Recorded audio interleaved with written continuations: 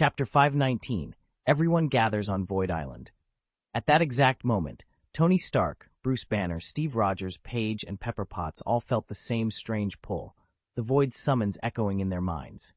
Pepper, swamped with work, nonetheless froze in her tracks. "I have to see this through," she said, determination lighting her eyes. Tony glanced at Jarvis's holographic display. "The draw was even stronger this time," he confirmed. Paige and Steve exchanged worried looks. "We need to get back to Void Island and find out what's going on." Without hesitation, Tony issued the order. "Jarvis, alert Banner. Tell him to rendezvous at the private island immediately. We depart for Void Island as soon as he arrives." Jarvis complied, routing the message straight to Bruce. Although the AI itself could not sense the Void's call, it recalled how Lord Cassidon, the self-styled god of the Void, had reached through Tony once before, compelling him to cry, "Long live the Void." This time, Tony hadn't echoed that rallying cry, but the intensity of the summons left no doubt about its truth. Before Tony could receive any further updates, Banner had already suited up and taken off in one of Stark's jets, heading toward the rendezvous point. Other commitments be damned, Bruce was determined to bear witness. In under 10 minutes, the team would be assembled and en route to confront whatever awaited them on Void Island. Tony Stark, Pepper Potts, and Bruce Banner touched down on the private island just as Steve Rogers and Peggy Carter arrived. The moment Tony and Pepper stepped out together, Steve and Peggy exchanged a knowing look. "Pietro, Wanda, look at the blue star," Steve called, nodding toward the night sky. Pietro and Wanda Maximoff lifted their heads in unison, their senses already tingling. Peggy's voice was calm but urgent. "We have to get to Void Island immediately. Assuming nothing goes wrong, we'll be back soon." Steve glanced at his super-speed siblings. "Mind if I come along? I want to see it up close." Pietro's heart raced. Only moments ago, he'd been sparring with Steve when both he and Wanda felt that same pull from the Void. Steve had halted mid-practice and insisted Tony and Bruce would show up. There'd been no direct message from Stark Industries, just Steve's hunch, and now here they were, confirming it. "If you ever get the chance later," Pietro said, "you'll see Xandar's Void Island for yourself." Tony cut in with a curt nod. "Not an option right now." Peggy turned back to Steve. "If that blue star worries you, we'll launch first." Steve hesitated, then nodded. Together, he and Peggy strode aboard the S-Yield space carrier. Pietro and Wanda watched the ship lift off, the glowing blue anomaly still hanging in the sky, an invitation they'd have to accept another day. A handful of figures needed no words. They simply boarded their space battleships, each vessel outfitted with private quarters and pre-packed uniforms, so even this impromptu departure carried on without a hitch. High above in Asgard, Thor and Loki stood on the battlements, their senses attuned to the faint, insistent cry of the Void. Saul had just endured 3 brutal months of solitary confinement, his only sustenance a single meal every 3 days. The ordeal had heightened his intellect and his hunger. Now he gorged himself on the richly prepared feast that lay before him, rebounding from his ordeal. But Thor knew this moment of respite would be short-lived. The tremors in the Void's call meant only one thing. Lord Cassidon, the god of the Void, was amassing strength once more. Loki glanced at his brother. "Should we go now?" Thor considered the horizon, eyes narrowed against the starlight. "We can't delay our return beyond 5 days. If we leave within that window, we'll be fine." Loki's eyes lit up. "Then why not depart immediately?" "Not yet," Thor replied. "Wait half an hour. I'll send word to Father. He must know of this summons. He'll chart our course to the source." Loki folded his arms, gazing skyward. "D-Wager Father already sensed the Void stirring and is on his way back here even now." Thor merely nodded, eyes fixed on the void-lit sky, steeling himself for the peril that awaited them beyond the stars. The king and queen were supposed to be charting new realms in distant galaxies, but they would return now. "You've still got your wits about you," the queen had complimented. The moment Thor learned that his father would personally lead the way back, he snapped to attention. At that very instant, every member of the Void cult across the cosmos felt the summons. Those who had been loitering in border towns, stirring up trouble just to pass the time, abruptly dropped their schemes. They slew their local foes, boarded their Void ships, and set course for home. Likewise, the cultists, sworn to defend the world, launched a merciless counterstrike. They tore meteors from deep space and hurled them at the enemy's hidden citadels, pulverizing fortresses that had seemed impregnable. No one dared ignore this call. It was far stronger than the last. Among them, Alex was the most exhilarated. He raised his voice into the darkness. "Great Lord Cassidin, God of the Void, your loyal servant rides forth." Perched atop his mount, Mowgli, Alex drove the spectral beast into full gallop. Though Xandar lay only a few light hours away, he urged Mowgli ever faster through the star-strewn void. Back on Xandar, the newly formed Star Army was already straining under relentless pressure, but reinforcements were coming. Supreme Commander Irani Rel of the Xandar Empire moved swiftly, ordering the Nova Corps to reassure and pacify the citizens. Once her directives were dispatched, she turned her gaze toward the viewport, where a cluster of violet stars blazed brighter than any sun. Xandar had never before witnessed such a purple sky. Rael knew exactly who was responsible. Cassidin, the god of the Void.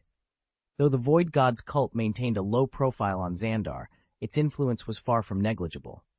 Across the galaxy, devout followers sought its blessing, while unscrupulous opportunists lurked, eager to exploit the ensuing chaos, an added burden for the Nova Corps. Still, the cult rarely staged major offensives or fielded its full force. The real prize was the Power Stone, one of the legendary Infinity Stones, which had now fallen into their hands. Paradoxically, this outcome felt preferable. At least the Void Cult had not used the gem to annihilate entire worlds. In the empty expanse of the Void, there remained only one prize, the universe's greatest cake.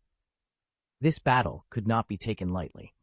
The moment Irani Rel beheld its manifestation, she knew the architect behind it, none other than Cassidin, the god of the Void. Not even a galaxy's worth of starlight could rival his divine power. Irani wasn't certain whether this marked the end of Xandar, but she knew one thing for sure. If the Void Cult chose to strike her world, escape or resistance would be hopeless. All she could do was pray that Cassidin might spare Xandar's people. After all, the Xandar Empire's technology ranked among the highest in the cosmos. To most gods, Xandar's machines were like playthings. Yet even that brilliance paled before Cassidin. In his presence, the Empire was as defenseless as a mortal standing before a deity's will, left only with the choice to plead for mercy or bow in silent acceptance. Irani Rael tapped the controls before her, summoning the projection of the World Heart, the Xandar Empire's superluminal AI. Its translucent form flickered in the dim light of the observation deck. "Heart of the world," Irani began, voice steady, "have you determined what that star is made of?" The World Heart's image shimmered. "I cannot directly analyze it. Its energy signature exceeds every void power parameter in our archives." "So it's void energy," Irani said, frowning. "Not in the way we understand void power," the AI corrected.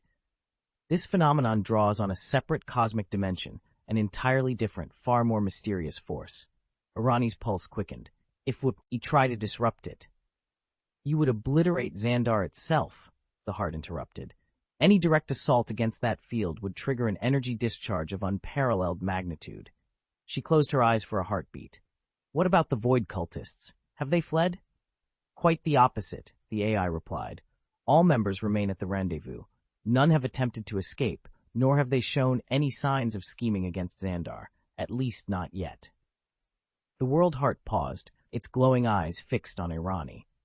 "Containment is beyond our capabilities at present. Our research into interdimensional traversal and parallel universe technology remains incomplete." Irani stared at the projection, the weight of the unknown pressing down on her. Even with the Empire's most advanced intellect at her side, some powers lay beyond comprehension, and some threats emerged from realms none could fully explore. The Xandar Empire's only hope lay in securing its long-term survival. Given enough time, its technology would inevitably advance to unprecedented heights. "I'm fine with this," Irani said quietly over the comlink. I hope he returns to wherever he came from once he's recovered. My nerves can't take him remaining here indefinitely." She sank back into the plush command chair, her heart pounding with a mixture of exhilaration and dread. Even in her 3-star Nova armor, she was still only mortal, powerful by Xandarian standards, but utterly vulnerable before a being with godlike might. How could she keep the Empire safe if this stranger, this living weapon, chose to turn his power upon them? The very thought that he might reduce Xandar to ashes and leave her branded a traitor kept her awake at night. So far, Arani had bent over backward to placate the Void God's emissaries on Void Island. She'd granted them virtually every concession, stopping only short of ordering the Nova Corps to stand down. Yet even that final act of surrender was beyond her authority. It rested with the cult of the Void God itself. If she could have her way, though, every Xandarian citizen would willingly swear fealty to the Void cult and pray that they never discovered how powerless she truly felt. Damien leaned back in his command chair, watching the hollow projections flicker across the curved viewport. He knew why Arani's brow was furrowed. The Void God cult still guarded its blessings as fiercely as ever. Had they relaxed their rites, thousands might have flocked to their cause, but their numbers stubbornly hovered in the low hundreds. To earn the Void's favor, one had to satisfy impossible standards. A soft chime broke his thoughts. The World Heart, the ancient sentinel woven into Xandar's core, registered Arani's elevated heart rate and offered a gentle reminder. You must take care of yourself. There is no one else on Xandar ready to assume your duties. For decades, Supreme Commander Arani had guided the Nova Corps with unerring wisdom and steady hands. She combined compassion with clear-sighted resolve, knowing when to show mercy, when to negotiate, when to defend, and when to strike decisively. Loved by her people and revered by every officer under her command, she was irreplaceable. All she'd ever wanted was to find a worthy successor so she could step down, finally free to savor a peaceful retirement. Now, as she looked at Damien with tired but hopeful eyes, the moment of truth had arrived, and the future of Xandar hung in the balance. After a thorough review and no suitable successor emerging, Arani's reputation shone brighter than ever in the annals of the Xandar Star Empire. At this point, she murmured, I dare not relinquish the throne to someone less prepared. She paused, her voice growing hushed. All I ask is that I live to prevent the ruin of Xandar by my own hand. As Arani absorbed the heart of the world's words, she steadied her breath and spoke with renewed resolve. She would never entrust the mantle of Supreme Commander to untested heirs. So long as she stood guard, she alone could keep the Nova Corps and the Void cult from plunging the Empire into chaos. But a younger, restless generation, newly sworn in, would only fan the embers of the Void God sect. Even if she withdrew to distant worlds in retirement, she could never escape this duty. Xandar's fate was bound to hers. Chapter 20. The Dark Star Emerges. The Void Eternal. Sonia's eyes widened as she watched Mr. Cassidon. The shadow at his back swelled and reformed into the enormous, mantis-like figure she'd first seen when she received his blessing. It was clear his power had been fully restored. Only the creature's vast size hinted at his renewed strength, his true potential now awakened once more. How formidable was Mr. Cassidon at this moment? Sonia couldn't say for certain. Her understanding of void magic was far from complete, yet it seemed he was on the brink of reclaiming his absolute peak, a prospect that thrilled her. She lifted her gaze to the sky above Void Island, where a dark, pulsating star hovered against a sea of violet light. It's breathtaking, she whispered. This must be Lord Cassidon's work, the god of the void himself. Beside her, Sarah tilted her head upward, her eyes sparkling with excitement as she took in the alien beauty of their surroundings. There's no doubt, only Lord Cassidon could create something like this. Exactly, Lacey agreed, a confident smile touching her lips. Such a sight could only come from a being of his magnitude. Kyle paced the floor, excitement lighting up his face. Lord Cassidon's power is growing every day. It won't be long before the Void God faith sets out on its journey. Renaud couldn't hide his anticipation. Have we sent the Void's summons to every member? We have, Kyle confirmed. They should all be on their way back now. Renaud's pulse quickened. Lix will certainly return, but Tony and the others, that's harder to predict. Lalatina offered a wry smile. From what I hear, Tony's been swamped over on Blue Star. He barely has time to breathe. A few of the prophets exchanged knowing looks. They had planned to visit Tony this year and stir up a little trouble, but Lalatina's warning about his busy schedule had kept them grounded. Just then, Sarah glanced at her cosmic communicator. Tony just reached out. He says he's en route to Void Island. She paused, brow furrowed. He also wants to know what's happening there. How should I fill him in? The room fell silent as everyone considered how best to answer. The fate of the Void God Faith and of Void Island itself hung in the balance. I just knew something good had to happen, Sarah said, barely containing her excitement as she adjusted her holo recorder. Kyle looked over her shoulder, frowning. How do I even know what's going on? He sounded as if he'd rather ask, who's behind it? Kyle didn't mean to be difficult. He simply couldn't grasp the scale of Lord Cassidin's presence, the god of the void. Renoli noticed Tony's name flash in Sarah's private messages. That's why he reached out to you directly, Miss Sarah, Renoli pointed out. No group post. He wants the full story from you. Lacey glanced at the holo display, where ethereal violet tendrils swirled against the sky. Let him see it for himself when he returns, she said. But how long will this vision last? Renoli tapped his fingers impatiently. It could vanish at any moment. Then record it now, Lacey replied. Sarah, send Tony the footage. He's on his way back from Blue Star. He won't see this with his own eyes for another 8 hours, even at full throttle. Sarah nodded. She had been streaming the entire phenomenon live, capturing every ripple of energy. With a flick of her wrist, she forwarded the recording to Tony. Sent, she announced. The group chat fell silent as they all turned back to watch the unfolding spectacle, knowing that even across the stars, Tony would soon witness the awe-inspiring power of the God of the Void. Tony and the others traveling with Sarah all received her alert at the same time and tapped to watch the live feed. On the screen, Tony, Banner, Steve, Paige, and Pepper exchanged stunned looks. I've seen that dark star before, Tony breathed. Please, Banner scoffed. Who among the Voidborn hasn't? But its energy signature, Paige began, jaw-dropping. It's even stronger than Xandar's star. Is it surging back to full power? Why do those purple bursts feel so sinister? Pepper asked, leaning forward. Compared to Thor's lightning, these void charges look downright malevolent. Steve frowned. How does Thor's mastery of void energy stack up against Cassidin's? Can we move faster, please? Paige urged. I'd rather see this in person than through a holoscreen, Tony added. Meanwhile, Jarvis monitored the incoming data with concern. The Void's call is far more violent this time, he reported. Cassidin, the so-called god of the Void, has erected an immense formation. It's truly spectacular. I know you're all anxious, came Sarah's calm voice, and believe me, I'm just as eager. Having real-time analysis could prove invaluable on site, though, so there's no need to accelerate beyond safe parameters. I'm already pushing at maximum speed, Tony replied. Jarvis emitted a soft alert tone, registering a flicker of unease at Tony's impatience. Currently, the universe hasn't cracked the code on precise, point-to-point wormhole shuttling across vast cosmic distances.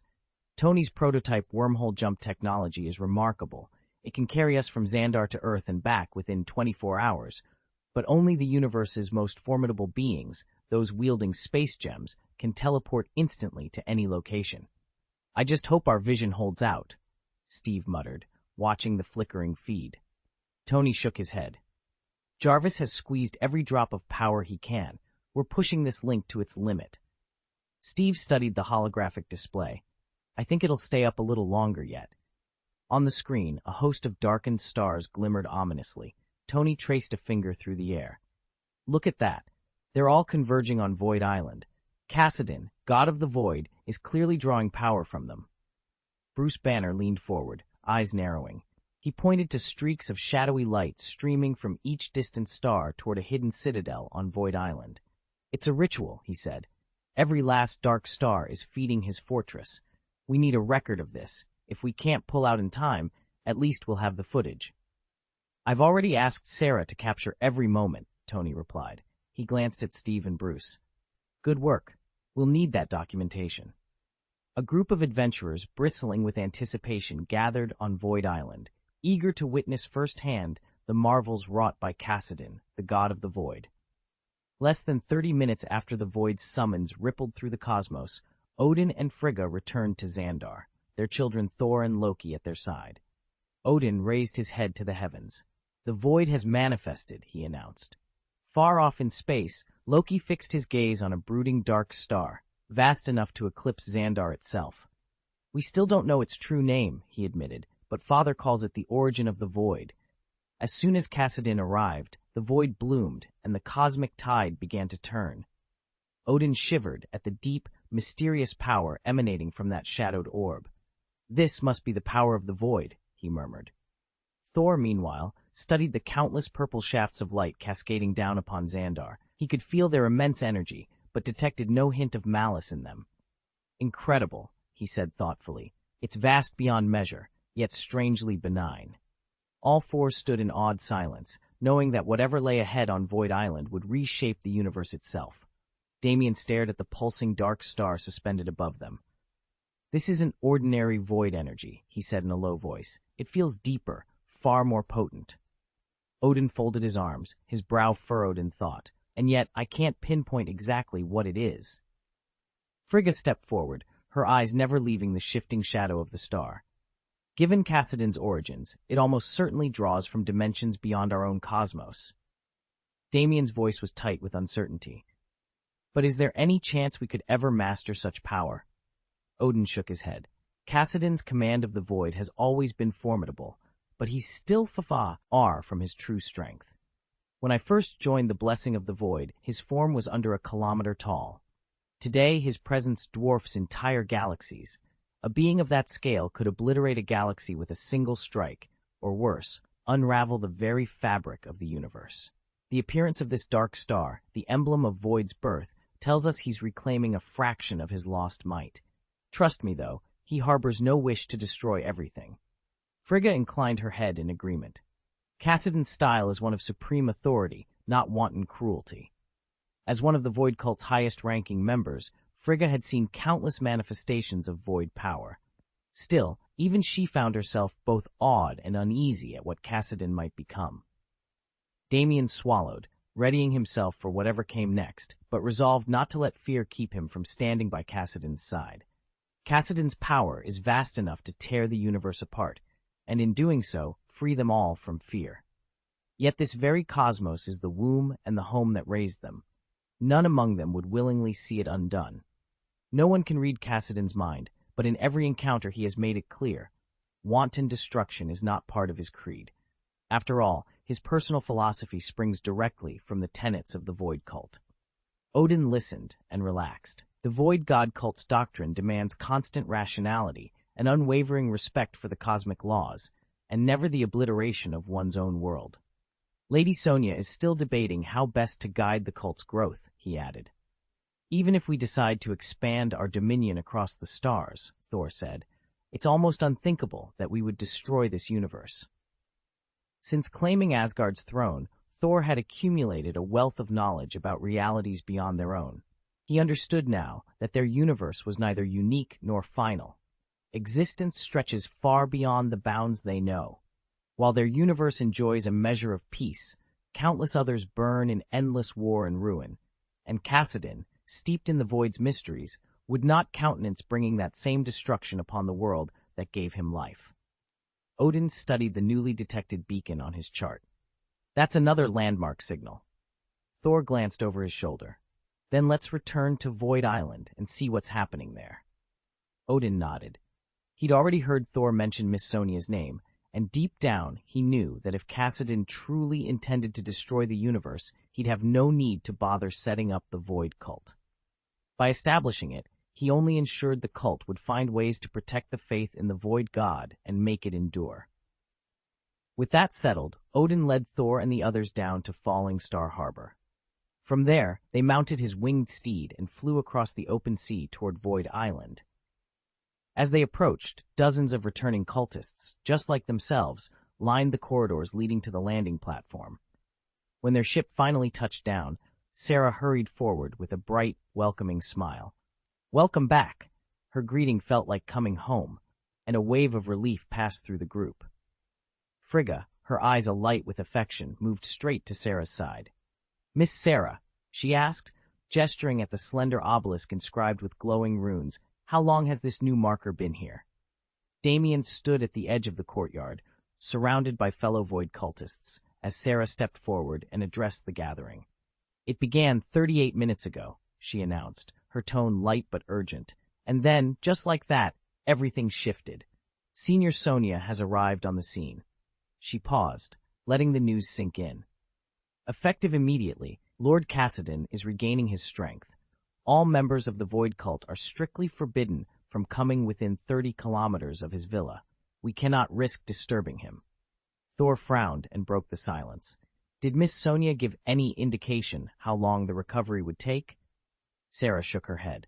No, she didn't specify a time frame, but she's personally guarding the villa day and night. I've already posted an official notice in the community. Odin's eyes narrowed as he absorbed the announcement. Sarah's expression turned grave. We're in a critical period of recuperation. Until the void source is fully extinguished, we must remain vigilant. Anyone bold enough to violate this order will face certain death. A cold ripple ran through the crowd. Damien met Sarah's gaze, understanding that no one, not even friends, would dare approach Cassidon's stronghold until the warning was lifted.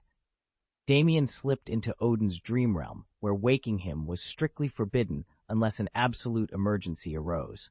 At the same time, Cassidon wasn't resting. He was fully engrossed in siphoning energy from distant cosmic dimensions to restore his own dwindling power. Anyone bold enough to disturb him now would almost certainly be killed on the spot.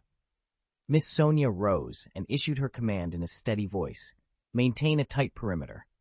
She understood better than anyone how crucial this moment was.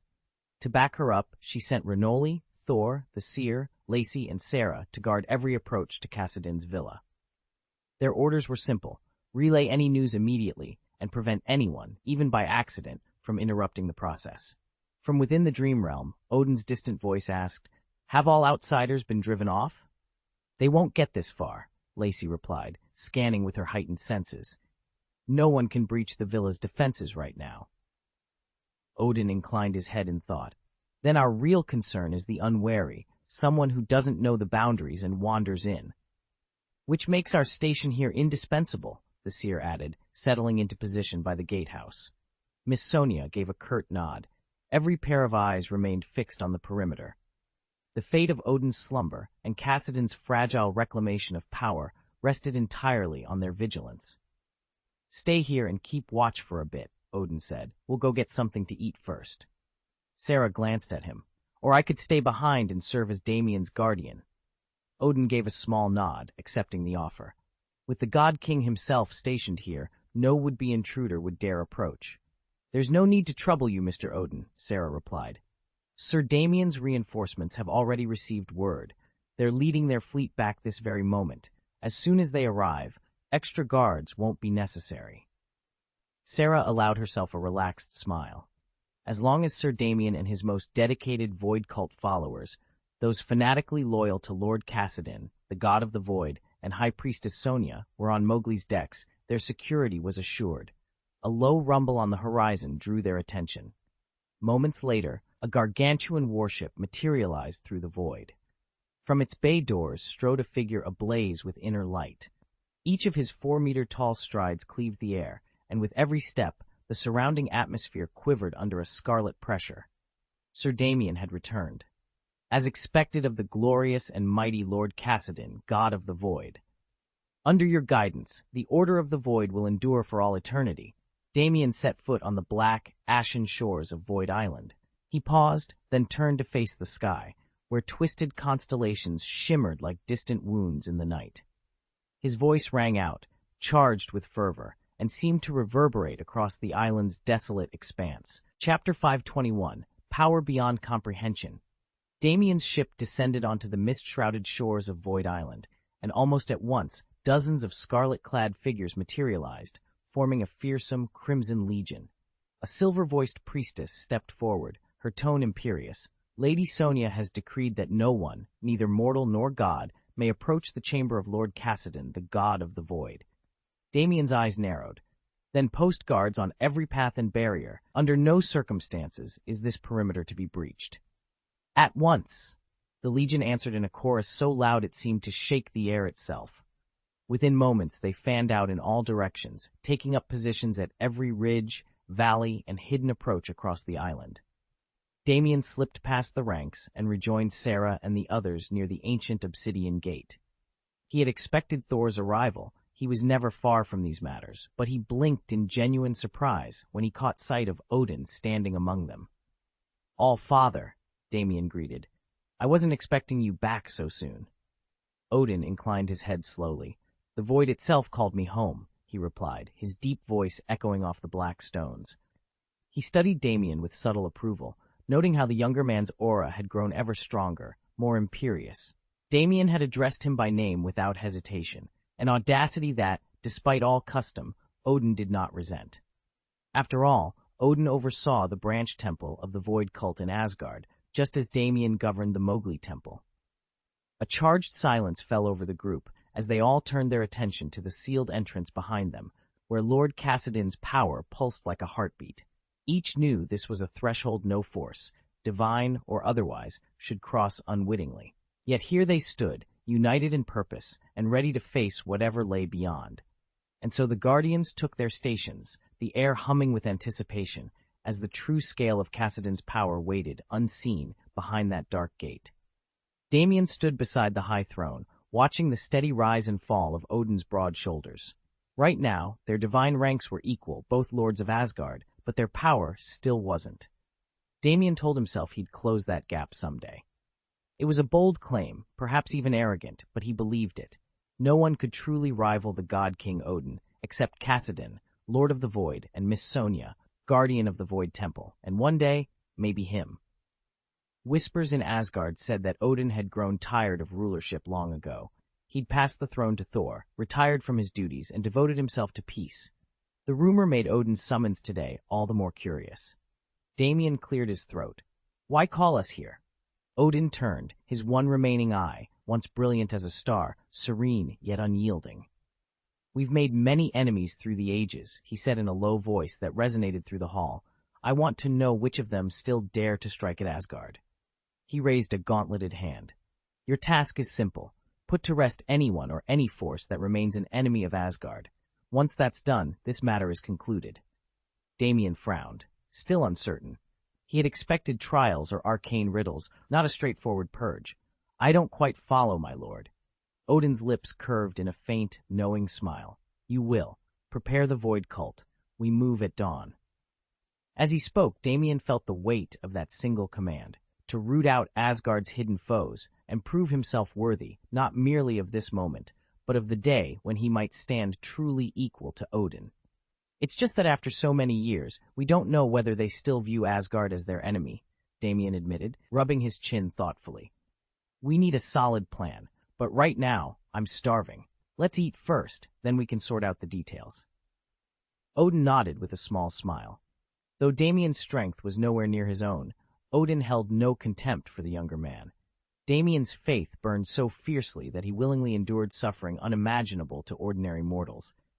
It was only a matter of time before his powers reached the very pinnacle of the cosmos, perhaps even grazing the realm beyond. Odin was certain that, in the future, Damien would stand as one of the Void cult's most formidable champions. With Damien's approval, the cult would become a steadfast ally. He welcomed the opportunity to chat and leave a strong, positive impression. "Very well," Odin agreed. "Let us break our fast first, then we shall speak further." Damien inclined his head. "Thank you, Lord Odin. Afterward, I'll make my way to the recording temple to catalog our new recruits' histories." "An excellent idea," Odin replied, rising from his seat. Moments later, Damien re-entered the hall, and Sarah stepped forward with a relieved smile. She bowed slightly and said, "I'll leave the watch in your capable hands, Damien." He returned her smile. "I won't let you down." And with that, he took up the responsibility of guarding their friends while Odin and the others prepared for the challenges ahead. "Don't worry," Alex said into his calm. "With me here, no one will disturb Lord Cassidin." He glanced up and saw Sarah striding toward him. A genuine smile broke across his face. She might not match his usual aesthetic. Her slight frame made her look almost childlike. But Alex had come to respect her tenacity and skill. And since she was Miss Sonia's protégé, her presence was all the more valuable. "We'll catch up properly later," he added with a nod. Lacey and the others passed the guard shift off to Alex and made their way down to the cafeteria, eager for a well-earned meal. Meanwhile, high atop the mountain in a secluded villa, Damien lay motionless as his consciousness drifted into the void. Time slipped away as he began the final rites of the Dark Star. A profound energy surged through him, reshaping every fiber of his being. He could almost feel each molecule bending and reforming under the star's influence. At the same time, this Dark Star energy mingled with the void power already coursing through him, fusing into a single, more formidable force. The combination was unlike anything he had ever encountered, richer, deeper, and charged with an eerie potency. Damien allowed himself a moment of gratitude. Choosing Void Island as the site of his ascension had proven to be a truly fortunate decision. Damien stood at the heart of a swirling galaxy of stardust and shadow, every fiber of his being suffused with the Dark Star's raw energy. He closed his eyes and let the power wash over him, his strength, speed, and senses expanding beyond anything he'd ever known. 10 meters away, Sonia hovered near Cassidin, her gaze sweeping the 50-mile perimeter around the mountaintop villa. Not a single movement escaped her notice. Should anyone dare breach the forbidden zone, she would strike without mercy. 8 hours earlier, Damien had been torn from his ordinary life by a vision of creation itself, a cosmic revelation that beckoned him toward this moment. Meanwhile, light years away, Tony Stark, Bruce Banner, and their team raced aboard the star cruiser Infinity's Edge, weaving through wormholes at impossible speeds to reach the same celestial phenomenon. When the ship emerged from the last fold in space above Xandar, the crew fell silent. Before them loomed a colossal sphere of darkness, an immense dark star radiating energy that outshone entire galaxies. Bruce Banner, awestruck, whispered, "It breaks every rule of physics we know." Jarvis's calm voice crackled through the comms. "All readings exceed maximum thresholds. There are no records of anything like this in any database." Tony leaned forward, eyes gleaming beneath his helmet. "Look at that. It's like watching the universe being born." Pepper Potts stood beside him, her breath catching at the sight. "It's stunning," she murmured, "and terrifying." Back on the mountain, with dark power swirling around him and Sonia's vigilant guard nearby, Damien knew he was poised on the brink of a new era. Across the cosmos, the Dark Star's silent call had drawn champions from every corner of existence, and nothing would ever be the same. Damien had once been nothing more than an ordinary man, his mind unburdened by the grand mysteries of the cosmos. When the void first reached out to him, it did so in the form of colossal, nightmarish creatures that nearly broke his spirit. He had been too overwhelmed to grasp even a fraction of its true scale. But time and trial change us. Though he still lacked godlike power, Damien had faced enough dangers to steel his resolve and his perspective. Now, as he stood before the Dark Star once more, so much smaller than he remembered, he finally felt the void's true immensity. Cassidin, the god of the void, wielded a force so vast that entire universes might be no more than motes of dust in its presence. "Do you think we'll ever get close enough to study such things ourselves?" he whispered. Paige, standing at his side, gazed at the orb in silent wonder. Its swirling surface of inky black and violet veins made it look less like a star and more like a living shard of the void itself. "It's a masterpiece of nothingness," she breathed. "Depth and mystery woven together, birth and death wrapped into a single form." She turned to Damien with a hint of wistfulness in her eyes. "But this is still only a fraction of what Cassidin can do. I doubt we'll ever reach the void's ultimate heights." A few paces away, Tony studied the Dark Star with keen intensity. His voice was quiet but firm when he finally spoke.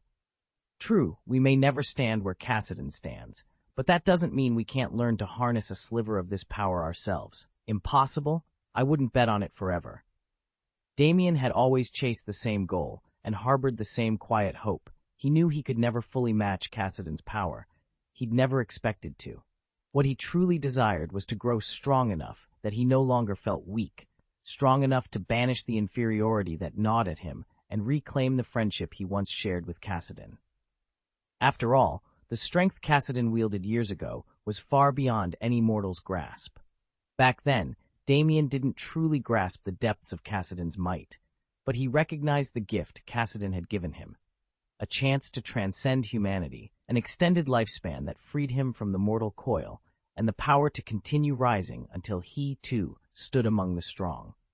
It was only when faced with such an incomprehensible being that one could fully appreciate his own smallness. Nearby, Steve felt the raw force of the Void Star wash over him. Having witnessed the titanic clash between Lord Kassadin, the god of the void, and Gao Tianzun, he could only exhale, awed and unnerved by the spectacle he had seen. Chapter 7. The Gathering Void. Damien stared out at the swirling darkness before him, heart pounding as countless streams of energy danced like restless spirits. He thought back to Steve's arrogance, how the man had once believed himself untouchable. The display of Kassadin's power had shattered that illusion in an instant. Damien understood now that, against the might of the Void Lord, even an entire planet was little more than dust waiting to be swept away. If he hoped to climb to the summit of true strength and glimpse the broadest horizons of power, he still had a long journey ahead. A chill ran down his spine as he recalled his own recent breakthrough. He had felt, in that moment of transformation, as if he'd severed a vital piece of himself, like aborting my own evolution, he confessed quietly. For the first time, uncertainty crept into his thoughts. Had he chosen the right path? Around him, the bridge crew murmured their conflicting opinions, each voice a different echo of his own doubts. "Sir," Jarvis's calm tenor broke through the tension. "The route through Xandar is charted. I'm prepared to lead a reconnaissance squad toward Void Island." Damien squared his shoulders. "Do it. Let the galaxy itself bear witness to what stirs in the void." Moments later, the starship Voidhawk slipped into hyperspace, racing toward Xandar. Word of the strange cosmic disruption had already leapt from system to system, igniting curiosity and dread in every corner of known space. Far above, within the marbled halls of Olympus, Zeus watched the live feed with growing unease. The glimpses of the dark star left him unsettled. No god among them could fathom the depths of Kassadin's design. And as the universe held its breath, Damien prepared for the trials that would forge him into something more than a mere mortal. Zeus stared into the void, fully aware that corralling stars of such magnitude would demand an almost limitless expenditure of energy. At first, he'd intended to consult Odin about the undertaking. But he paused, remembering how Odin had relinquished his throne to Thor only months before and was now peacefully drifting toward his final years. Disturbing the All-Father in his twilight seemed cruel. Better not to provoke him now and risk stirring ancient, dying wrath. Still, without Odin's wisdom, Zeus lacked the boldness to press on alone. He dreaded drawing the attention of Kassadin, the god of the void. A direct confrontation with Kassadin would almost certainly ignite a war among the gods. Against any other deity, Zeus might feel confident. Kassadin, however, was different. He had famously driven Gao Tianzun back with sheer force, and in his grasp lay the Power Stone, an infinity stone embodying pure destruction. To challenge him without counsel would be nothing short of madness. Zeus paced the marble floor of his celestial hall, his stormy eyes narrowed in frustration. Odin had flatly refused his offer of alliance, refused even as the cosmos teetered on the brink of annihilation. With the All-Father's prideful stubbornness unwilling to yield, a pact with the Norse deities alone would never muster enough strength to stand against the rising threat of the void. But then Zeus's gaze brightened. Of all the beings across the galaxies, one name stood out: Gao Tianzun. Though not a god, Gao was renowned for his indomitable will and unparalleled mastery of cosmic energy. More importantly, he nursed a seething hatred for the very enemy Zeus now faced. The god of the void, Kassadin, had murdered Gao's younger brother in a ruthless raid, an act of cruelty that still fueled Gao's quest for vengeance. As yet, Kassadin had not consolidated his forces or drawn up battle plans. His attention still drifted between scattered star systems and half-forged alliances among the voidlings. That window of inaction gave Zeus the perfect opportunity to reach out. He would appeal to Gao's desire for justice, promising a partnership bound by a shared goal, to crush Kassadin once and for all.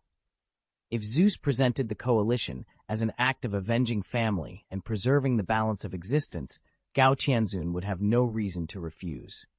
With that decisive thought, Zeus summoned his mightiest heralds. The hour to forge a new alliance had come, and with it the first spark of hope in the darkness that threatened to consume every galaxy. Chapter 522, Thanos, the Upper Hand. At that instant, Thanos stared at the hollow feed, his eyes flickering with restrained urgency. The Power Stone, it meant everything. More vital than all the other Infinity Stones combined, it was the keystone of his plan. With it in his possession, he could bide his time until Odin and the Ancient One fell, then snatch another gem or two and flatten the universe beneath his will. Once he held all six, not even eternity itself could stand against him. He'd been poised for this moment, ready to wrest the Power Stone from Kassadin's grasp. Yet why had Kassadin engineered such a cataclysmic battle? What gambit lay behind it?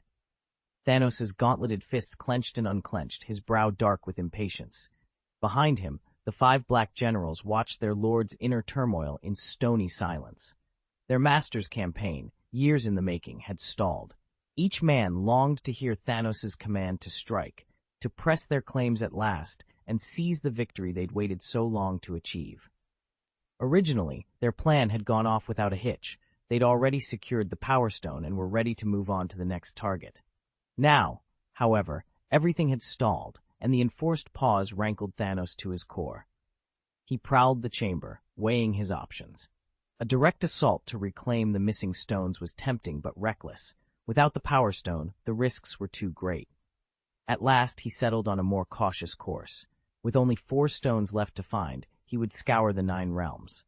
Fate had dealt him a small boon. Odin had just abdicated his throne, an unmistakable sign that the All-Father's days were numbered. In Asgard, the Ancient One's life was tied to Odin's. When Odin fell, the mystical shield protecting all 9 worlds would vanish. That would leave the remaining Infinity Stones exposed and vulnerable, ripe for the taking. Of course, claiming those stones without the Power Stone in his grasp carried its own challenges. Channeling their raw energies might prove difficult, and any collision with Kassadin, the god of the void, would almost certainly end in his death. But a measured approach was far preferable to a hasty defeat. Just a little longer, Thanos whispered to himself, steadying his breath. In 2 years at most, it will all be over. He repeated the mantra again and again, tamping down his frustration. For the sake of the grand design, he would endure this waiting game, no matter how bitter the delay, until the moment came to claim ultimate power. Thanos remained hidden in the shadows, watching Kassadin, the god of the void, from afar. As long as Kassadin didn't strike first, Thanos knew he wouldn't become the Void Lord's primary target. With his enemy out in the open and himself cloaked by darkness, he still had time to scheme. He had often entertained the idea of allying with Gao Tianzun, an almost immortal titan perched at the summit of the universe, for some grand design. But without a single Infinity Stone to his name, Thanos had nothing to offer an ancient being of such power. He refused to beg. As soon as he could secure at least 4 of the stones, he would approach Gao Tianzun as an equal and discuss a plan for dealing with Kassadin. Meanwhile, other factions might not covet the Power Stone itself, but many had already begun to eye the Void cult. The mere existence of the Church of the Void was tipping the balance of cosmic power. Yet Thanos was confident that no one, neither the universal gods, the Celestials, nor the Council of Elders, wanted to see a single family seize total dominance. He would bide his time, build his strength, and act only when the moment was right. Damien had secured countless alliance partners, but he still lacked the authority to bring them together under one banner. When Damien and his team returned to Void Island, their first stop was his laboratory. After straightening the workbenches and stowing away samples, they headed to the canteen to join Renaud and the others. Renaud looked up with a broad grin. Damien, it's been a how's the progress on Blue Star? Ran into any trouble? I hit a few snags at the start, Damien admitted, returning the smile. But we ironed them out, and so far the results have been very encouraging. Renaud raised an eyebrow. Sounds like you've got time to relax now. Planning to give us a tour of Blue Star? Actually, in the past few months I've been studying Xandar's history, Damien explained. I've mapped a steady path forward, so whenever you want to visit Blue Star and see it for yourself, just say the word. Renaud's eyes lit up. Count me in. That sounds like an adventure worth having. Damien nodded, yet he kept the truth about his private audience with Kassadin, the god of the void, to himself. After all, forging alliances was one thing, wielding power was quite another. Damien would probably have stayed on Blue Star for years if the Void hadn't summoned him back to Void Island. He'd been hoping Saul and Renoli would make the trip to visit him, but no sooner had he heard that irresistible call than he had to return. Aboard the starship later, Tony glanced across the conference table at Kyle. "Have you studied the history of the Xandar civilization? Have you read every volume?" Kyle blinked. "I've gone through a good deal of it. There's so much Blue Star could learn from our ancestors." Tony raised an eyebrow. "Every one of the 28 volumes?" Kyle shook his head. "Not all of them. Even professional historians rarely finish the entire set. I've focused mostly on the founding era of the Xandar Empire. The rest tends to be specialized research." Tony nodded and waved away the topic. "All right, let's leave the minutiae aside. I want to know what you think of the new vision of heaven and earth." He wasn't surprised that Kyle, no scholar himself, hadn't absorbed every detail. Better to shift the conversation to something more important.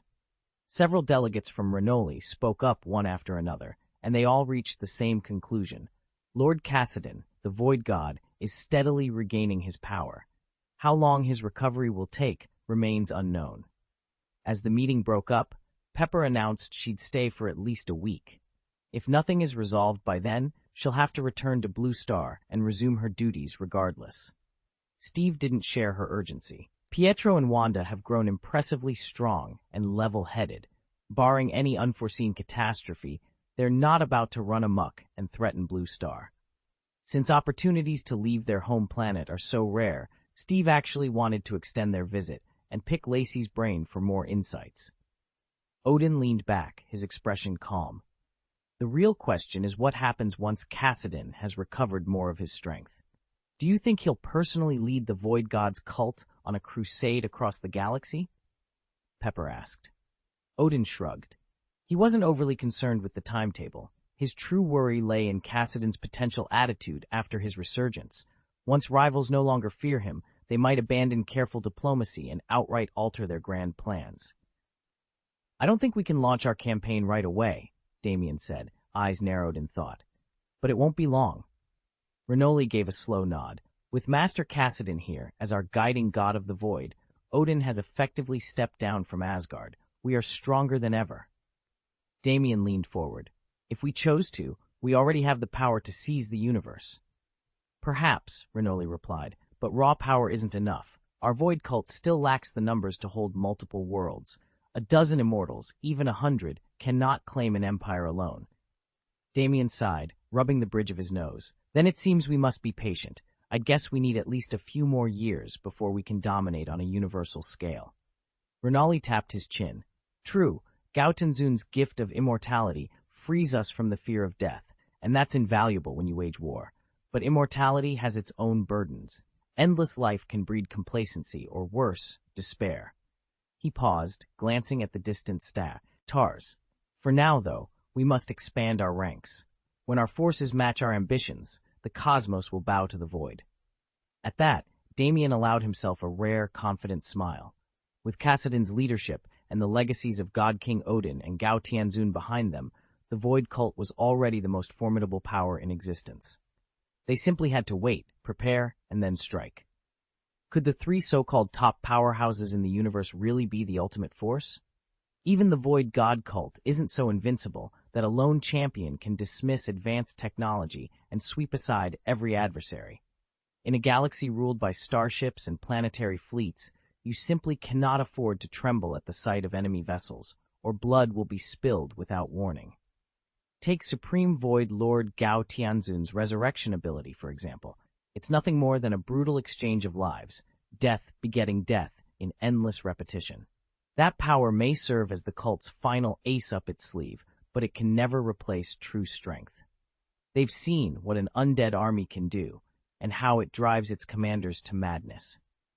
If the cult were to lean on resurrection to wage one unending war after another, its disciples would descend into an abyss of want and horror, transforming into monsters themselves. Immortality is the quickest path to losing one's moral compass. When reverence for life and death vanishes, so too does empathy. And once even the strongest soul relinquishes compassion altogether, insanity and savagery are never far behind. The members of the Void Cult all understand Lord Kassadin's true aim in reclaiming Gao Tianzun. He intends to use him as a catalyst to resurrect their fallen brethren whenever he pleases. Yet despite such a prospect, none of them truly fear death. After all, immortality brings its own set of problems. Renoli leaned back in his chair and nodded. Still, it wouldn't be wise to launch our campaign immediately. My wife and I have been itching to travel for years, Damien added with a grin. At those words, Odin felt a surge of relief. If the Void Cult set its plans in motion, he would inevitably have to prepare a stronghold, and a conflict of that scale could last decades. He quietly hoped that hostilities would be postponed, at least long enough for him and Frigga to enjoy one more grand tour of the realms. Conversation naturally turned to recent exploits and personal updates, yet Odin, Thor, Loki, and Frigga tactfully avoided any mention of Hela. On the other side of the table, Tony, Steve, and Banner laid down their weapons of wit and steered clear of discussing Thor's transgression against the commandments, and the near-fatal punishment that followed.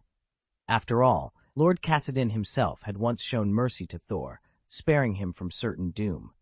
None of them wished to tempt fate by revisiting such perilous matters in polite company. If word of Thor's miracle ever spread through the Void Cult, it could breed dangerous complacency. By accidentally breaking a commandment, Thor underwent an unprecedented surge of evolution, dozens, perhaps even hundreds of mutations, only to die instantly before reaching the Hall of Judgment. Once cultists realized this loophole, some might deliberately sacrifice themselves in hopes of achieving the same boon. Even if a few members interpret Thor's fate as a sign of the Void God's mercy, it's far safer to stay silent than to encourage further sacrilege. This third update adds roughly 3,000 words, bringing the total to 10,000. Chapter 523, 72 Days of Slumber. Over the past month, the Dark Star's power has continued to pour into Xandar's Void Island and into Damien's body. Thor and Loki stayed only 5 days before returning to Asgard, no longer as free as they once were. Pepper Potts lingered a week, then flew back to Blue Star to handle pressing business. Tony Stark remained the longest, an entire month, escorting Steve, Paige, and Bruce Banner home. They all wished they could see this through to the end, but urgent matters on Blue Star demanded their attention. They simply couldn't stay on Void Island indefinitely. Odin and Frigga, too, departed after more than 40 days. Kassadin's recovery had proved far slower than anyone expected. Thankfully, a capable force under Alex and Renoli now guarded the island, relieving most of the others from constant watch. In the meantime, life on Void Island settled into a steady rhythm. Eat when you should eat, rest when you should rest, and train when you should train. And so it was that on this very day, more than 2 months had passed since Kassadin, the god of the void, had issued his summons from the emptiness. Chapter X, The Awakening. Atop Void Island's lonely summit stood a solitary villa, its darkened windows gazing out over an endless expanse of void. Above it, the Dark Star, once larger than Xandar's own sun, slowly dissolved, its final tendril of inky light plunging into the still form of Damien. Within the villa's hushed walls, his body flared with a deep violet glow, and at last his long-shut eyes snapped open. Across the multiverse, even its most formidable champions quivered. A tremor ran through muscle and spirit alike, as if an immense unseen predator had fixed its gaze on every world. There was nowhere to hide. The multiverse has gained another troublesome being, thought every being attuned to the cosmos. But Damien rose unbowed, purple aura coiling about him like living shadow. I alone am immortal, forged by the infinite diversity of existence, he declared. You cannot intimidate me. In the shadow dimension beyond all light, a colossal creature of pure darkness felt a shiver echo through its abyssal soul. Far from frightened, it was intrigued. Fascinating, it rumbled, voices rolling like distant thunder. A mere mortal's will shakes even my core. The multiverse never ceases to amaze, the dark behemoth mused. When I have destroyed every universe, you and I shall meet again. High above the villa, a figure of gleaming vibranium hovered in the void. 6 infinite gems glowed across his chest, each pulsing with cosmic might. A confident smile curved his lips as he watched Damien's first breath of a new fate. Damien stood amid the shattered remnants of the Blue Star, its continents torn apart, rivers dried to dust, and and once mighty steel battalions, now little more than twisted wreckage. He could almost taste the echo of that apocalypse, feel the tremor in every atom of the ruined world beneath his feet. Somewhere out there, a force of unimaginable power was stirring, something that threatened not just one universe, but the entire multiverse. Far beyond Damien's vantage, a colossal, bald observer strained to locate this new presence. He sensed an energy that made even Dormammu, Infinite Ultron, and the dark side Stephen Strange seem like children's toys. This was the birth of a truly multi-universal powerhouse, an ultimate being whose origin eluded every form of cosmic sight. For a moment, even an entity as timeless as the Observer felt a ripple of dread at his inability to pin down its source. Yet he reminded himself that the living tribunal and eternity watched over all realities. If any force could stand against an emerging god, they could. In that instant, back on the fractured blue star, Damien opened his eyes, and the cosmos snapped into crystal-clear view. Stars, galaxies, ley lines of energy crisscrossing the void, every strand of space unfolded before him as if a veil had finally been lifted. He inhaled deeply, ready at last to see the multiverse as it truly was. Damien floated weightlessly in the vast ocean of energy the dark star had unleashed. Here, amid surging currents of void and starlight, he felt his very essence transform. His body had been sublimated twice, first by the emptiness of the void, then by the dark star's radiance, and the two forces had fused within him. Now, unbound by fear, he was every bit as formidable as the universe itself. He realized that from this moment forward, no corner of the multiverse could threaten him. Decades spent in silence and concealment were over. In these infinite depths, he glimpsed the silhouettes of mighty, multidimensional entities he had long anticipated, and even the ever-watchful observers drifted at the edge of his vision. In truth, they had attuned to his presence because in his dormant state, Damien had regarded them as enemies. His subconscious hostility had rippled through the void, sounding an alarm that drew their scrutiny. But now, with that tension eased, they would no longer sense him. A gentle voice called from beside him. Damien blinked, and the energy currents stilled around him. He realized he was no longer adrift. He was sitting upright, cradled in a sleek healing cradle. "Sonia," he asked, voice hushed, "how long was I asleep?" Sonia Cassadine, her silver hair still damp from the misty chamber, checked a slim datapad with calm efficiency. 72 days, Mr. Cassadine," she answered. Damien let that sink in. 72 days cut off from the world. Yet when he looked up at Sonia's composed expression, he felt no weakness, only resolve. The dark star's power throbbed through his veins, and every cell of his body knew it was ready to reclaim its destiny. Damien checked his chronometer one more time. 72 days. I'll keep watch the whole time. "That's exactly what needs to be done," Sonia agreed, then paused and gave him a gentle smile. "But first, eat something. You haven't had a proper meal in days." Damien raised an eyebrow. "Do you know when I'll wake up?" Sonia's smile faltered for the briefest instant. "I can't say for certain," she admitted. "But I've been tracking the dark star, the void's original heart, and it's been shrinking every day. At one point, it was larger than Xandar itself. My bet is that once it vanishes completely, you'll come back to us." She opened a portable food pack. "I've prepared extra rations just in case. If you don't wake up by then, I suppose I'll have to eat them myself." Damien managed a tired chuckle. "All right, let's eat." He sank into the chair at the small table. Sonia joined him and with a tap on her wrist console, projected the cosmic imagery Sarah had recorded, the fading shape of the dark star hovering above them like a dim lantern in the void. Damien picked up a nutritious energy bar and took a bite, his eyes never leaving the swirling starfield simulation. When Mr. Cassadine began setting out the tableware, Sonia, too, tucked into her meal without another word, both of them sharing silence, hope, and a quiet determination that the long watch ahead would not be wasted. Damien jabbed at the controls and sped up the playback. The image on the holoscreen jumped forward until the entire Xandar star system lay swathed in an ominous black haze. The disturbance was impossible to miss.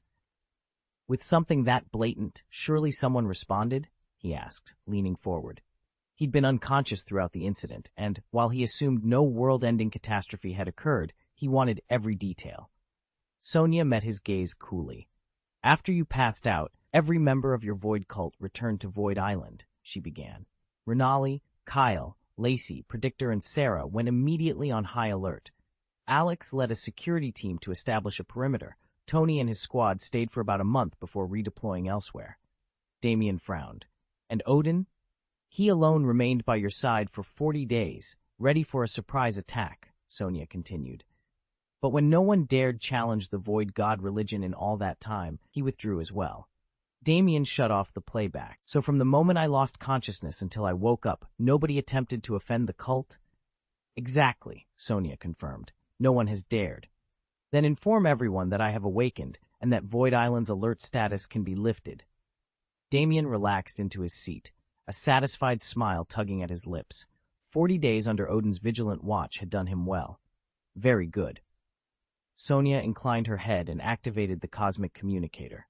Her clear voice echoed through the group channel. Sonia, envoy of the Void, to all stations. The great Lord Cassidon, the god of the Void, has emerged from his deep slumber. All alerts on Void Island are hereby lifted. She paused, then added, Thank you for your unwavering dedication and round-the-clock protection. As a token of our gratitude, each of you will receive 100 million universe coins shortly. Almost instantly, responses flooded in. Yamalix. Message received. It is our honor to guard Lord Cassidon at all times. Recorder Sarah. Envoy Sonia. Has Lord Cassidon recovered his strength fully? Sonia glanced over at Damien. His eyes, once dimmed by exhaustion, now shone with renewed power, proof that the long vigil had been worthwhile. Damien met Sarah's anxious look and understood exactly what everyone was wondering. Was the Void cult still afraid of the multiverse? He turned calmly to Sonia, whose brow was drawn in question, and asked, Are you no longer afraid of what lies beyond our own universe? Sonia's dark eyes widened in surprise. She'd always known that the great god Cassidon feared no enemy within their realm. Her real concern had been whether he still dreaded the very idea of a multiverse. She took a steadying breath. My power isn't fully restored, she admitted, voice low but firm, but after everything we've endured, I've recovered more than I thought possible. What once seemed overwhelming now feels only challenging. There's no more room for fear. Damien inclined his head, satisfied. Then, raising his voice so that all Void cult members could hear, Sonia proclaimed into their shared network. By the will of the great god of the Void, Cassidon, the Void cult from this moment forward bows to no threat, within this universe or any other. A unified wave of resolve rippled through the cult. Fear had been cast aside, and a new chapter of unwavering strength began. Recorder Sarah's message blinked onto the screen. Has Lord Cassidon seen my question? Speed, Renault replied almost immediately. That only proves Master Cassidon's power has fully returned. Predictor chimed in. He's never declared himself fearless before. Now that he has, it must mean he's back near his peak. Hercules Kyle, ever the skeptic, added, I have to ask, after 72 days of slumber, doesn't the god of the Void feel hungry? Before anyone else could weigh in, Yamalix leapt to Cassidon's defense. How dare you compare the lofty, supreme Lord Cassidon's needs to ours? Damien watched the flurry of posts with a half-smile. He knew the truth.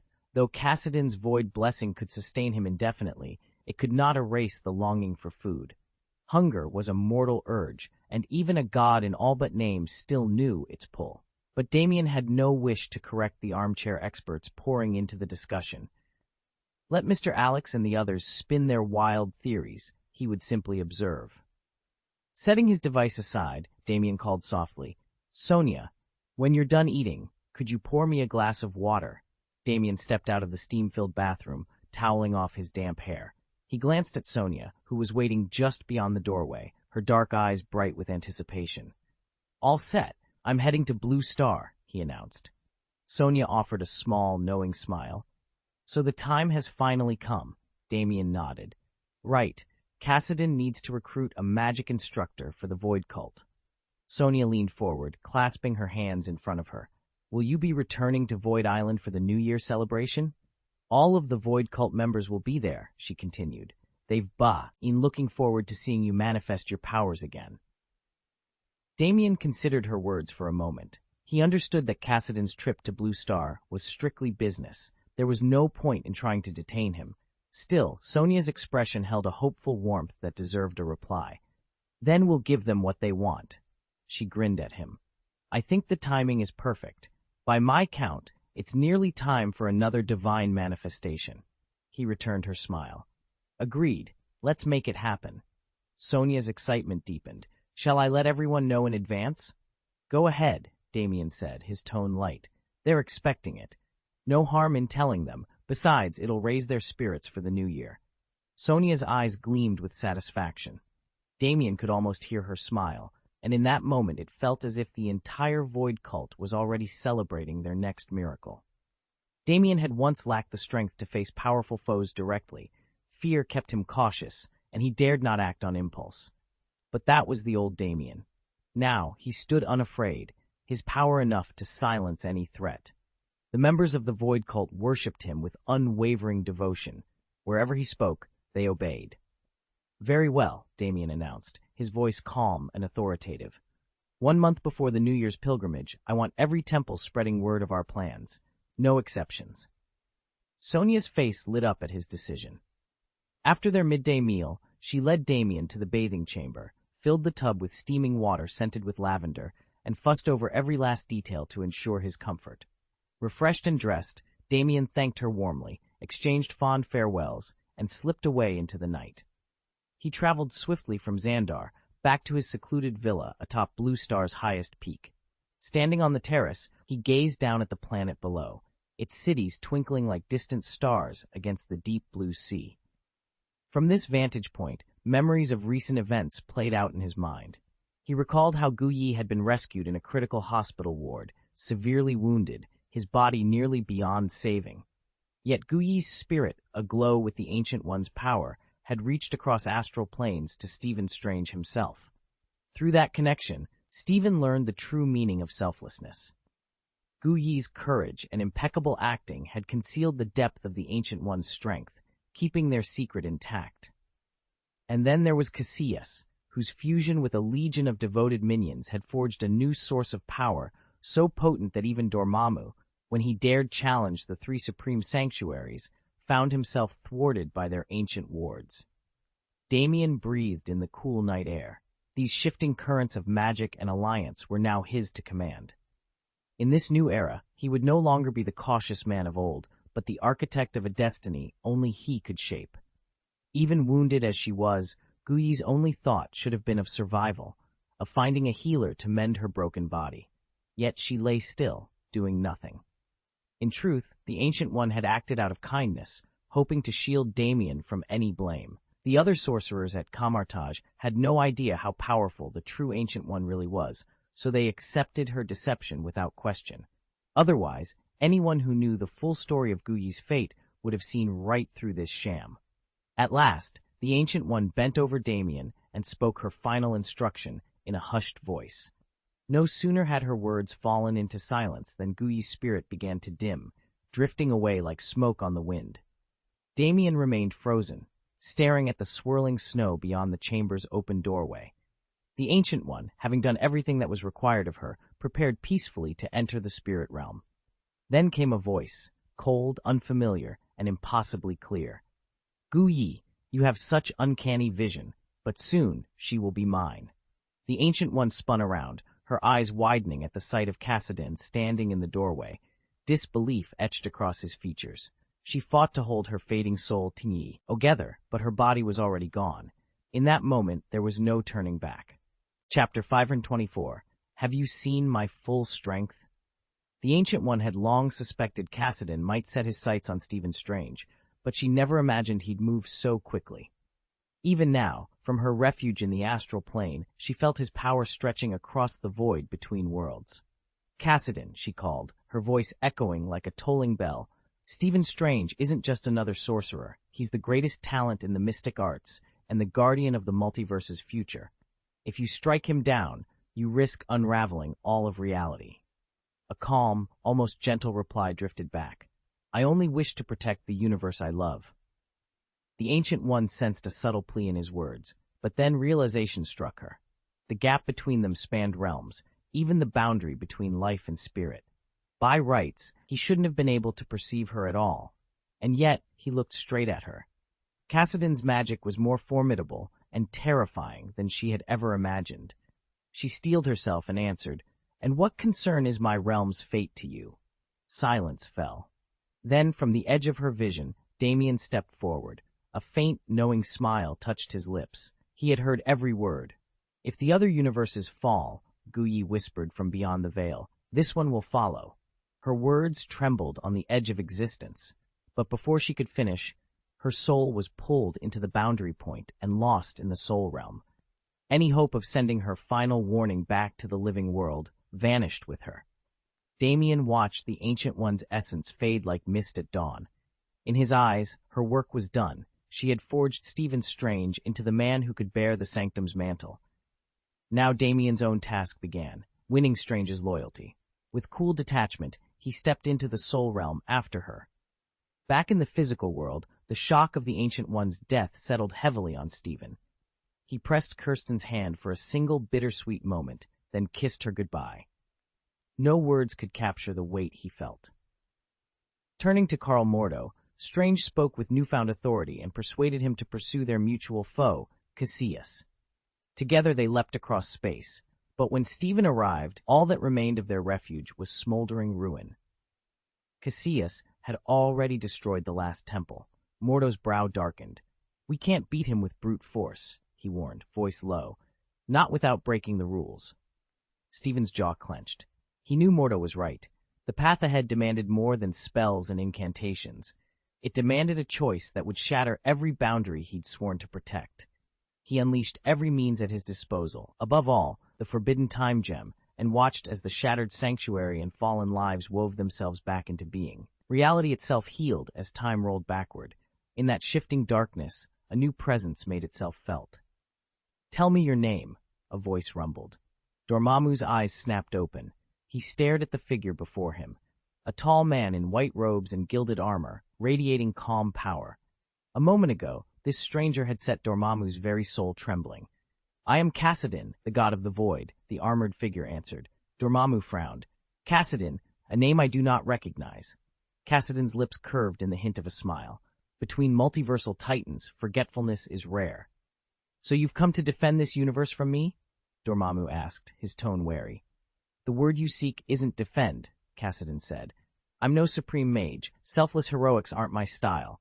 But this universe is where I choose to remain. Step aside." Dormammu studied him for a long moment, then bowed his head in what might have been respect. "A prudent suggestion, for both our sakes." Damien slid down onto a nearby boulder and spoke. "This is for your own good. I've been watching this universe for ages," Damien said, his voice low and steady. "Then you swoop in and declare it yours? What about me?" Dormammu's flaming eyes narrowed. He had expected fear, yet here stood a man unmoved. With an enraged roar, the towering dreadlord swung his massive hand at a nearby boulder, encasing it in writhing shadow before crushing it toward Damien. But before the stone could strike, Damien ignited a blade of pure, crackling energy and sliced through Dormammu's outstretched arm. Dark shards of the demon's limbs scattered across the rocky ground. A bestial cry shook the chamber as Dormammu's entire form was sundered into countless fragments, each wreathed in dissipating darkness. For a heartbeat, the Lord of the Netherworld trembled, his power drained. Then, with a surge of unholy force, every shard of his body wove itself back together. In under 2 seconds, Dormammu stood whole once more, his infernal might undiminished. Damien met his gaze without flinching. "I know this. As long as your followers spread across the multiverse, you cannot truly die. No mere mortal could hunt them down through every reality and erase all traces of you. There are only a handful even capable of trying." Dormammu's molten eye pulsed. "And yet you strike at me." "A warning shot," Damien replied. "But my patience ends here. Leave this universe at once." Silence fell. Damien's unwavering stare held the demon lord in place, the air between them charged with a promise, defiance, unbroken. Monstrous, murderous intent erupted from Damien's body, and every shadow in the dark dimension trembled as if possessed by the same soul-chilling fear I had felt only moments before. Yet Dormammu did not flinch. His dark confidence blazed like a furnace amid the gloom. "You may traverse the multiverse to slaughter my followers and erase every trace of my name," Dormammu's voice thundered. "But here, you stand powerless. The supreme sorcerer, the Ancient One, no longer guards this realm. He paused, contempt curling his words. Step outside this world, and I will consume it whole. We are equals, two predators locked in eternal conflict. Damien's lips curved into a cold smile. Equality, he thought, was nothing but arrogance. As long as he, Damien, cared for this universe, he alone held the leverage of weakness, and every weakness was an opportunity. Equals, you say? He challenged, voice resonant with power. Have you truly witnessed my full strength?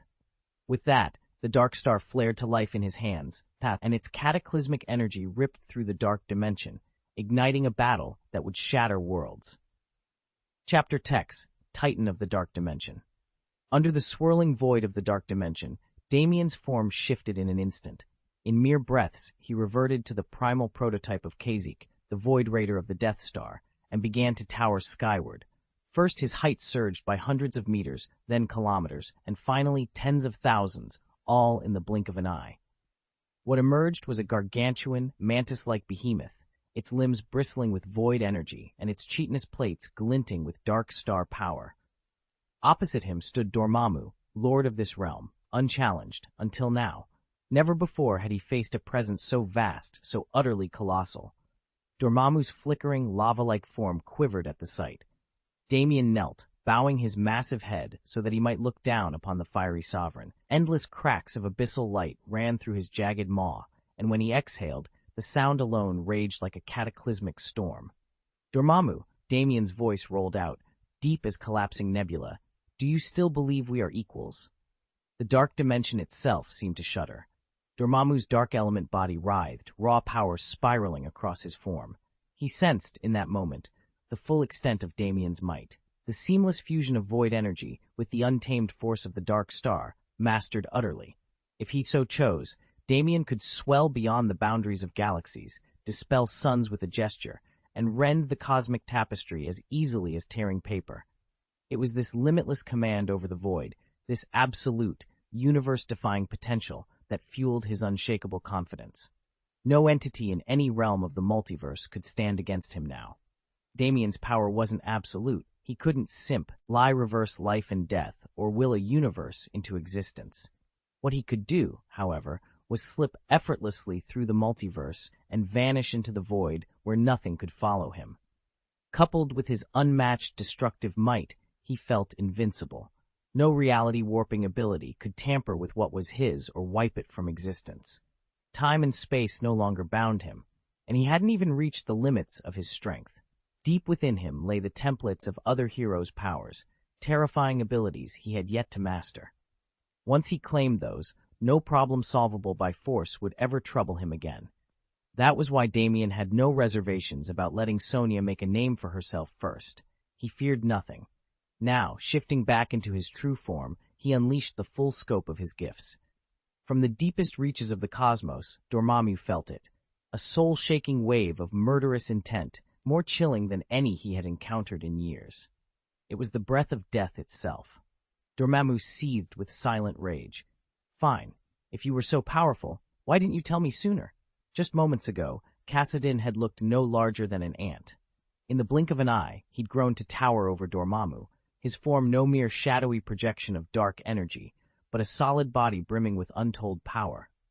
Dormammu had never witnessed this raw energy before, nor did he know the full extent of Kassadin's abilities. The unknown, he realized, was the greatest threat of all. Kassadin's voice rang out, calm but resolute. Dormammu, we both stand at the pinnacle of the multiverse. There's no need for violence. We should talk this through. Dormammu weighed his options. A direct confrontation with such an enigmatic adversary was sheer folly. Worse still, if Kassadin set out to track down Dormammu's followers across the countless universes, all the faith he'd cultivated would vanish. His worshippers would fall, and with them, his power. If he couldn't defeat Kassadin here and now, Dormammu faced certain destruction. He bowed his head for a fraction of a second, conceding, "Very well, but first, you must leave this universe." Silence answered him, the tension between two cosmic titans hanging in the void. Damien stepped forward, his cloak billowing in the half-light of the dark dimension. This universe isn't something you need to worry about. He had come to parley with Dormammu, hoping to secure a peaceful resolution, and perhaps even convince the fire demon to leave. But Dormammu offered no courtesy, no politeness, no inkling of flattery to smooth the way. Instead, he dismissed Damien with a single nod. "I'm going," Damien said, turning on his heel. Dormammu watched him go, unmoved. The Void Lord didn't care for insults or barbed words. Damien's derision barely registered. Still, it stung to realize that this realm he'd battled to reclaim was under Damien's control. He gritted his teeth, preparing to exert his dark will once more, when a rippling tear in reality cracked open behind him. Through the portal burst a man in a scarlet sorcerer's cloak and a sleek armored battlesuit, Dr. Stephen Strange. He hovered in the swirling energies, the eye of Agamotto glowing at his chest. With neither fear nor hesitation, Strange had risked the leap into the dark dimension. "Gentlemen," Strange called out coolly, "what's the next move?" From beside Dormammu, a grating voice whispered, "Should we crush this ant first?" Strange's eyes flicked to Damien. He offered a wry smile. "I wouldn't mind saving a little face myself." Dormammu's flaming eyes snapped to Strange. He was ready to withdraw. He'd had enough of this meddling mortal realm. But that ant, that sorcerer, would surely alert every hero in the multiverse to his return. And Dormammu never tolerated witnesses. With a flick of his clawed hand, the dark dimension trembled, and two of its most powerful denizens prepared for battle. "Try your hand at it if you dare," Dormammu challenged. Damien merely inclined his head, betraying no sign of concern as the words echoed across the chamber. In that moment, the second update, 3,000 words worth of arcane riddles and coded symbols, materialized on the glowing display before him. Calmly, he leaned forward, ready to unravel Dormammu's next trial. Chapter 525, This is Magic. "Dormammu, I wish to negotiate terms with you." Stephen Strange didn't know what monstrous shape his adversary might assume next, but he did know who ruled this dark realm, and he refused to back down.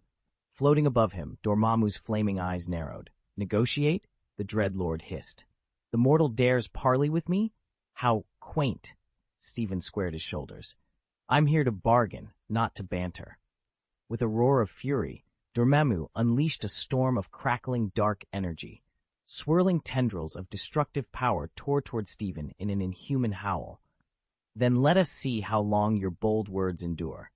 Stephen barely had time to mutter a curse before the spell struck.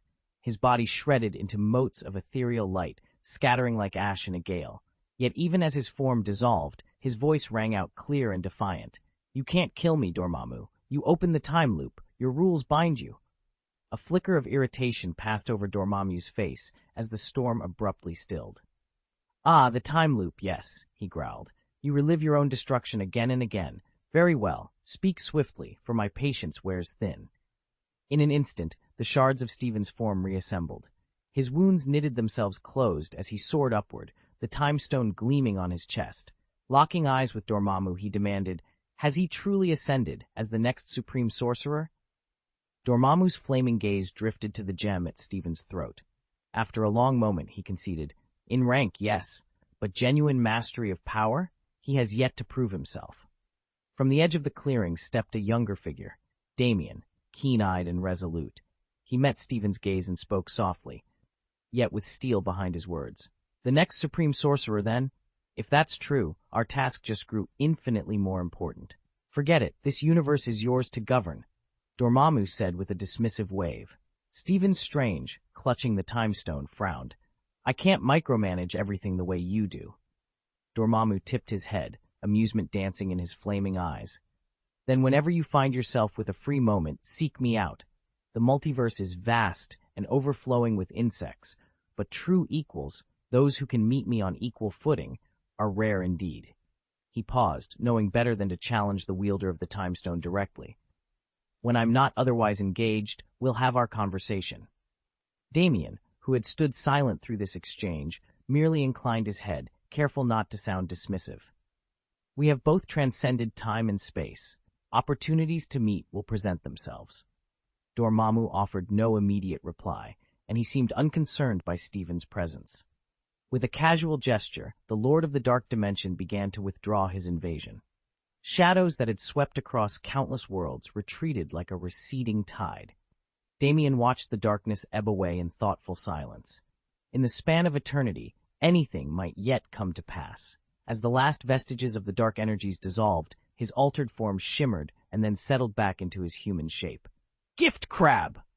Stephen Strange barely registered the incantation before the enormous creature at his side dissolved into a coil of shimmering light and then solidified again as a man of average build.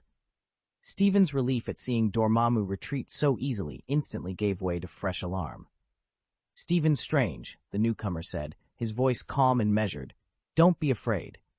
Stephen bristled, mystic wards flickering around his wrists. You'd have to forgive me if I am, he replied. Dormammu himself claimed you're cut from the same cloth. The man Damien smiled, folding his arms. Villains rarely advertise themselves as villains, and heroes often underestimate those they label enemies. So you're a dimensional demon then? Stephen asked, eyes narrowing. Damien shook his head.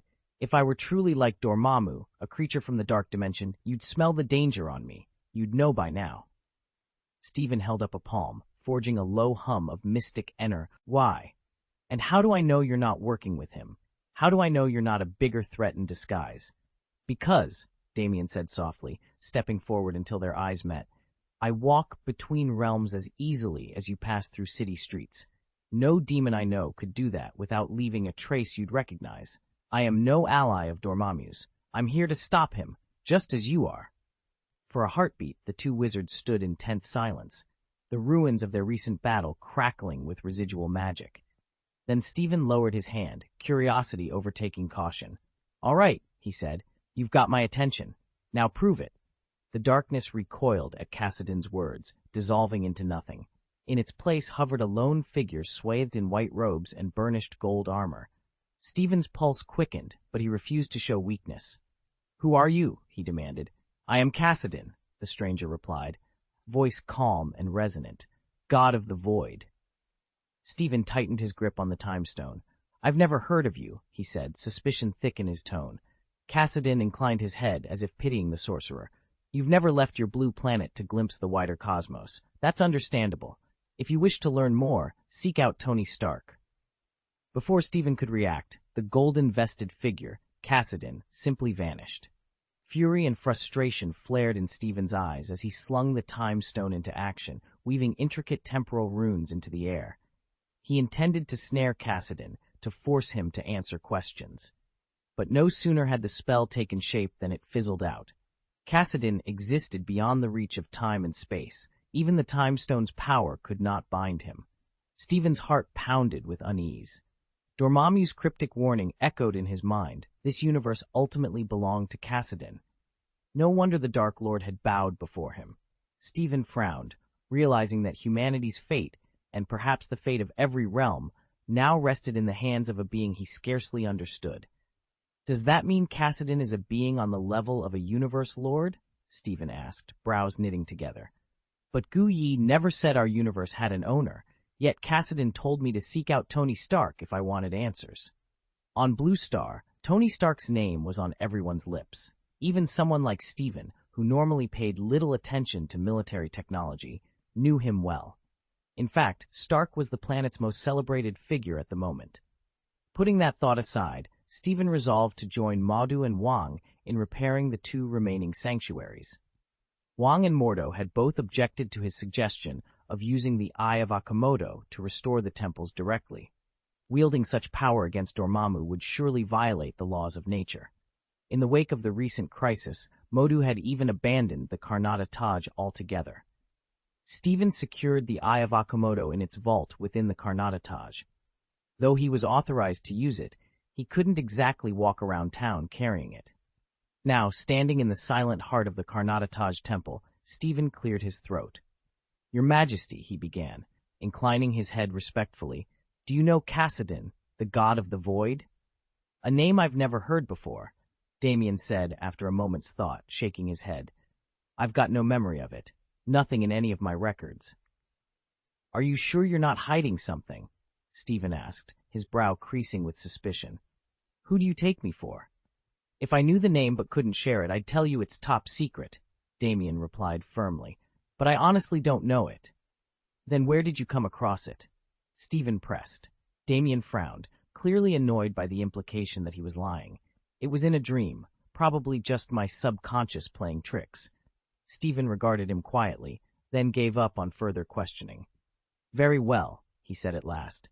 But someone on par with Dormammu is moving through our universe by that name.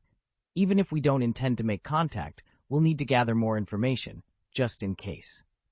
Damien nodded, rolling the unfamiliar name around in his mind. I'll look into it on my end, too.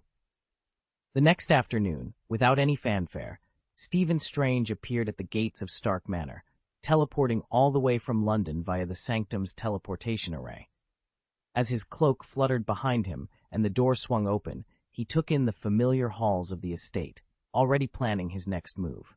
Damien's eyes snapped open as a ring of glowing glyphs materialized before him, an active teleportation array. Tony Stark regarded it with mild curiosity. That's a teleportation ring. You must be the new Supreme Mage Lord Kassadin mentioned, the one the Void God sent word about. Damien Strange swallowed. So my reputation precedes me. Tony leaned back, crossing his arms. You used to be a top neurosurgeon, Damien Strange, until that car crash 6 months ago shattered your hands beyond repair. Damien's jaw clenched at the reminder.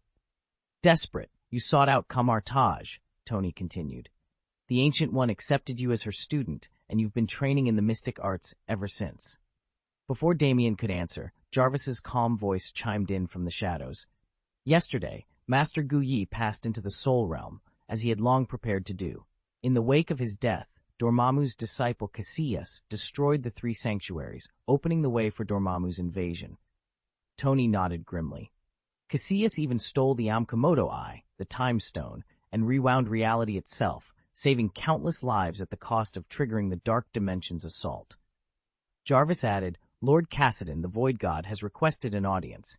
If you wish to understand more, he will come to you. Tony stepped aside. Kassadin's invitation stands. Come in, Damien, and let's discuss what comes next. Though tension crackled in the air, Damien squared his shoulders and stepped through the ring of arcane light. He was ready to face whatever Kassadin had planned. Damien had long suspected Kassadin's true motive. The Void Cult wanted to secure the new Supreme Mage for themselves. Yet Kassadin was a master of subtle persuasion. If Damien remained oblivious, the cult's champion wouldn't force the issue. After all, Damien was merely their preferred arcane tutor. He wasn't the only candidate either. If Loki's training proved sufficient, he could just as easily claim the post. Are you Tony Stark? Damien asked, staring at the improbably youthful figure before him. Nothing like the public images he'd seen. Tony tilted his head and flashed a grin. Call me Iron Man, Tony Stark, or if you're feeling dramatic, Void Herald, Tony Stark. Damien arched an eyebrow. And the whole youthful genius look? Should I be worried? You'll understand in time, Tony replied with a playful smirk. Come on, follow me. They walked through sleek corridors until they entered a magnificent hall in Stark Manor. Floor-to-ceiling windows revealed the city lights below. Plush sofas and avant-garde sculptures completed the scene. Mr. Damien, Tony said, as he produced a bottle of rare wine and 2 crystal glasses, would you care for a drink? He poured them each a generous measure and settled into a chair opposite Damien, who took the glass with a mix of curiosity and caution. The evening, and whatever secret Stark was keeping, had only just begun. Damien stepped into the sleek, high-rise office and was greeted by a tall man in a sharply tailored suit. He offered a warm smile as he reached for a crystal decanter on the table beside him. Just call me Stephen, the man said courteously, then poured wine into 2 glasses. If you'd like some, go ahead and help yourself. Damien returned the smile and closed the small gap between them. In that case, call me Damien. At Damien's words, Stephen, or Tony, as he just introduced himself, held out an empty glass with a casual gesture. The second glass floated through the air in a perfect arc, settling firmly on the table in front of Damien without a single tremor in the surface. Damien's eyes widened. Is that magic, Ton? He shook his head, leaning back in his chair. Not magic, exactly. It's just manipulating my strength, pure physical power. For Damien, the distinction was purely academic. He lifted his brow. If I didn't know better, I'd swear it was magic. A slow grin spread across Tony's face. He snapped his fingers, and in the space between them, a small ball of flame flickered to life, hovering a few inches above the tabletop.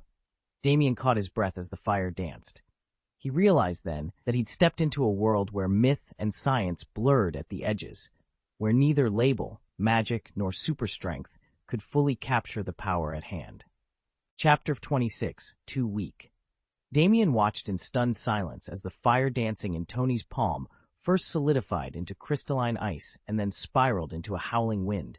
The three elements separated into twisting strands of flame, frost, and gust before merging once more into a single, roaring vortex. Remarkably, Tony had performed the entire sequence without any incantations or hand seals. Damien, who had always relied on intricate sigils to channel magic, felt his jaw drop. "You didn't chant or form any seals?" he blurted, eyes wide. Tony shrugged, his expression unperturbed. "No need. This is void magic's elemental conversion, my specialty, and in practice, one of its more basic techniques. I simply draw on the void energy already within me to shift an element's nature." With that, Tony clenched his fist around the storm spiral, compressing it into a glowing orb of violet flame. He pressed it lightly against his cheek, and in an instant, his entire body flared with purple fire. His aura blazed with confident intensity, yet the sofa beneath him remained perfectly unscathed. Damien's lips curved into a smug smile as his eyes burned into Stephen. "So," he drawled, voice dripping with contempt, "what brings you here, Stephen?" Damien knew that Stephen belonged to the new generation of supreme mages. His command of magic was nothing short of extraordinary. But anyone who had seen Stephen in action would have noticed his one glaring weakness, a shockingly fragile body. No matter how elaborate or powerful his spells, that frailty was always waiting to betray him. In a straight fight, Stephen's slender frame and limited reflexes stood no chance against someone with true physical might. A supersonic blow would strike before he could even think to dodge it. Meanwhile, those with hardened bodies developed far keener instincts, sixth senses honed to catch subtleties that would elude ordinary men. Stephen's brow furrowed as he studied Damien's aura. It pulsed with an unsettling new intensity. "Damien," he said cautiously, "are you still human? Or something else? A demon? A god?" At that, the flickering flames that had danced over Damien's skin died out. His blazing aura vanished, and he sank back into his familiar mortal guise, yet the challenge in his eyes remained as fierce as ever. "As befits a new generation supreme mage, your grasp of magic and of the wider cosmos really is extraordinary. An ordinary person would have panicked if they'd seen me like that," Damien said, lifting his glass. A faint, amused smile curved his lips. "If I hadn't been steeped in the arcane arts, I'd have screamed." People fear what they don't understand. Stephen watched as Damien's violent, otherworldly aura faded. "I know the feeling all too well." Damien set his drink down and leaned forward. "Before I answer you, tell me, what is it you really want to know about why I'm here?" Stephen met his gaze without hesitation. "Who is Cassidon, the god of the void? Is he some kind of alien? And what does he hope to accomplish on Blue Star?" Damien's brow rose in mild surprise. "You don't even know the most basic facts about the universe?" Damien shifted uncomfortably under Tony's steady gaze. "Look, I'm a mage," he said with a sheepish shrug, "but that doesn't mean I automatically understand every corner of the cosmos." Tony's eyebrows shot up. "I get that, but you're not just any mage, you're the supreme mage." He leaned forward. "When your mentor, the Ancient One, passed the mantle to you, did he ever mention Cassidon, the god of the void?" Damien blinked. "No, he didn't." Tony's disbelief deepened. "Did he give you one of those cosmic communicators? Teach you how to read the universe, its lofty laws and hidden players?" Damien's cheeks flushed. He hadn't realized how much he'd been kept in the dark. Guyi had clearly concealed critical knowledge. He swallowed hard and forced a calm tone. "All right then, let's set aside cosmic politics and whatever shadowy power brokers we're too naive to know about. We'll start from the beginning. Duque, now about the 9 realms." Tony noticed Stephen's eyebrows jump in surprise and hurried to add, "Don't worry, I'm well acquainted with them." Stephen relaxed visibly. "That's a relief. At least you have some understanding of the galaxy." "Good," Tony said. "Now let me think how best to explain it to you." He felt a surge of relief. If Stephen didn't even recognize the term 9 realms, trying to teach him astrophysics would be a lost cause. Tony tapped his wrist communicator. "Jarvis, display the star maps of the Milky Way and Andromeda." "Certainly, sir." With a soft hum, Jarvis projected 2 stunning holographic charts into the air. Tony stood, reached out, and began tracing the spiral arms of each galaxy with his finger, ready to guide Stephen through the cosmos. Tony manipulated the holo projector with a few deft gestures. A brilliant spiral emerged in midair. "This," he said, sweeping his hand across the luminous arms, "is the Milky Way, and here." He pinched 2 fingers together and zoomed in, revealing a small sapphire globe, "is our home planet." He tapped again, and the display overlaid sector boundaries and faction emblems across the globe's surface. Damien watched the lines and sigils and the names. Asgard, Olympus, the Etherean Council, countless others. Tony had casually remarked he wouldn't bother explaining the major power blocks. Damien suddenly regretted letting that slide. He'd boasted a little background knowledge, but now realized how shallow his understanding really was. Tony's finger hovered over a dark, pulsing eddy on the map. "If you want to learn about Kassadin, the god of the void, you've got to delve into the void cult he founded. That's the organization I'm part of. Think of it as its own sovereign force." Damien leaned forward, curiosity ignited. He'd only scratched the surface of galactic politics before. Now, faced with the true scale of the void cult and the mysteries of Kassadin, he was all in. Damien leaned back in his chair, unconcerned by Stephen's detailed knowledge of the Milky Way. He'd asked after all, and now his friend was giving him the bigger picture. "The Void God cult," Stephen began, "doesn't really operate in our galaxy. Their true reach lies far beyond, out in the vaster universe." Damien raised an eyebrow. "You mean Andromeda?" "Exactly. The Andromeda galaxy, just next door, in cosmic terms. That's where you find the Xandar Empire." Stephen's voice grew thoughtful. "Xandar is one of 2, and arguably the greatest technological civilizations in the known universe. They call it the Brilliant Galaxy because it's a crossroads for countless races and governments. Every species that enters the interstellar age eventually hears about Xandar and makes the pilgrimage, just out of curiosity or ambition." "So that's where the Void Cult was founded?" Damien asked, leaning forward. "Right," Stephen confirmed. "They sprang up on Xandar's turf, which is daring to say the least." Damien tapped his fingers on the table. "When you say Xandar is at the technological pinnacle, what does that mean exactly?" Stephen nodded at the key question. "It's not just about having the most advanced starships or energy weapons.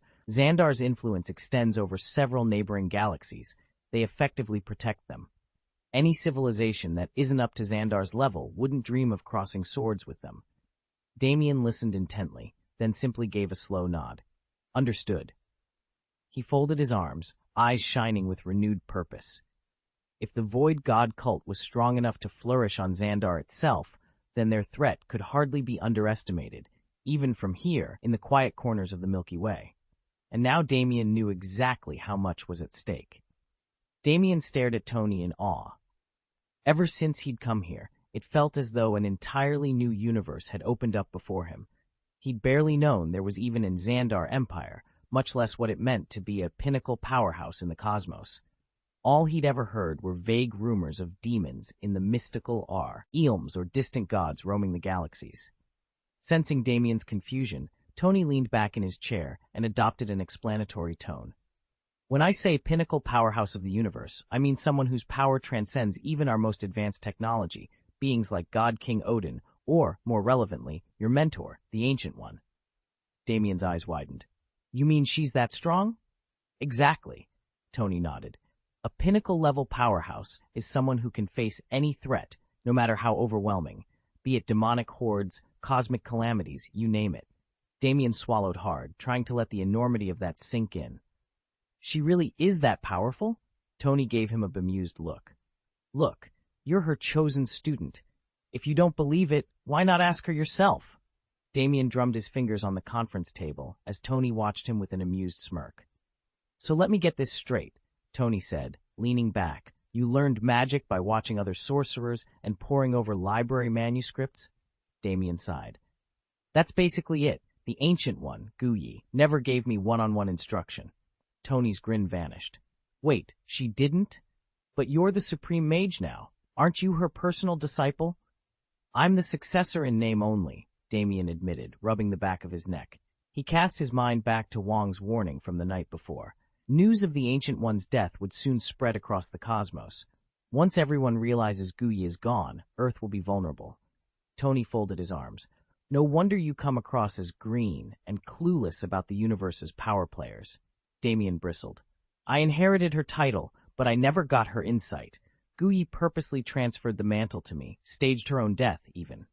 Tony's eyes narrowed. She faked it? That's bold and risky. Damien met his gaze steadily. Desperate times demand desperate measures. Now that the truth is out, we need to be ready for whatever comes next. Who told you I'm weak? Damien's voice was low, but every word cut through the courtyard's stillness. I've mastered more spells than you could count, Stephen replied, his gaze cold. And I did it without the Ancient One holding my hand. Damien let a slow smile curve his lips. Then why don't we compare notes? Stephen's eyes narrowed. Gladly, but let's take this somewhere with a little more room. Damien didn't hesitate. With a flick of his wrist, he opened a glowing blue portal in midair and stepped through.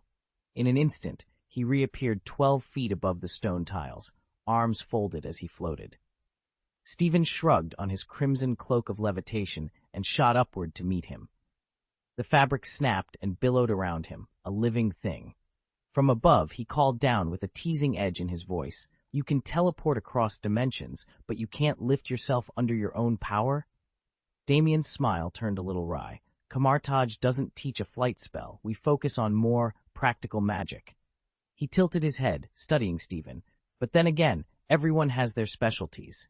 Stephen's cloak dipped as he hovered, and a challenge sparkled in his eyes. Fair enough. Now show me what you've got. They couldn't open a portal with sheer force of will. They needed the power of a sling ring. Damien frowned, making a swiping gesture at empty air. No flight spell either? Stephen Strange watched him with mild amusement. I've seen the Ancient One soar across the sky without rings or incantations. It's possible. Damien cocked an eyebrow. And yet you've never taught us that? Do you actually claim to possess the Ancient One's full legacy? From the back of the chamber, Tony Stark folded his arms and called out, Seriously, Stephen, do you have every secret she ever knew? Stephen's confident facade flickered.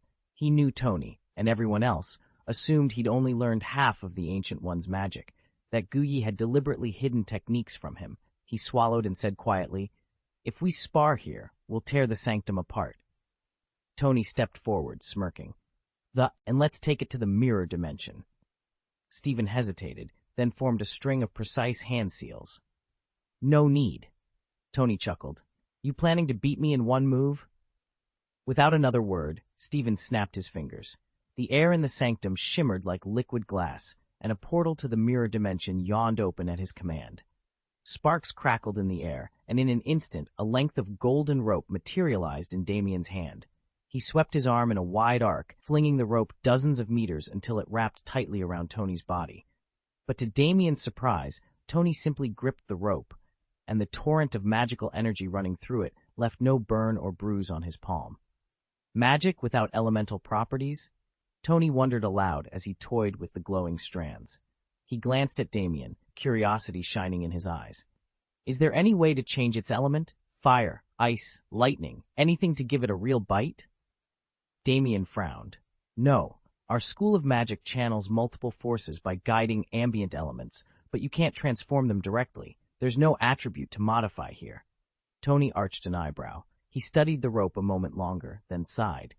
Had Damien's skill been lacking, or was this really all Kamata's magic could do?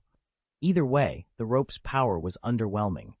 Damien shook his head and folded his arms. Then there's no point in continuing this debate. A flush of disappointment colored Tony's cheeks, but before he could retort, Damien turned away. The challenge and the conversation had stalled. The cloak of levitation quivered as if eager to react, but before it could move, Tony Stark materialized beside Stephen and pressed both hands into his shoulders. Stephen felt an overwhelming force surge through him, and his body pitched forward, plummeting until he hovered just half a meter above the ground. When Stephen registered what had happened, his face drained of color as he looked up at Tony, still suspended in midair. You're far too weak right now, Tony said, disappointment lacing his voice. You can't even resist a light shove from me. Never mind withstand my full strength. You need a lot more practice. He shook his head. Come back with me. We'll pick up our conversation where we left off.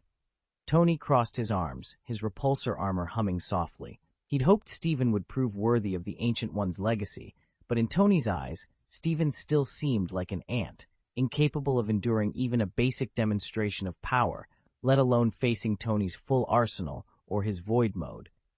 Damien watched Cassidon's expression soften as he regarded Stephen. Only now did Damien grasp the true reason Cassidon was so enamored. It wasn't Stephen's raw power that drew him in, but the boundless well of arcane knowledge Stephen embodied. Strength alone could be matched or surpassed, but Stephen's mastery of ancient spells and forgotten lore made him unequaled, a living library of magic that captivated Cassidon's heart. Before Damien could gather his thoughts, glass shattered behind him. Tony hurtled through the villa's large east window, landing lightly on the marble floor as droplets of moonlight danced off the broken panes. He dusted off his coat, a sly grin playing on his lips. "All right, everyone," Tony announced, his voice echoing in the suddenly silent hall. "Beginning tomorrow, you'll each submit 4,000 words a day. No excuses. This is the only way we'll make sense of everything Stephen's left behind." Damien's heart sank. 4,000 words. Every day. He glanced at Cassidon, whose gaze remained fixed on Stephen's empty chair, and then at Stephen himself, who was quietly closing his grimoire. The weight of the task settled over Damien like a tightening spell, yet beneath his apprehension, a spark of determination ignited. If Stephen's knowledge had won Cassidon's devotion, then every carefully transcribed line might bring them closer to the truth, and perhaps to the magic that bound them all together. Chapter 527. Stephen's Revelation. Stephen felt a flash of shame under Tony's disappointed gaze. He wanted to argue, wanted to prove he was stronger than Stark believed. But he had no retort. Not yet. Until he could wield the Eye of Akamoto, he simply didn't possess the power to challenge Tony's new abilities. Powers drawn from the void god Cassidon, he'd just learned, were far deadlier and more inscrutable than anything Stephen had ever faced. A soft whisper of magic stirred the cloak of levitation at his shoulders. Summoning its energy, Stephen rose into the dim chamber, determined to learn more. "The Ancient One didn't die by accident," Tony said quietly, eyes fixed on Stephen. "She sacrificed herself, intentionally, and she hid a great deal from both Kamartaj and you." Stephen's heart pounded. He hovered there, stunned. "But that's between you and her," Tony continued, cutting in abruptly. "I won't say any more." He eased back into the spot he'd vacated, folding his arms as Stephen drifted forward, uncertainty and urgency warring in his expression. Stephen had always revered the Ancient One's wisdom. Could she really have chosen her own end? Did she truly die on purpose? He finally whispered, voice trembling. Tony met his eyes in silence. Around them, the shadows of the sanctum stirred, as if bracing for the revelation still to come. "Of course," Tony said with a steady breath, "but I still can't fathom how Guyi died." Damien frowned. Guyi was the pinnacle of existence, immortal. If she hadn't chosen to end her own life, very few beings in the universe could have slain her. "Even Lord Cassidon admitted as much," Tony added. Damien's expression grew distant. "The Ancient One has guarded Blue Star's magical realms for countless centuries. She's witnessed so much pain that her spirit wore thin over millennia. In the end, she sought release in death." Tony shook his head. "Ancient Yi did tell me she endured great suffering, but he never hinted she'd deliberately bring about her own end." At Tony's words, Damien recalled the Ancient One's quiet confession. He and all the sorcerers of Kamartaj had assumed her passing would be sudden, an unforeseen cataclysm. Yet it appears some knew long ago of her choice to die. Cassidon, the god of the void, was surely among them. Tony leaned back, eyes thoughtful. "Here's what Lord Cassidon, the god of the void, once said about the Ancient One. She devoted her life to others, doing everything in her power to protect Blue Star. Her highest ambition was to find a successor worthy of bearing the title Supreme Mage. Failing to discover one in time, she extended her own life to continue the search. At last, she found someone both extraordinarily talented and noble of spirit, you, Damien. Only then could she finally rest in peace. I still don't understand why she would keep any of this from you." Damien frowned. "I appreciate the sentiment, but if Cassidon spoke of her like that, it means they must have known each other." Stephen's gaze darkened. The mention of Cassidin's praise for the Ancient One made his eyes flicker. After a moment, he gave a slow, deliberate nod. I can't say they're on familiar terms, Damien admitted. The Ancient One, the Supreme Mage, commands power that defies all understanding. To countless beings, he's an almost godlike figure, yet in Cassidin's eyes, he's nothing more than a junior practitioner. As far as anyone knows, they've never crossed paths, and it's unthinkable that the Ancient One would strike first at Lord Cassidin. He shook his head. Nor can we assume Cassidin would choose to obliterate the Blue Star and pick a fight with the Ancient One. The simple truth is that the Ancient One cannot overcome Cassidin, the god of the void. Stephen leaned forward, absorbing every word. Damien hadn't offered any ironclad guarantees, only the fragments of intelligence he'd managed to collect. Then what exactly is Lord Cassidin? Stephen asked softly. If the Ancient One had deliberately avoided engaging Cassidin in his own day, there had to be a compelling reason. Another question now burned at the edges of Stephen's thoughts. Master Cassidin's power is limitless, the stranger began. In less than 10 years, he forged the Void Cult into the most feared organization in the cosmos. His followers are scattered across the universe, some even dwell within the 9 realms. I am but one of them, so I cannot speak for Lord Cassidin's true intentions. All I can tell you is that the God of the Void does not seek wanton destruction. Tony listened, nodding slowly. Perhaps that's true, he said, voice low and measured. Damien's gaze flickered at Tony's confidence. He recalled the day Cassidin had driven Dormammu back with a single gesture. Tony leaned forward. You don't need to overthink this. Just wait until you see Lord Cassidin's real power. If he ever decided to obliterate everything, there'd be no force in the universe capable of stopping him. As mere mortals, we simply have no option but to accept our fate. Instead of scheming resistance, live your life honestly. When the calamity comes, you won't find anywhere to hide you, even if you tried. All you can do is pray it never arrives. Tony noticed a flicker of doubt in Damien's eyes and fell silent, letting him absorb the warning. Damien had already discovered yesterday just how formidable Cassidin was, a being who existed beyond time and space, able to step across the cosmos as if it were a doorway. He had no illusions about challenging such power. All he wanted now was information. As he sat across from Tony in the dimly lit back room of the old apothecary, he asked the question that had been burning in his mind. Besides you, are there other members of the Void God Church spread throughout the 9 realms? Tony's lips curved into an almost predatory smile. It was clear Damien's question had hit its mark. I could tell you, Tony said, his voice low and smooth, but can I trust you to keep it to yourself? Damien met that smile with calm eyes. My lips are sealed. I haven't told a soul that I've come to see you. Tony's expression hardened for a moment, a flicker of warning flashing in his gaze. You know what happens if you break that promise, don't you? I understand the stakes, Damien replied evenly. He'd anticipated this moment, and he'd come prepared. He'd weighed the danger of crossing Tony against the value of what he might learn. Now, he simply needed to show he was trustworthy. Tony leaned back, studying him. The candlelight threw sharp shadows across his face, emphasizing the hint of menace in his posture. Finally, he nodded, as though granting permission to step over an invisible threshold. All right, Tony said. I'll tell you what you want to know about the Void God's followers, but not a word of this can ever leave this room.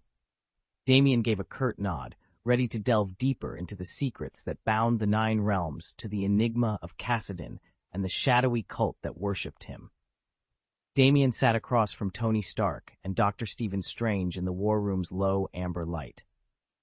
Tony cleared his throat and tilted his head to include the newest recruit in the conversation. Don't forget my wife, Pepper Potts, he said with a wry grin. And then there's Bruce Banner. Yes, the Hulk, Steve Rogers, and his wife, Peggy Carter. Damien exchanged a glance with Strange. Tony probably assumed the Sorcerer Supreme would never actually fall in battle, but he still rattled off every name he could. Strange listened carefully. At the mention of those figures, Peggy Carter aside, whom he'd yet to meet, images of each hero flickered through his mind. They're all from Earth, Blue Star, Strange observed. Since you brought up the 9 realms, there must be others beyond these. He raised a hand, fingers splayed in a familiar summoning gesture. The All-Father Odin, Queen Frigga, and their sons, Thor, god of thunder, and Loki, god of mischief, are also aligned with the Void cult. Tony gave a firm nod. Right, and while Lord Cassidon, the god of the Void, and Miss Sonia, the Void's messenger, wield tremendous power, they've shown no interest in administering the 9 realms. Strange's eyes locked on Damien's. That means Earth, Blue Star, is defended, managed, and developed by Stark, Rogers, and Banner. The 9 realms remain under the watchful eyes of Thor and Loki. Leaning back, Tony folded his arms. Plus a few other heavy hitters sprinkled across the realms, he added, ticking off more names. Damien fought back a smile at the staggering breadth of their alliance. Strange allowed himself a small, rueful grin. None of this surprises me, Tony. You've always had a flair for assembling the right team. Damien absorbed the scale of it all. An interplanetary coalition spanning from Blue Star's greatest heroes to Asgard's royal family. With forces like these at their backs, they just might stand a chance against the encroaching Void. Damien froze when Tony's words reached him. God King Odin and his entire family have joined the Void cult. Tony repeated. Damien staggered back, mind racing. Odin? The All-Father? He's pledged himself to the Void cult? Then, does this mean Asgard itself has been absorbed? Tony ran a hand through his hair. That's what the intelligence reports say. Odin has issued an order for every Asgardian warrior to enlist in the cult and receive the Void's blessing. Damien shook his head, incredulous. No, that can't be right. Asgard has always stood as the guardian of the Blue Star's material realm. The old chronicles make that absolutely clear. And Odin hasn't even had a lower realm to rule in decades. Remember the New York War? Thor and Loki barely escaped the Void to come aid us. How could Asgard be swallowed up without more pushback? We thought Guyi was hiding details, Tony admitted. But the records match the rumors. The All-Father is convinced this alliance with the Void is the only way to protect his people now. He's telling every soldier they must join. But he can't just decide that unilaterally, Damien insisted. There have to be higher authorities in the Void hierarchy. Tony nodded. Exactly. Swearing into the Void cult is one thing, truly wielding its power is another.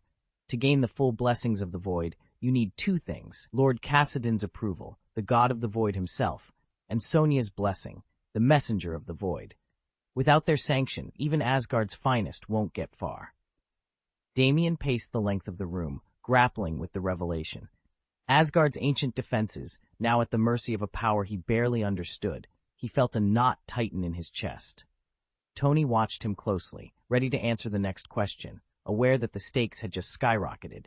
News had just broken. Odin the God King, the universe's supreme powerhouse, and countless other legendary figures had sworn themselves to the Void cult. If word of this ever reached Blue Star, it would shake the planet for a century. If it spread beyond, even the cosmos itself would tremble. Stephen frowned, leaning forward. What exactly is the Void God's blessing? Even someone as mighty as Odin had coveted it, and yet, according to the records, he'd never managed to claim it. His strength was the stuff of myth. Tony Stark chuckled, tapping his fingers on the table. It's complicated. The Void blessing can manifest in so many ways that it's almost impossible to define, but at its core, it does 2 things. He paused, choosing his words carefully. First, it frees you from the normal confines of lifespan you live on, potentially indefinitely. Second, it opens doors to powers and realms that only the strongest can hope to explore. Stephen's eyes gleamed. And the cost? Tony's grin turned wry. That, he said, is where things get interesting. Tony leaned back, a faint smile playing on his lips. There are only 2 conditions. Damien frowned, bracing himself. The first, Tony continued, is that you'll develop an insatiable appetite. You'll eat constantly, and with every bite you'll grow younger, until at last you look about 20 again. Damien's eyes widened, but before he could speak, Tony held up a finger. The second condition is more perilous. The moment you accept the Void's blessing, you'll be locked in an endless battle with your own desires. You must guard your sanity at all costs. If you ever break your moral line, you'll lose yourself, transforming into a monster, and the Void God cult will come after you. A tense silence settled between them. Damien absorbed the weight of those words, then nodded slowly. Tony's smile widened. Excellent, he said. The next 3,000 words of updates are already queued. Consider them yours once you've agreed. He tapped his tablet, sending the message into the void. Damien met Tony's gaze, determination shining through. Whatever the cost, he was ready. Chapter 528, I Have My Ideals. Damien studied Tony skeptically. It really is that straightforward. Stephen, who'd been listening intently, spoke next. So that's why you look like any ordinary person, aside from the power you wield. Tony offered a calm, knowing smile. To anyone who can accept and endure it, the price of following the void god isn't a price at all. His expression grew solemn, but you haven't yet grasped what that cost truly means. The blessing of the void severs you from the bounds of human convention and grants you ever-growing strength. Yet if you aspire to live on indefinitely, you must first discover the purpose of your existence.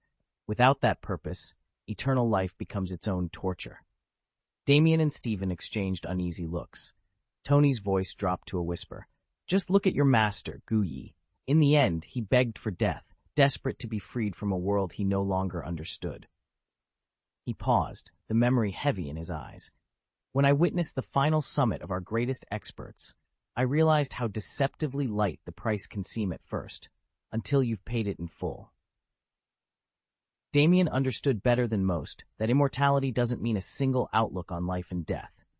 Those who cling to the promise of living, like Gao Tianzun, can wander for billions of years without ever yearning for the final release. Odin's early battles and quests, by contrast, tempered him for the joys of a loving family. Damien knew little of Cassidon's true desires, but he recognized in the Voidwalker an unwavering reverence for strength and a fierce refusal to die. Only Gu Yi had openly wished for death. His mind couldn't bear the weight of his power, and every moment of existence had become torture. Stephen's eyes brightened at the thought. Then tell me, he asked, what are your hopes for life? He had heard that even the Ancient One once begged for death, and he couldn't help wondering where Damien stood. Damien leaned back, his gaze fixed on some distant point beyond the laboratory's gleaming steel walls. My ambition is twofold. First, to lengthen my lifespan and pioneer breakthroughs in technology, leaving an indelible mark on human history. Then, once that is secured, to challenge every limit and become the strongest. He paused, as if weighing his words. This path may not suit anyone else. I have something personal to hold on to. Even centuries from now, if I grow tired or lose my drive, I'll still have a sanctuary, something unshakable to lean upon.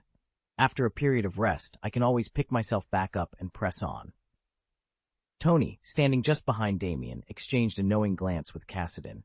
They'd both heard Damien's resolute vision for the future. Cassidon had warned Tony long ago, it's dangerous to build your ideals around another person, especially a woman. Time alters everything, and affections can fade. Yet Tony had championed Pepper's induction into the Void organization precisely because he believed proximity would temper his passions.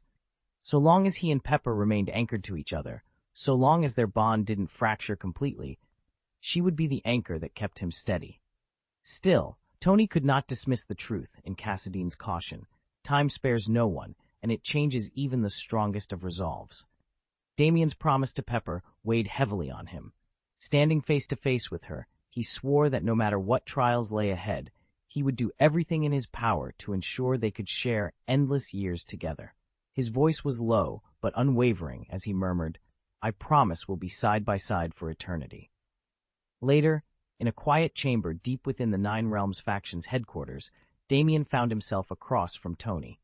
The invitation to join the Void God cult still hovered between them. Tony leaned forward, his gaze intent. When you're certain, he said, come back to me.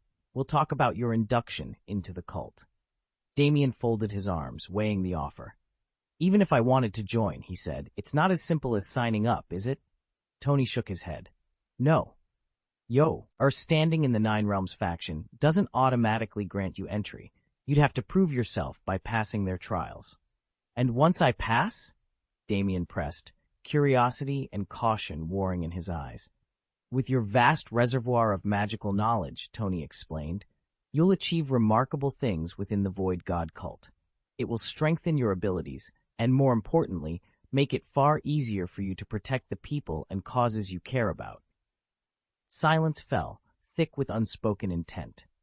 Tony didn't reveal the true force behind the offer, Kassadin himself. Kassadin saw in Damien not just a powerful mage, but a pivotal asset for expanding the Void God cult's influence. Had Kassadin wanted only Damien's spells, he could have taken them by force. Instead, he needed his cooperation, and so the real trial was only just beginning. Damien tilted his head. So Kassadin never tapped into Karmataj's magic. That means her sorcery isn't indispensable. Got it. He leaned forward, eyes bright with curiosity. But tell me, what really sets a void blessing apart from Dormammu's dark power? Stephen settled back in his chair, choosing his words. Dormammu's magic stems from the fiery netherworlds, an infernal energy that thrives on domination. Void power, by contrast, flows from the interstitial spaces between realities. It's pure chaos, unshaped by any realm's laws. Both grant tremendous strength, but void energy is far more unpredictable. Damien frowned. And apart from reversing the signs of age, does a void blessing alter your appearance in any other way? A faint smile crossed Stephen's face. Yes, many recipients report heightened senses, vision sharper than a hawk's, reflexes you wouldn't believe. Their skin takes on a subtle, almost imperceptible sheen, like it's charged with starlight. Plus, tastes become remarkably vivid. Damien raised an eyebrow. Speaking of taste, what have you actually eaten under its influence?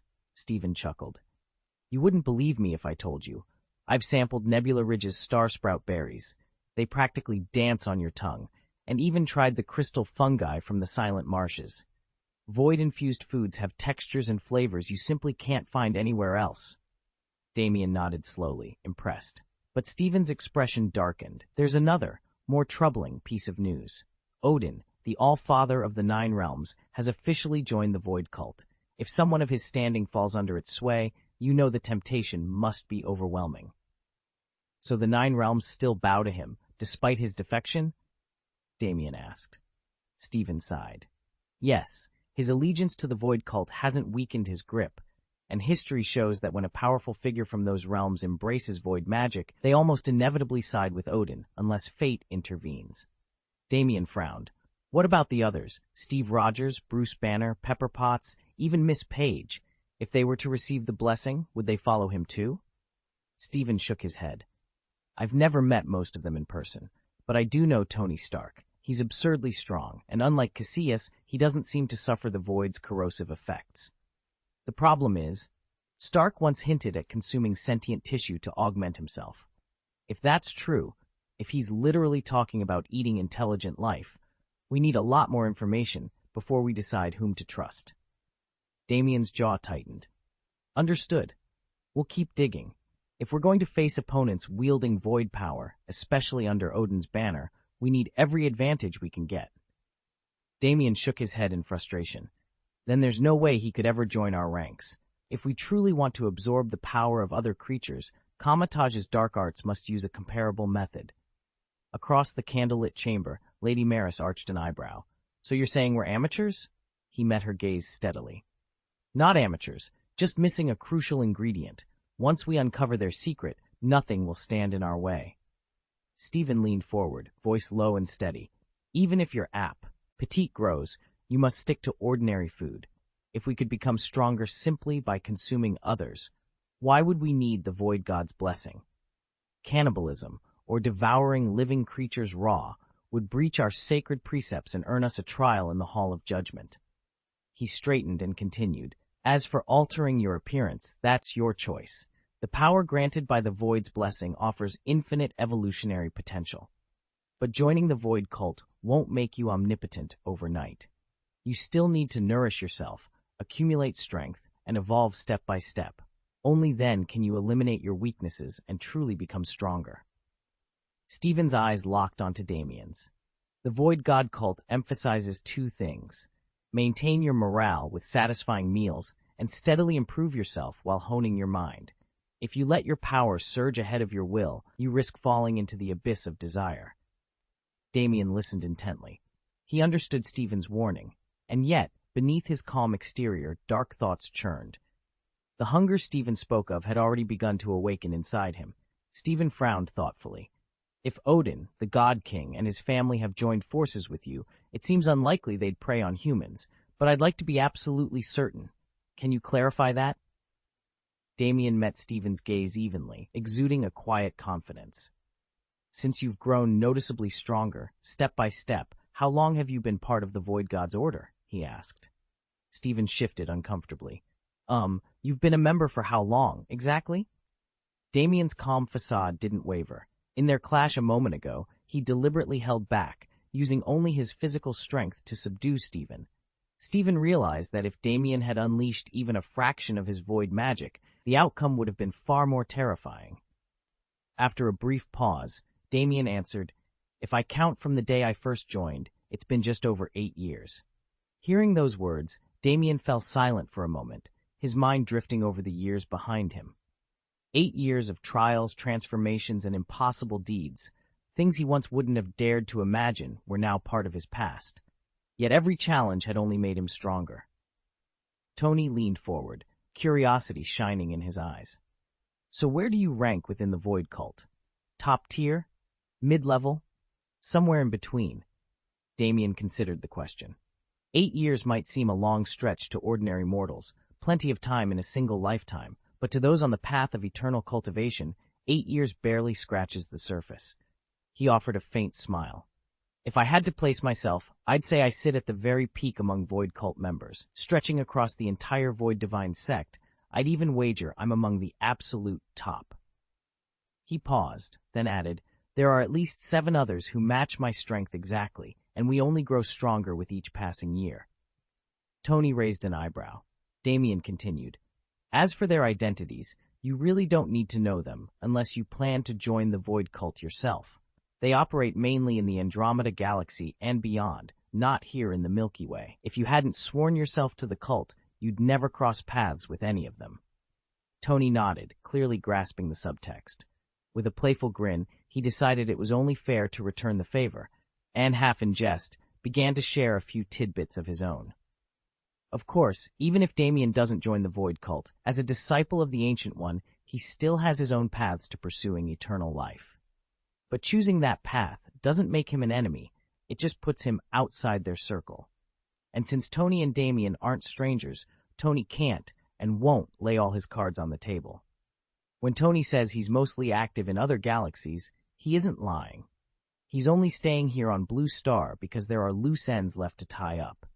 Once Blue Star is fully self-sustaining, he'll step back and merely keep an eye on things, intervening only if some truly formidable threat appears. Most of his time, he'll spend on Void Island, working on new technologies and pushing his own limits. Damien arched an eyebrow. "But you told me you were responsible for Blue Star's jurisdiction, its protection, and its development. You don't intend to keep guarding it yourself?" Tony smiled faintly. Damien's insight wasn't lost on him. Damien sat in front of the hollow screen, eyes fixed on the swirling star map. "I'm spearheading Blue Star's technological revolution," he announced evenly. "My mission is to catapult this world into the interstellar age as fast as humanly possible. There's an overwhelming amount of work ahead." He paused, steepling his fingers. "And once Blue Star's ships roam the void, if some future catastrophe strikes, something its inhabitants can't handle on their own, I'll be back to lend a hand." A shadow crossed his face as he leaned back. "But I can't stand watch forever. I'm no saint. I have my own dreams and ambitions, and I refuse to sacrifice my life entirely for others." He met their gaze coolly. "In the end, I have to live for myself, not just for everyone else." Damien's words rang with quiet resolve. This chapter adds approximately 3,000 words, bringing the total to just over 10,000. If you enjoyed it, please leave a vote and subscribe. Chapter 529. The Book Left by Guyi. Tony's pragmatic outlook on medicine had a profound effect on Stephen. For Tony, healing wasn't merely an act of compassion, it was a path to personal achievement and prestige. He cared as much about his own reputation as he did about his patients' well-being. But under the Ancient One's guidance, Stephen discovered the true meaning of selflessness, and his priorities shifted forever. No longer content to save lives one at a time, he committed himself to defending Earth and the hidden realm of magic against every threat. Still, Stephen knew that absolute sainthood was an impossibility. A person might devote a season or even a decade to others, but to forsake all self-interest for a lifetime exceeded human capacity. You can be kind to the world, yet the world rarely repays that kindness. As the Ancient One warned him, preventing one tragedy simply delays the next. Suffering will always find a way back. Even Kassadin, the Void God, reflected on the Ancient One's fate. He observed that her millennia of unrelenting sacrifice had dragged her into a whirlpool of pain from which she sought escape. After more than 1,000 years of putting everyone else first, she finally awakened to the consequences of her own compassion. With that hard-won insight, Gu Yi now stands at a crossroads, his choices forever transformed by the legacy she left behind. Damien faced 3 possible paths. The first was a complete fall from grace, abandoning his lawful good alignment and embracing chaotic evil. In doing so, he would turn his back on everything he once fought to protect, condemning them as worthless. The second option was more moderate, shift from lawful good to neutral good. He would continue to defend Blue Star, but drop the countless smaller causes he carried on his shoulders, allowing himself a chance to step out of the tormenting whirlwind and live more at ease. The third and simplest was to remain lawful good, to fulfill his duties as Supreme Mage until he found a worthy successor, then walk away free at last. There were other, more exotic transformations, but in the end, Damien chose the third. Even now, Stephen sensed there was much Damien still hid from him. Yet he would never fault the Ancient One for passing on the title of Supreme Mage without delivering every lesson. After all, she had poured immeasurable kindness into the world, and the world had repaid her only with suffering. Someone needed to show her mercy in return. Without the Ancient One's final gift, this chance to reclaim his life, Damien might today be little more than a cripple, rich in arcane and medical knowledge, yet broken by injuries to his hands and unwilling to face what he'd become. Instead, he carried on, determined to honor his promise and the legacy he'd been entrusted with. He had finally succumbed to his depression. Why did he have to see this hidden world that ordinary people couldn't perceive? Even though Gu Yi bore no blame, Damien knew he would still face truths that would shake him to his core. His instincts told him that the blessing from the void, one even the mighty god King Odin had once sought, was more than a simple gift. It was an opportunity, and yet Damien still didn't know his true purpose, so he couldn't decide. "I need to go back and think this over," he said. He looked up at Tony. "It's your call." Tony nodded. "Just one thing, don't tell anyone about our meeting, and next time you come, be sure to enter through the manor gate before returning." He knew Damien wasn't yet ready to place his trust as freely as Pepper had, so he let it lie. "Understood," Damien replied. With that, he stood, flicked his wrist, and a swirling teleportation array sprang into being at his feet. He stepped inside, and in an instant, it dissolved. "Teleportation really is something," Tony said, watching Stephen Strange disappear into thin air. "Just imagine how much better things will be once I master that trick." Jarvis's calm tone drifted through the workshop. "Sir, are you certain you don't want to recruit Dr. Strawn? G to our cause." Tony leaned back in his chair, steepling his fingers. "Recruit him? I don't see the point. What exactly would he add that we don't already have?" Jarvis hesitated before replying. "I understand your curiosity, but it isn't strictly necessary. Even the Ancient One and Damien never forced Strange's loyalty, and frankly, Stephen isn't indispensable. No one is. Damien's void faith will rule this universe one day, with or without a supreme sorcerer on our side. It's only a matter of time, and time is the one thing the void needs most." Tony chuckled softly. "The void faith has no shortage of powerful individuals. If Strange ever does reach Sorcerer Supreme, he'll just be another member alongside Odin or Gao Tianzun. Important, sure, but hardly irreplaceable. We've got bigger fish to fry." In the near future, the greatest masters just below the Cosmic Summit would inevitably claim their place at its peak. Damien believed that without a doubt, so when he faced Stephen Strange, the rightful heir to the title of Supreme Mage, he felt neither fear nor inferiority. After all, anyone could glance at the universe's apex. Who, then, could claim greater prestige? "Exactly," Jarvis agreed from the console. "And if Stephen isn't a fool," Damien continued, "he'll come back to seek the Void's blessing." The so-called Void, Kamartaj's arcane reservoir, offered strange magics and alluring shortcuts, but at best it mimicked the true plane of power. Only by tapping into forbidden forces beyond ordinary spellcraft could one ascend to genuine cosmic supremacy. Stephen's cause to protect Blue Star was noble, but his current might still lagged far behind. Damien allowed himself a confident smirk. He'll make the smart choice. With that, he drained his wine, placed the glass on the polished stone table, and strode toward the hidden research chamber below.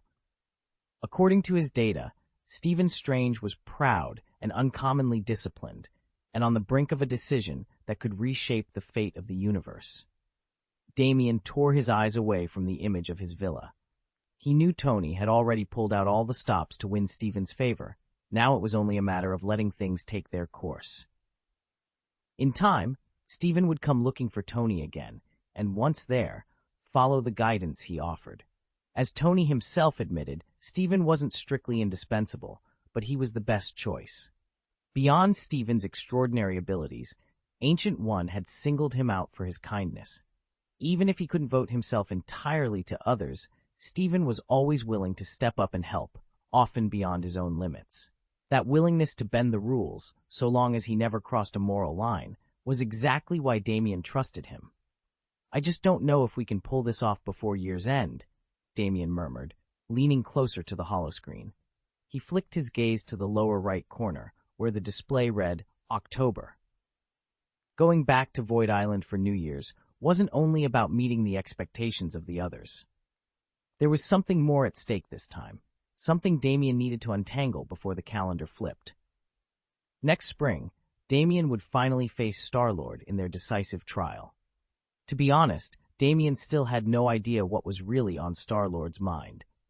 The younger man insisted that his cosmic awakening had been triggered entirely by their chance encounter, and ever since, he'd withdrawn to Void Island, never intending to leave. There he devoted himself to his newfound purpose with a fervent, almost monastic discipline.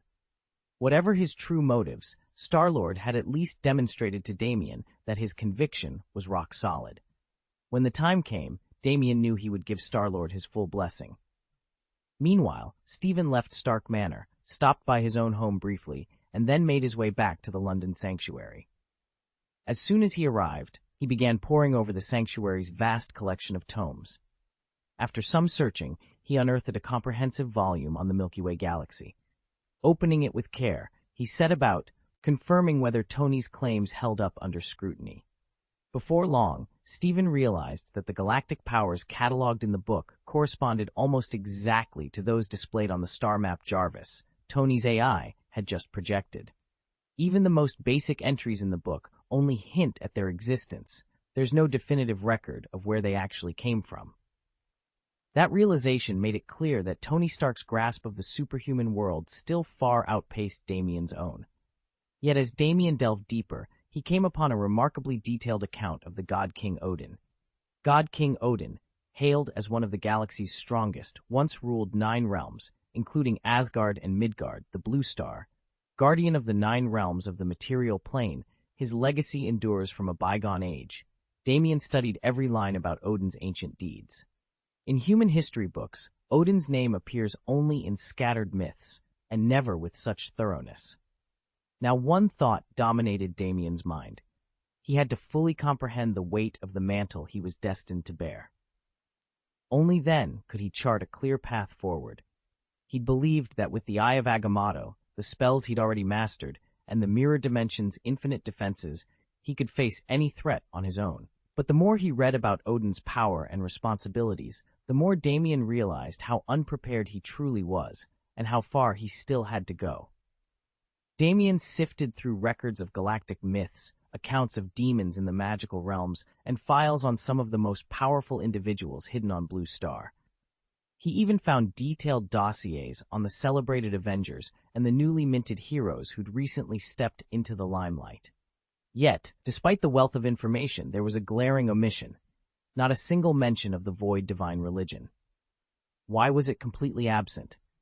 Determined to uncover the truth, Damien continued his search through the library's countless tomes. At last, he cast a complex spell, shattering the barrier between realities and slipping into the library's secret inner sanctum. There, on a carved pedestal, lay a pristine book bound in midnight black leather, the Void Codex. His heart pounded as he reverently lifted it, the heavy pages crackling under his fingertips. Damien opened to the first page and felt a thrill run through him. The handwriting was unmistakably Huanzhuan's, each stroke imbued with elegance and power. He read the opening sentence aloud in a trembling whisper, "To the future Sorcerer Supreme." His pulse raced.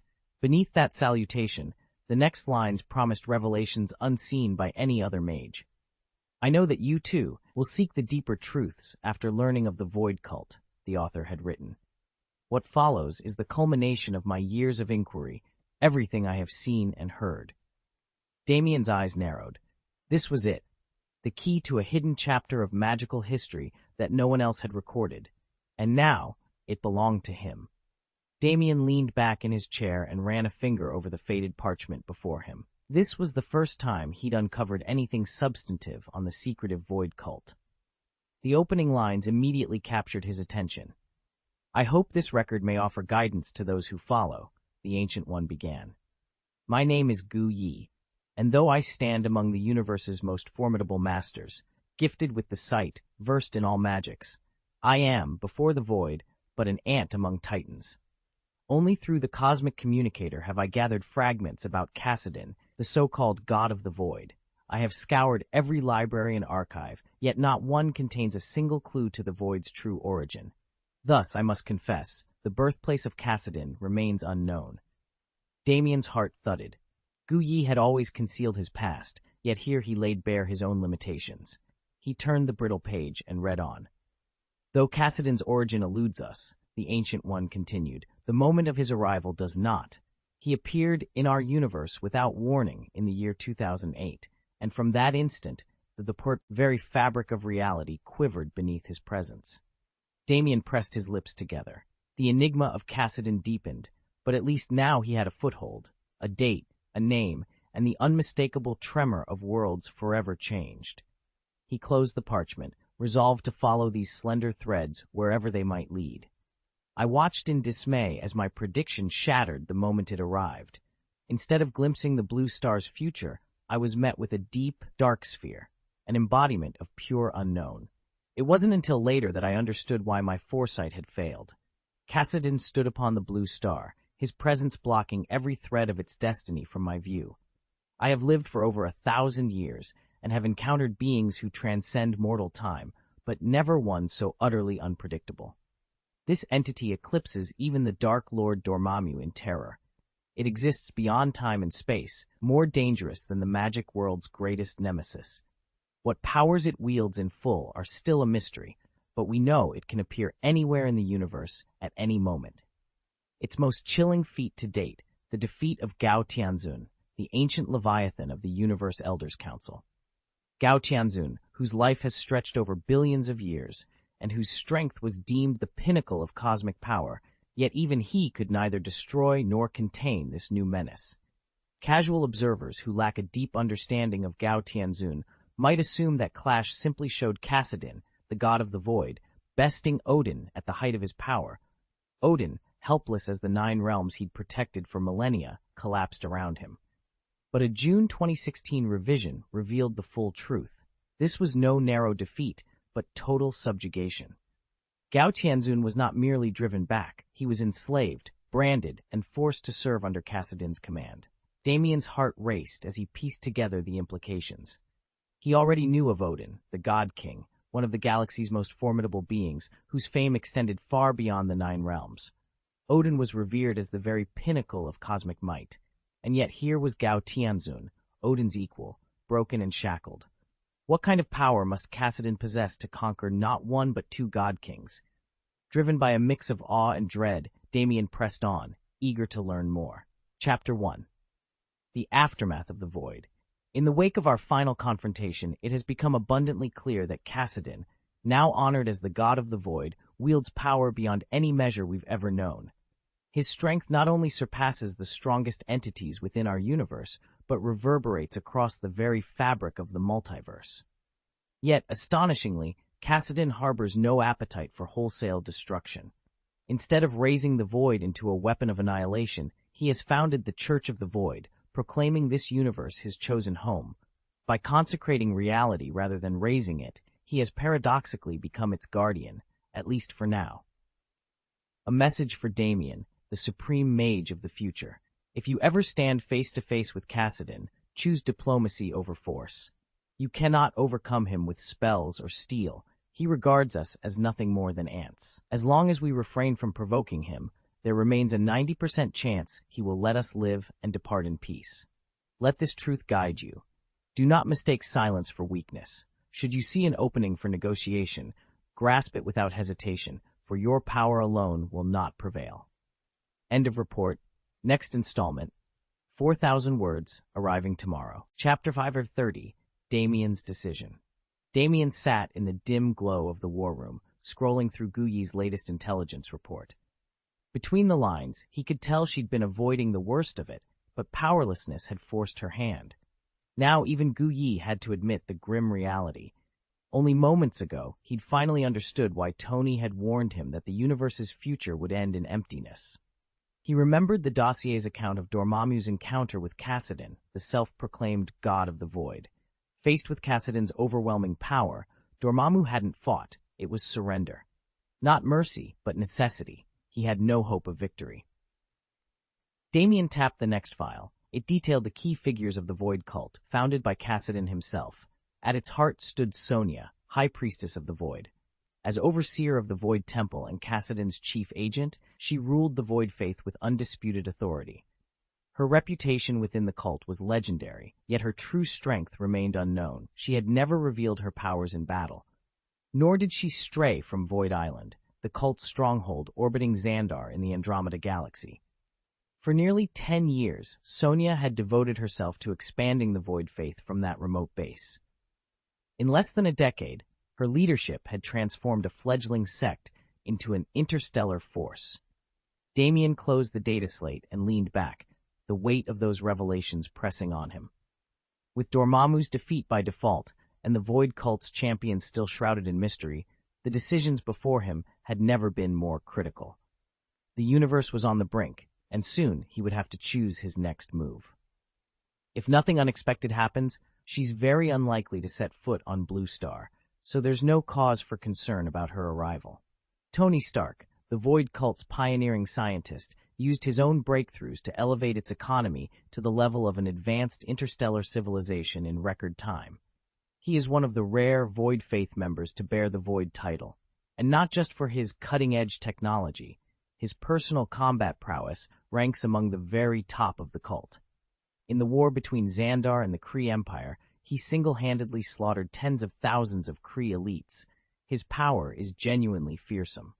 On Blue Star, of course, Tony Stark is known as the superhero Iron Man. Though he frequently operates on a cosmic scale, he has never forgotten that he's human. His return to Blue Star now is driven by duty, to protect his homeworld and usher it into the interstellar age. That's a welcome development, not a threat, so there's no need to stop him. Should negotiations with the Void cult become necessary, the best approach would simply be to sit down and talk. Damien Alex Mowgli was known throughout the Void God religion as the formidable administrator of the Cult of the Void's Mowgli sector, and for good reason. Aligned with the main war faction, one of the faith's most dominant branches, he wielded a power so tremendous he could obliterate an entire interstellar battleship with a single strike. His reputation alone made him too dangerous to cross. Anyone who encountered him had better think twice before daring to challenge him. Deep within the Ancient One's archives lay painstaking records of the Void Divine Sect's exiled masters. When Stephen first laid eyes on those pages, the runic script suddenly flared with otherworldly magic, and an image coalesced above the text. A towering red-haired giant more than 4 meters tall, muscles rippling like forged steel. His eyes blazed with arrogant confidence, and every line of his face proclaimed unshakable dominance. Stephen's heart skipped a beat. This was Damien Mollix, undoubtedly one of the 7 supreme experts Tony had warned him about. Alongside Lacey, the newly ascendant leader of Voidland, Damien ranked among the cult's most feared powerhouses. At that moment, Stephen realized just how perilously close he had come to brushing with true cosmic might, and how little hope he stood against it if provoked. Chapter Allies of Blue Star. Tony Stark has dispatched 3 extraordinary figures to aid Blue Star. Although each of them remains something of an enigma in terms of raw power, all 3 share one important trait. They're judged harmless to our planet. 1. Damien. Damien first arrived during the New York War at Stark's invitation. While the full extent of his abilities is still unknown, every encounter has confirmed he possesses formidable strength. More importantly, his temperament is calm and compassionate, rare for someone of his caliber, so there's little risk he'll turn hostile toward Blue Star. Number 2. Hercules. Kyle, one of the Void Cult's premier strongmen, Hercules Kyle once teamed up with Bruce Banner, the Hulk, to topple Ronan the Accuser in the Kree Empire, wresting the Power Stone from his grasp. Though the battle's exact details have never been made public, it concluded in record time, and neither hero suffered so much as a scratch. Charming and outgoing, Kyle answered Stark's call for help here as well, and like Damien, he's deemed a friend, not a threat. 3. Bruce Banner, the Hulk. Born on Blue Star, Bruce Banner rose to become one of the Void Cult's top powerhouses. His true limits are as mysterious as Kyle's, but his expertise clearly extends into cutting-edge technology. Now partnering with Stark on long-term development projects, Banner is set to make waves on the cosmic stage. For now, his intentions align with ours, and he, too, presents no danger to our world. Damien studied the dossier before him. Supersonic Renault, one of the Void Cult's foremost experts, has just arrived on Blue Star. His exact power level remains unknown, he read. Then there's the Predictor, a top commander in the Void God religion. Blessed by their deity and gifted with prophetic insight, he's virtually unbeatable on the battlefield. He once led the assault on Blue Star, yet as long as he holds his tongue, he poses little threat. In any future dealings with either of them, choose your words carefully. One wrong move could spark a conflict. Damien's eyes narrowed as he flipped back to the list of names. According to the Ancient One's records, there should be 7 elite Void Cult powerhouses, Tony included, but only 6 were documented here. Where was the missing member? He turned the page and froze. The next entry, stark and unmistakable, simply read, Odin. Damien leaned back, his voice dropping to a grave whisper. Gao Tianzun is not someone you want to cross. He sits on the Universal Council of Elders, a cosmic powerhouse, and he serves Kassadin, the god of the void. He's lived for billions of years, one of the strongest mortals in the universe, and he carries himself with absolute authority. I made some mistakes that offended him, and I'm certain he still holds a grudge, especially over our Kamatage belt. If you ever encounter him, steer clear unless it's absolutely unavoidable. Getting entangled with Gao Tianzun could cost lives. Stephen's eyes went wide. You're actually on bad terms with him? Damien nodded. You have no idea. The trouble I left behind is huge. There are unsealed demons in the magical realm, poised to break free and wreak havoc on Blue Star. And now Gao Tianzun in the material world is hunting us over that same belt. I'm just glad you heard it from me first, because if you'd walked into him unprepared, you wouldn't have known what hit you. Especially with the combined might of Thor's power and a void blessing in play, it would have been catastrophic. Stephen swallowed hard. We'll keep our distance, he promised. No surprises this time. Hela, the goddess of death and the universe's greatest powerhouse, once laid waste to Asgard by herself, a realm whose only greater champion was Odin.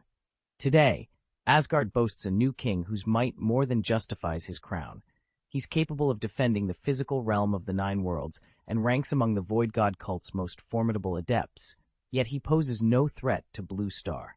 When Damien learned that the last of these legendary powerhouses was Thor, the god of thunder, he felt why mild surprise. The Ancient One had catalogued his discoveries in sequence, adding details on Odin and Gao Tianzun only afterward, apparently only then realizing that Odin's line had allied with the Void cult. But by including Thor among the Void's champions, the Ancient One's records finally began to align with Tony's intelligence. What once seemed like a hidden cadre of dangerous elites had become a chaotic dance of gods and demons, each more perilous than the next. So long as they left Blue Star alone, perhaps there was hope. If they ever set their sights on it, however, our world would stand no chance. In that moment, Damien understood exactly what Tony had been warning him about. Damien leaned back in his chair, folding his hands behind his head. Worrying about how to take on Kassadin, the god of the void, seemed futile. A more sensible approach was to hope Kassadin didn't turn his attention toward Earth. Having unraveled enough of the void cult's inner workings, Damien drew a few reassuring conclusions. The 9 realms now answer to God King Odin, and Tony Stark and his allies all hail from Earth. At least for the moment, the void faith had no obvious foothold here. Damien's real challenges lay elsewhere, in the hidden conflicts brewing throughout the magical realms. And although his power had grown tremendously, he knew it still wasn't enough. There's an old saying, if you can't beat them, join them. What if he were to slip into the void cult himself? By combining his own sorcery with the blessings of the void, he could climb its ranks in just a few years, perhaps even reach the heights of legends like the Ancient One. Damien's guiding principle had never wavered. Either give nothing or give everything. He'd lived by that creed as a physician, and he would live by it now as a mage. No half measures, no second thoughts, only absolute commitment. Stephen closed the hidden barrier in the library, returned the ancient tomes to their secret shelf, and stepped outside. Straightening his robes, he reopened the portal, but this time, instead of materializing inside Stark Manor, he emerged at its main gate, just as Tony had instructed. "Mr. Strange," Jarvis's calm voice crackled through Stephen's earpiece. "You've reached a decision already?" Stephen allowed himself a small, determined nod. Jarvis rarely monitored every device aboard the Blue Star, unless absolutely necessary. After all, even an AI prefers its cycles unburdened when possible. "I've now crossed into a realm of magic that ordinary people can't even perceive," Stephen said. "Having glimpsed the universe's hidden wonders, it only makes sense that I pursue greater strength to navigate this new reality." "Very well," Jarvis replied. "Shall I inform Mr. Stark that Dr. Stephen Strange requires an audience?" "Please do," Stephen answered, his voice steady. He smoothed his cloak and took a deep breath. "Though I once stood among the foremost neurosurgeons on Earth, I know there are still heights I've yet to scale." Damien watched Stephen with cool, appraising eyes. "Just because you're willing to serve under others doesn't mean you're meant to stay beneath them," he said softly. "Your ambition is to rise to the very top of this field. Never lose sight of that." He stood and extended a hand. "Now, come with me." "Master Damien," Jarvis interjected, his voice polite but firm, "before you proceed, remember this. Wanting to join our ranks does not guarantee acceptance." With that, Jarvis swept open the great double doors of the manor. The ebony void cloak that draped over Stephen stirred, lifting him a few inches off the polished marble floor as he followed. "Why can't Tony introduce me directly?" Stephen asked, hovering beside Jarvis. Jarvis paused in the threshold. "Tony's influence within the void cult is immense. He doesn't grant personal introductions lightly." Stephen frowned. According to the Ancient One's archives, Tony pioneered void magic itself. The god of the void, Kassadin, explicitly told me to seek Tony for deeper insight. A faint smile curved Jarvis's lips. "The void god's faith has no written rules on introductions, but it has very real traditions. You'll learn them in time, once you've proven yourself worthy of Tony's attention." Stephen fell silent as Jarvis led him into the vast, torchlit halls of Damien's estate. Though the path ahead remained uncertain, one thing was already clear. Earning Tony's favor would demand far more than mere ambition. "I'd be happy to help, but I'll need the full chapter text to do the rewrite. Could you please paste the complete 3,000-word chapter here? Once I have the entire passage, I'll transform it into a smooth, idiomatic English version, rename the protagonist to Damien, and ensure he's consistently male." Chapter 5 and 31. I want to surpass the Ancient One. Damien had set out full of confidence, but Jarvis's warning still echoed in his mind, casting a thin shadow over his resolve. He'd come all this way for answers, and he intended to return with something more than just fresh gossip. Mid-afternoon light filtered through the tall pines as Damien followed Jarvis's directions to the gated entrance of a sprawling seaside villa. The AI guided him inside, up a winding spiral staircase, and finally onto a broad, fifth-floor terrace. The endless blue of the ocean stretched below, waves crashing softly against the rocks. At a marble table circular in design, Tony Stark lounged in quiet contemplation, slowly sampling slices of exotic fruit. Beyond him stood a man of striking presence, jet black hair, dark eyes that seemed to swallow the light, and a posture that hinted at power coiled like a spring. "Thought I'd never see you again," Tony said with a wry grin as Damien stepped onto the terrace. His tone was light, but Damien sensed the calculation behind it. Without preamble, Damien took the empty chair opposite them. He pulled out a plate and helped himself to the fruit, eyes locked on Tony. No pleasantries, no small talk, just focus. Tony leaned forward. "I knew you'd accept my invitation. Jarvis told me a lot about your unique qualities. You're the perfect candidate for the Void Cult. Even Cassidon's impressed with your progress so far." Damien's hand froze over his plate. The Void Cult, an order whispered about in the darkest corners of Arcana, rumored to wield power beyond mortal ken. To stand among them meant to challenge reality itself. He'd already passed the initial tests, courted by promises of hidden knowledge and connections to an entity known only as the Ancient One. Yet Damien wasn't here merely to join. He had higher aims. He met Tony's gaze evenly.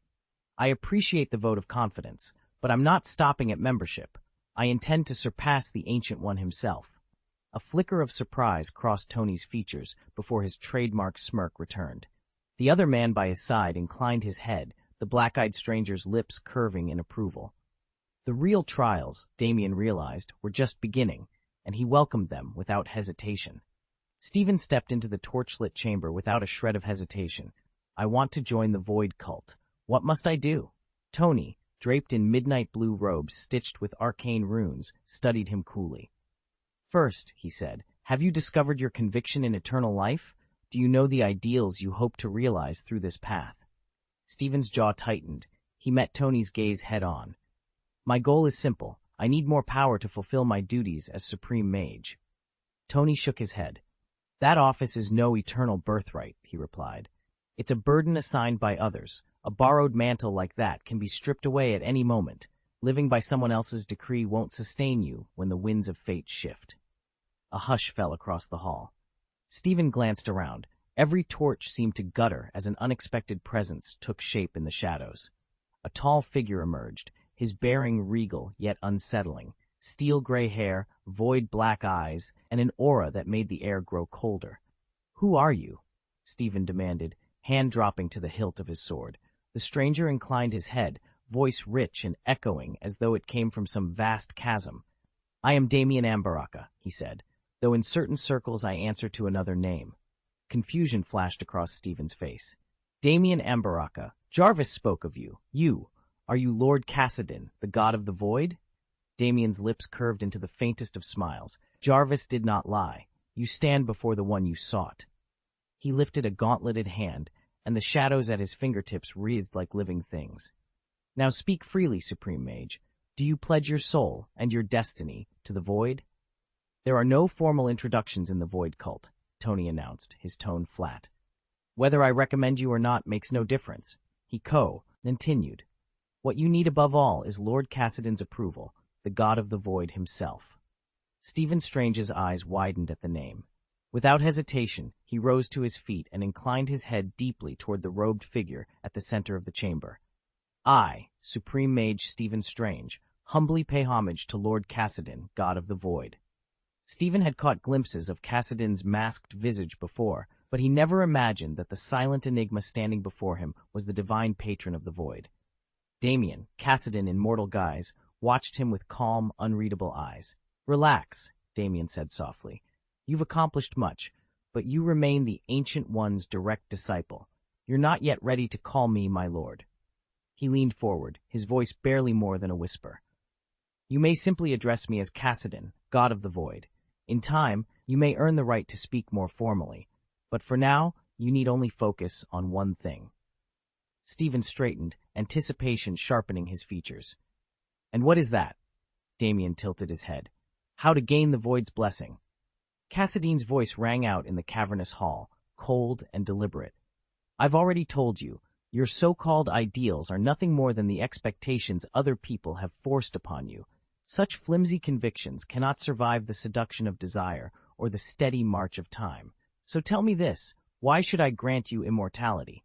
Why open the ladder to the realm of the strong for you? What, truly, is your ideal?" Damien froze, caught off guard by the intensity of Cassidy's stare. Beside him, Tony remained silent, a sign that Cassidy wanted to hear only Damien's own thoughts. At first, Damien had embraced the dream of eternal life as any of the Void cult's followers might, a path to power under the banner of the Void god Cassidin. He had convinced himself that in a world defined by strength, to be weak was to suffer and die. But now, standing before Cassidin, he realized that ambition alone was hollow. Immortality, Damien said at last, was once the dream of countless souls. Yet after enduring the first trials, after witnessing real suffering, I learned that a dream without clear purpose becomes its own torture. He drew a steady breath. My ideal is not simply to live forever or to be the strongest. My goal is to shape a future worth fighting for, a future where strength shields the vulnerable, where power fosters growth and creation, not destruction. That is the promise I intend to keep, should I earn a second chance at eternity. Cassidin studied him for a long moment, the torches along the walls flickering against his impassive features. Finally, he inclined his head. In that subtle gesture, Damien understood that his words had passed the test. The ladder to the world of the strong was about to be set in motion, and this time his ideals were truly his own. Damien kicked himself for leaving so abruptly. He should have quizzed Tony for every scrap of information on the Void cult before rushing off. Now, standing before Stephen Strange, he felt the weight of his hasty retreat. "I'm not your enemy," Strange said quietly. "Even if I refuse you my blessing, I won't harm you unless you provoke me. And if you fail to earn that blessing, you can still rely on the Kamatai's teachings. But that doesn't mean you can't explore other avenues to immortality. So don't be afraid, speak openly." Damien watched Stephen's eyes flicker, as though Strange were weighing every word. Clearing his throat, Damien asked, "Can any ideal truly suffice?" Strange leaned forward, his voice dropping to a near whisper. "The Ancient One extends her life by siphoning power from Dormammu's realm. If it's eternal youth, or even greater power, you crave, you might be tempted to approach Cassidin, the god of the Void. He is far stronger than Dormammu. Who would settle for second best when a superior power lies waiting? But understand this," Strange continued, a faint smile playing at his lips. "Every ideal demands that you know precisely what you're choosing. If you decide to pursue Cassidin's path, you must accept its consequences. Think carefully before you speak and before you act." Damien's voice was steady as he met Cassidin's gaze. "I want to be a true powerhouse among powerhouses, to rise to the very top." Cassidin studied him for a long moment. He knew there was no point in veiling the truth. "Damien," he said at last, "you've already inherited the Ancient One's legacy from the Supreme Mage. All that remains is for you to train relentlessly. With enough dedication, you could one day stand alongside Guyi, the universe's greatest champion." He let the words hang in the air. "Is that not ambition enough for you?" A faint, confident smile appeared on Damien's lips. "I understand that the adepts of the Void God faith follow many paths. Magic is boundless, but the body always remains the weak link. That's why I crave the Void's blessing, to transcend my mortal frame." He paused, eyes burning with resolve. "I don't merely want to succeed the Ancient One. I intend to surpass him. I want to become a true giant in a world of giants." Cassidin nodded, impressed by the young mage's boldness. Damien had stated his goals outright, no half measures, no hidden agenda. His ambition was clear. "Guyi may already stand at the pinnacle of power in the universe," Stephen said, his voice calm yet charged with intensity, "and you still seek to surpass him." Damien met his gaze without flinching. A lofty ambition. A faint smile curved Stephen's lips. "Then I will give you the chance to prove whether your heart remains pure, and if you have the resolve to see your dream through." As Damien listened, a spark of admiration flitted across his eyes. This was quintessential Stephen, never content to be second best, always pushing forward, unwavering in his quest to become the strongest. It was this very determination that had enabled him to eclipse the Ancient One shortly after claiming the title of Sorcerer Supreme. Even when delving into the forbidden pages of the Dark God Book, Stephen had never wavered, his moral core and iron will shielding him from corruption. Damien deeply respected that balance of boundless ambition and unbreakable principle. With Stephen's parting words hanging in the air, he began to rise, his robes fluttering like dark wings. From the void beyond their sight, a silky purple energy coalesced and streamed toward him. It wound its way into Stephen's body in shimmering tendrils, filling him with otherworldly power. Damien watched, heart steady, as the chamber thrummed with arcane energy, and braced himself for the trial to come. Tony frowned as he studied Damien. You really want Stephen to advance this fast? His ideals haven't been tempered by real trial. That kind of rush could turn him into a danger. Damien gave a measured nod. I understand the risk, but Stephen's potential is clear, far clearer than you reckon. I've been watching him longer than you realize. Tony's eyes narrowed. You've only known him for a day. True, Damien admitted, but one day was enough. He knows what drives him, and just as importantly, he respects the duties of the Supreme Mage. Those duties were bestowed by the Ancient One after saving his life. He won't abandon them lightly. Tony crossed his arms. What if his hunger for power grows beyond control? If he becomes a monster driven by desire? Then stop him, Damien said calmly. Deal with him however you must, and if you find you can't, I will. A flash of disbelief passed over Tony's face. You'd actually kill your own pupil? If Stephen ever strays so far he threatens the balance, yes, Damien replied without hesitation. Sometimes the harshest lesson is the one that can't be undone. He allowed himself a faint, confident smile.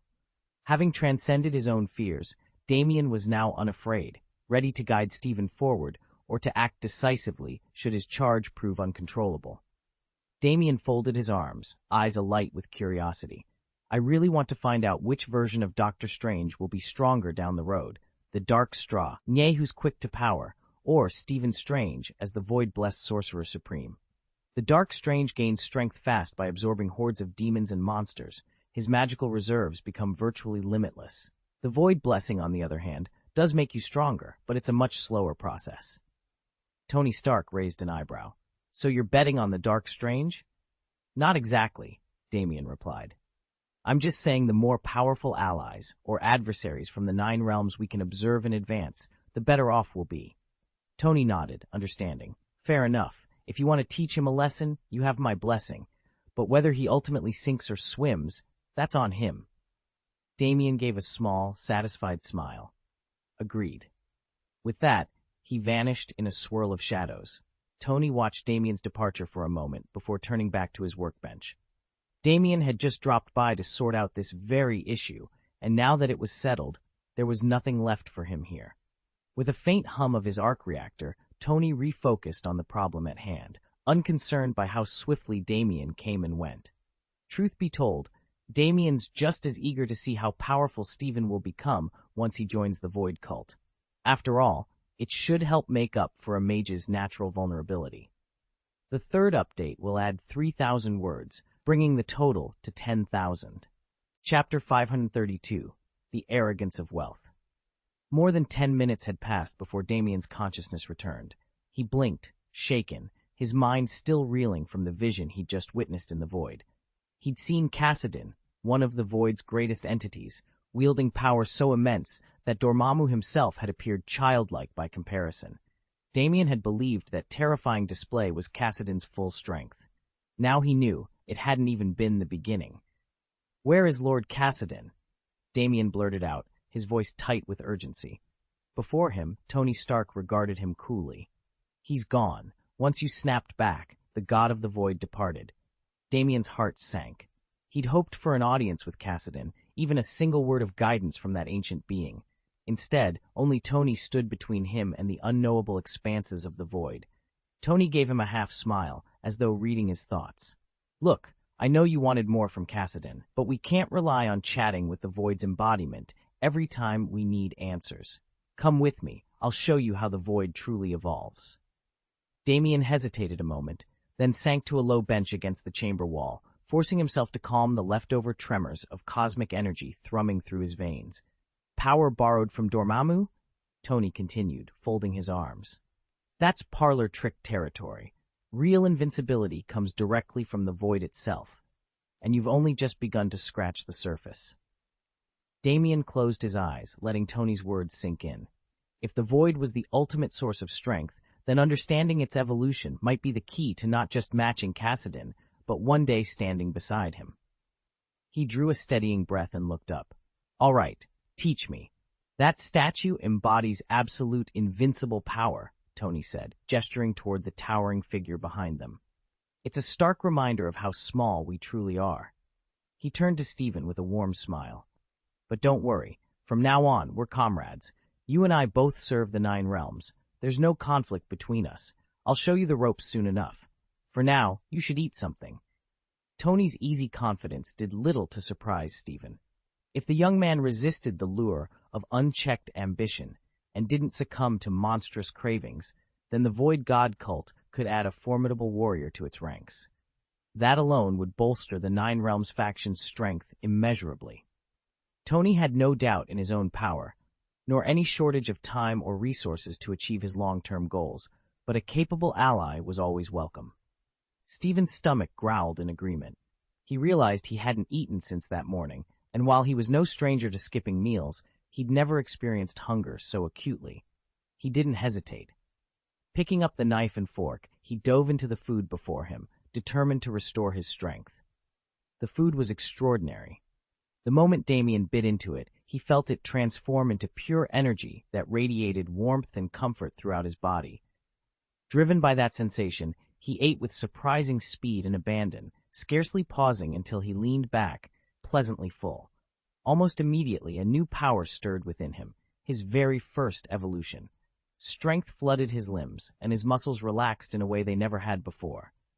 What stunned him most of all, however, was the change in his hands. For as long as he could remember, they'd been rigid and difficult to control, a problem he'd tried to mask with magic. Now, sensation returned in full force. Every nerve ending alive, every movement smooth and natural. He stared at his hands in disbelief. Could evolution actually repair a damaged body? His heart pounding, Damien whispered, "Is that really possible?" "Yes," came the steady reply. "Evolution's purpose is to lead you toward a more perfect self." He flexed his fingers, marveling at their youthful vitality. For the first time, he felt whole. "Your body is already at its peak, as long as you stay free of disease," Tony said, leaning back against the rim of the training arena. "But this is only the beginning. After 5 or 10 physical evolutions, you'll undergo a radical change. Your 6 senses will sharpen to an almost uncanny degree, and every hidden wound, no matter how old or deep, will knit closed and heal." He paused to let Damien absorb this. The young man's eyes were wide, disbelief written all over his face. "With each new evolution," Tony continued, "your body learns to traverse space itself. Soon enough, you'll be stepping across star systems as casually as walking through a door. There are wonders ahead that will leave you breathless, but try not to let it overwhelm you just yet." Damien stared at him, mouth slightly open. Rather than laugh at the rookie's awe, Tony offered a patient smile. "I've been in your shoes," he admitted, "and trust me, making fun of you would be the same as mocking my past self. I was lucky enough to join the Void God cult early, climb the ranks fast, and expand my horizons. But everyone here began exactly where you are now. No one ever scoffs at a newcomer," he patted Damien on the shoulder. "So take your time. You're on the right path, and there's a whole universe waiting." Stephen leaned forward, intrigued by what he'd heard about Damien's evolution and the astonishing resilience of his body. "So, Damien," he began, "how many times have you evolved now?" Damien met his gaze coolly. 504. Stephen nodded, recalling that each evolutionary step demanded exponentially greater endurance. Unless one could withstand pain, ordinary people would find unbearable. Progress would inevitably slow. "Over 500 evolutions in 8 years, Stephen mused. "Is that typical, or are you advancing unusually quickly?"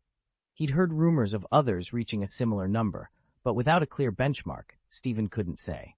He leaned back, preparing to ask more questions and finally satisfy his curiosity. Tony leaned back, a hint of a smile playing on his lips.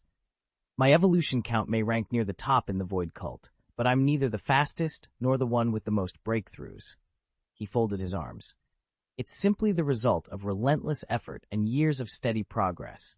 Nothing more miraculous than that." Stephen raised an eyebrow. He'd never gone hungry or lacked resources, yet he'd grown accustomed to comfort rather than pushing himself. By contrast, Lacey and Alex, both latecomers to the Void Cult, had surged far ahead in their development. "So does that mean it'll take me 8 years to reach your level?" he asked, a trace of impatience in his voice. "Not at all," Tony replied with a soft laugh. "If you dedicate yourself fully, you'll catch up much faster. Combine your naturally powerful physique with void magic mastery, add Kamatage's spells, and don't forget your trump card, the Eye of Akamoto, and your strength could easily multiply 100-fold. With serious training, you'll be closing the gap in a fraction of that time." Stephen's eyes lit up at the prospect. Gone was his uncertainty, replaced by resolve. If Tony's pace was proof that discipline and perseverance paid off, then Stephen had every reason to believe he could surpass even the highest benchmarks of the Void Cult. Chapter X. The Path of Suffering. In the Void God Cult, personal growth is inevitable. Whether you train diligently or take it easy, as long as you continue to absorb divine essence over the years, your total number of evolutions will steadily rise. "Still," Tony said, his gaze steady, "there are a few disciples who deliberately embrace extreme hardship to speed up that process." Damien leaned forward, curious. "How much faster?" "If you're willing to push yourself beyond normal limits," Tony replied, "you could match my evolution count in 2 or 3 years.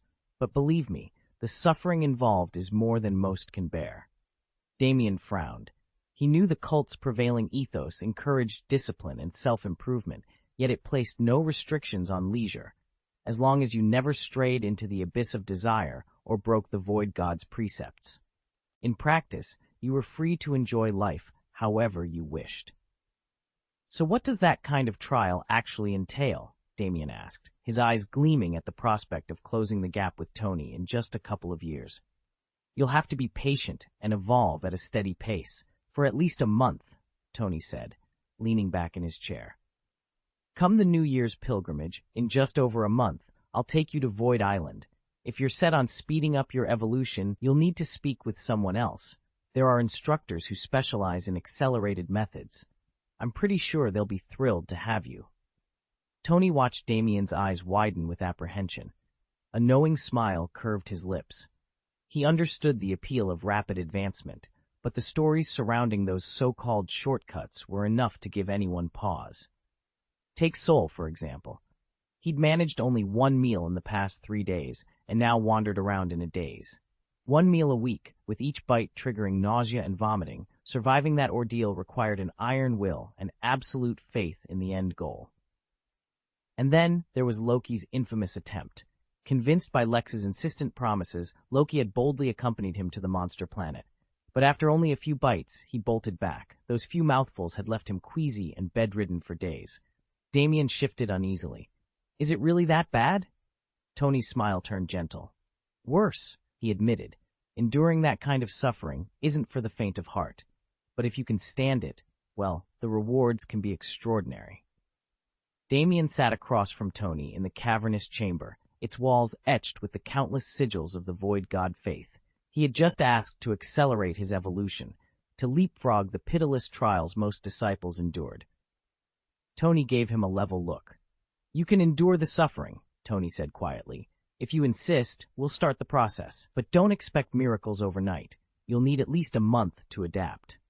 Damien swallowed his impatience. He'd wanted to grow stronger immediately, but Tony's calm warning grounded him. "Listen closely," Tony continued, leaning forward.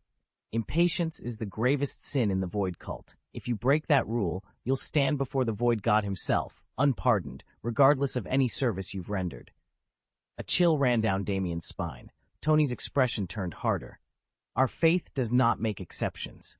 Even the greatest contributors can be struck down if they defy its commandments." Tony's voice dropped to a whisper. "Remember Kassadin's mercy toward Thor? It wasn't his valor that spared the god of thunder. It was a calculated gamble. In the end, Hela was unleashed to face Thor instead, and their clash became nothing more than a strategic play between Kassadin, Odin, and Gao Tianzun." Damien clenched his fists, the weight of Tony's words settling over him like a shroud. He had asked for power. Now he understood the price. Impatience, it seemed, could be far more deadly than any trial the Void Cult might impose. In truth, Thor's creation of that trump card wasn't some calculated bid to consume living creatures and speed up evolution. It was a complete accident. That's why he escaped execution with only a light reprimand. But had Fansuo known the full consequences in advance and still used it, there would have been no pardon for him. So the commandments bind everyone the same way, even if you break them? Damien asked, raising an eyebrow. Stephen's expression hardened. You're the Void's chosen pioneer. By now you've doubtless heard of my reputation within the Void cult. You might assume that earns me special privileges. I'm afraid not. Before the commandments, we are all equals. Even I, if I were to violate them, would be hauled into the trial chamber and left to face my sentence. Damien recognized at once that Stephen knew exactly how much clout he held in the cult. In fact, Stephen did enjoy certain perks, his own experimental district on Void Island, and the authority to draw direct funding from the Void God Faith for his research. Yet Rihi was, insisting that even he was powerless before the immutable law of the commandments. As the Void God cult sets its sights on conquering new realms, Damien, appointed as its chief technologist, enjoys first pick of any discoveries or artifacts that could advance his research. His greatest privilege, however, is the right to summon Kassadin in person. He may call upon the Voidwalker's wisdom, ask for assistance, and lay his deepest questions before him. Yet even such favors come with strict limits. Kassadin himself warned Damien that these privileges did not place him above the commandments. The Void cult's freedoms are vast, but certain boundaries must never be crossed, or one risks tumbling into the very abyss of desire the cult opposes. Understood, Damien said, bowing his head. He already knew the tenets of the Void God religion, and the price of transgression all too well. Tony regarded Damien with a calm, steady gaze. By joining the Void cult, you've already secured eternal life, he said softly. Time itself will grant you everything you desire. Damien frowned. He'd long since realized that Kamaltaj lacked the heavy hitters needed to contain the Blue Star Order. Of course, he wanted to grow stronger, fast, worthy of the title Supreme Mage and all the duties that title carried. Yet until now, he'd carried that burden alone. What you crave, Tony went on, is the power to fulfill your role, but you needn't be afraid of your current weakness. You're not alone anymore. He paused, letting that sink in. Kamaltaj may have faltered, but we, from the 9 realms, and our brothers in the Void God religion stand behind you. You have real backing now. Silence fell as Damien weighed Tony's words. He remembered the years he'd spent pressuring himself to become stronger, believing that only solitary effort could hold off the coming tide of foes. But as he delved deeper into the Void God religion, he discovered something far greater than mere power. Belonging. So what if it's Captain Marvel? Damien thought, recalling how she could wipe out Tony, Banner, and Steve in a heartbeat. So what? The Void God cult boasted champions far mightier than any single hero. If a threat emerged that he could not overcome alone, there would always be someone else ready to stand with him. For the first time in his life, Damien felt truly unafraid. He belonged to something greater than himself, and that, he knew, was the greatest power of all. Kassadin, the god of the Void, has been their most steadfast patron ever since that climactic battle in the Void. Under his watchful eye, every member of the Void God Order knows exactly where they stand, and none dare cross their own superiors. When Tony realized he needed to neutralize Captain Marvel, the very first ally he called on was Odin. After all, the 9 realms fall squarely under the All-Father's dominion, and the allegiances forged there will shape every faction's fate in the days to come. Frankly, Tony admitted, I'm not used to asking for help. Stephen's eyes flickered with amusement. You'll get there, he said, offering a reassuring smile. The Void God Order's top lieutenants are enough to wipe out most enemies all on their own, and don't forget, they've got several universe-level heavy hitters backing them up as well. Odin inclined his head thoughtfully. Do you have the resources ready? Last I heard, you spent everything just to heal your injuries. Tony nodded. I'll wire you $200 million, right now. Odin raised an eyebrow. Don't make me refuse you.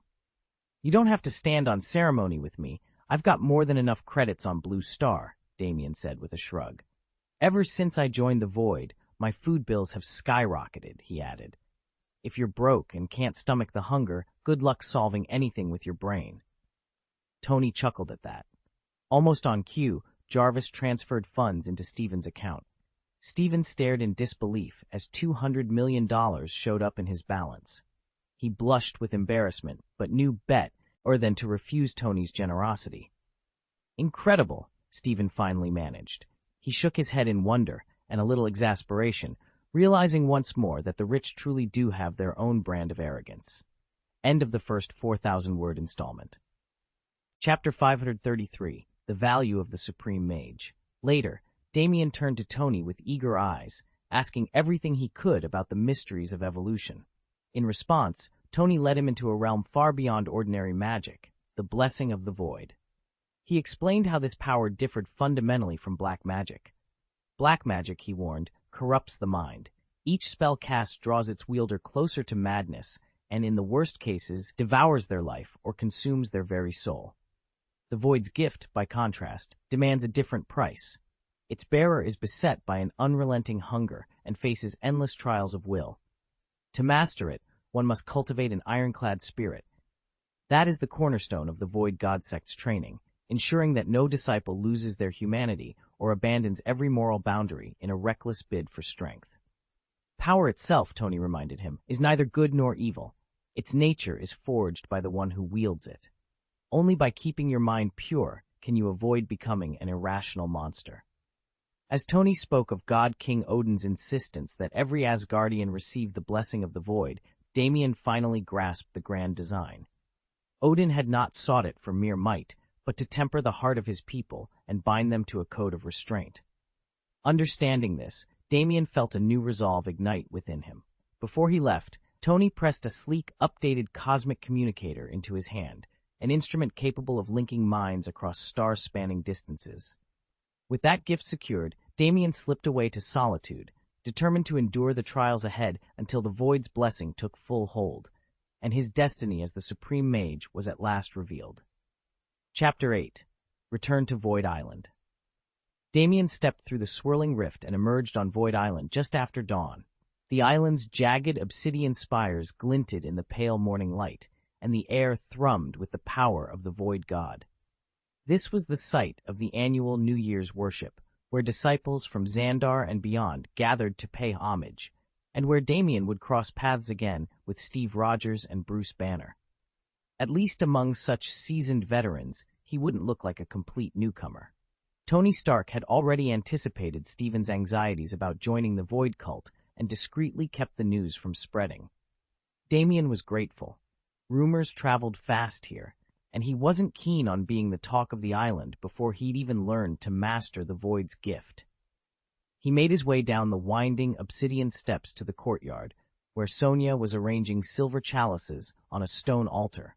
She looked up at the sound of his footsteps, her stern features softening into a welcoming smile. "Damien," she called, lifting a bowl of dark liquid from its stand. "You're back, and so quickly. Did you settle things on Blue Star as planned?" Damien nodded, easing the heavy voidstone staff from his shoulder.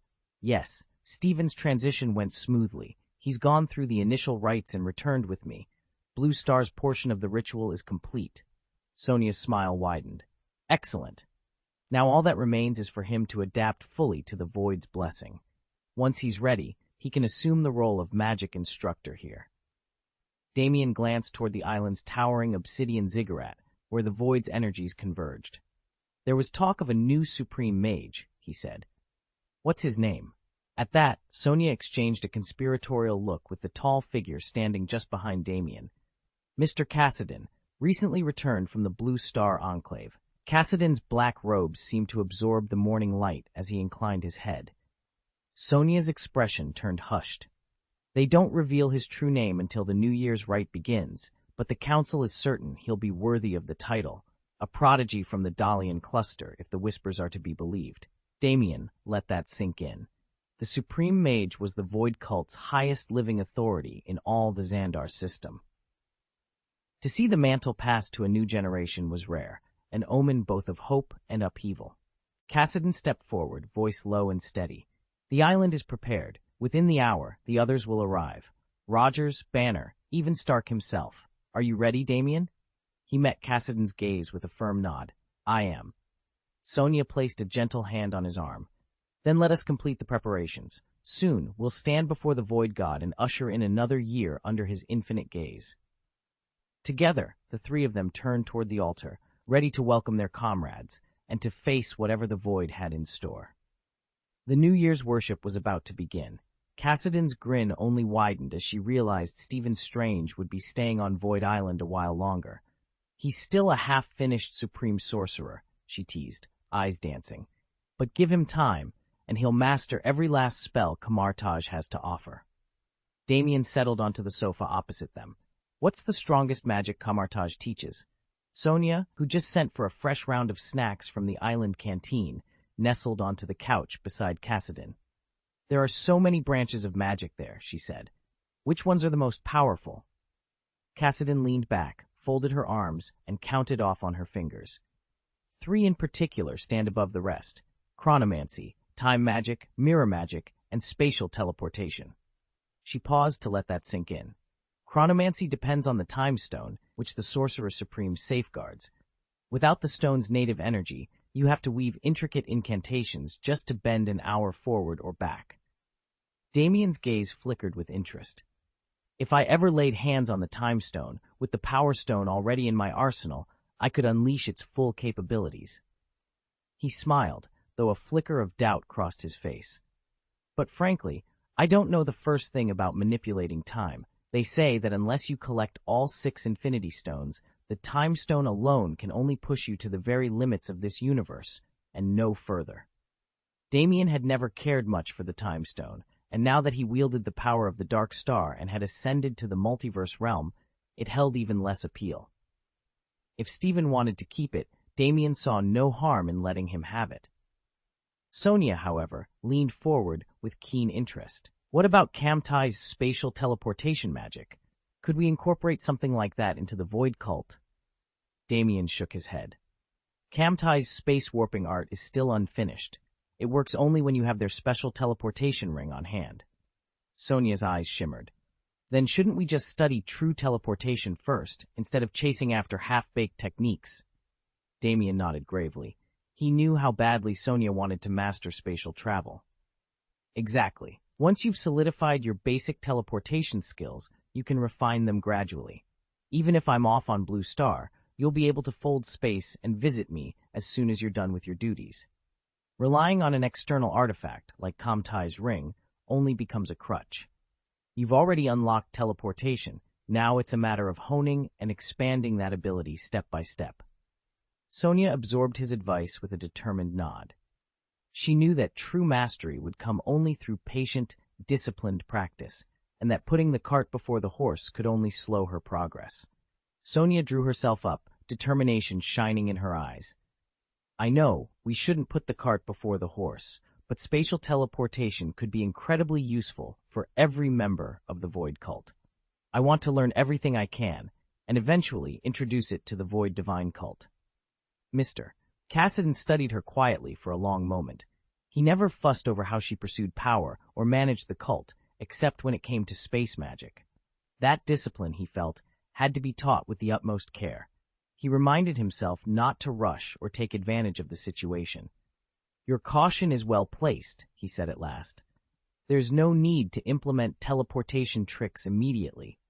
Once Dr. Stephen Strange officially assumes the role of arcane tutor, I'll weave some of the Scarlet Witch's techniques from Kamartaj into our curriculum. After all, the true value of a supreme mage lies in the useful spells he brings to the table. Damien let out a relieved breath. He admired Sonia's common sense. Otherwise, he might have dismissed Cassidy based on his raw power alone. But the Supreme Mage's arsenal of convenient magic was undeniable, and today it had earned his respect.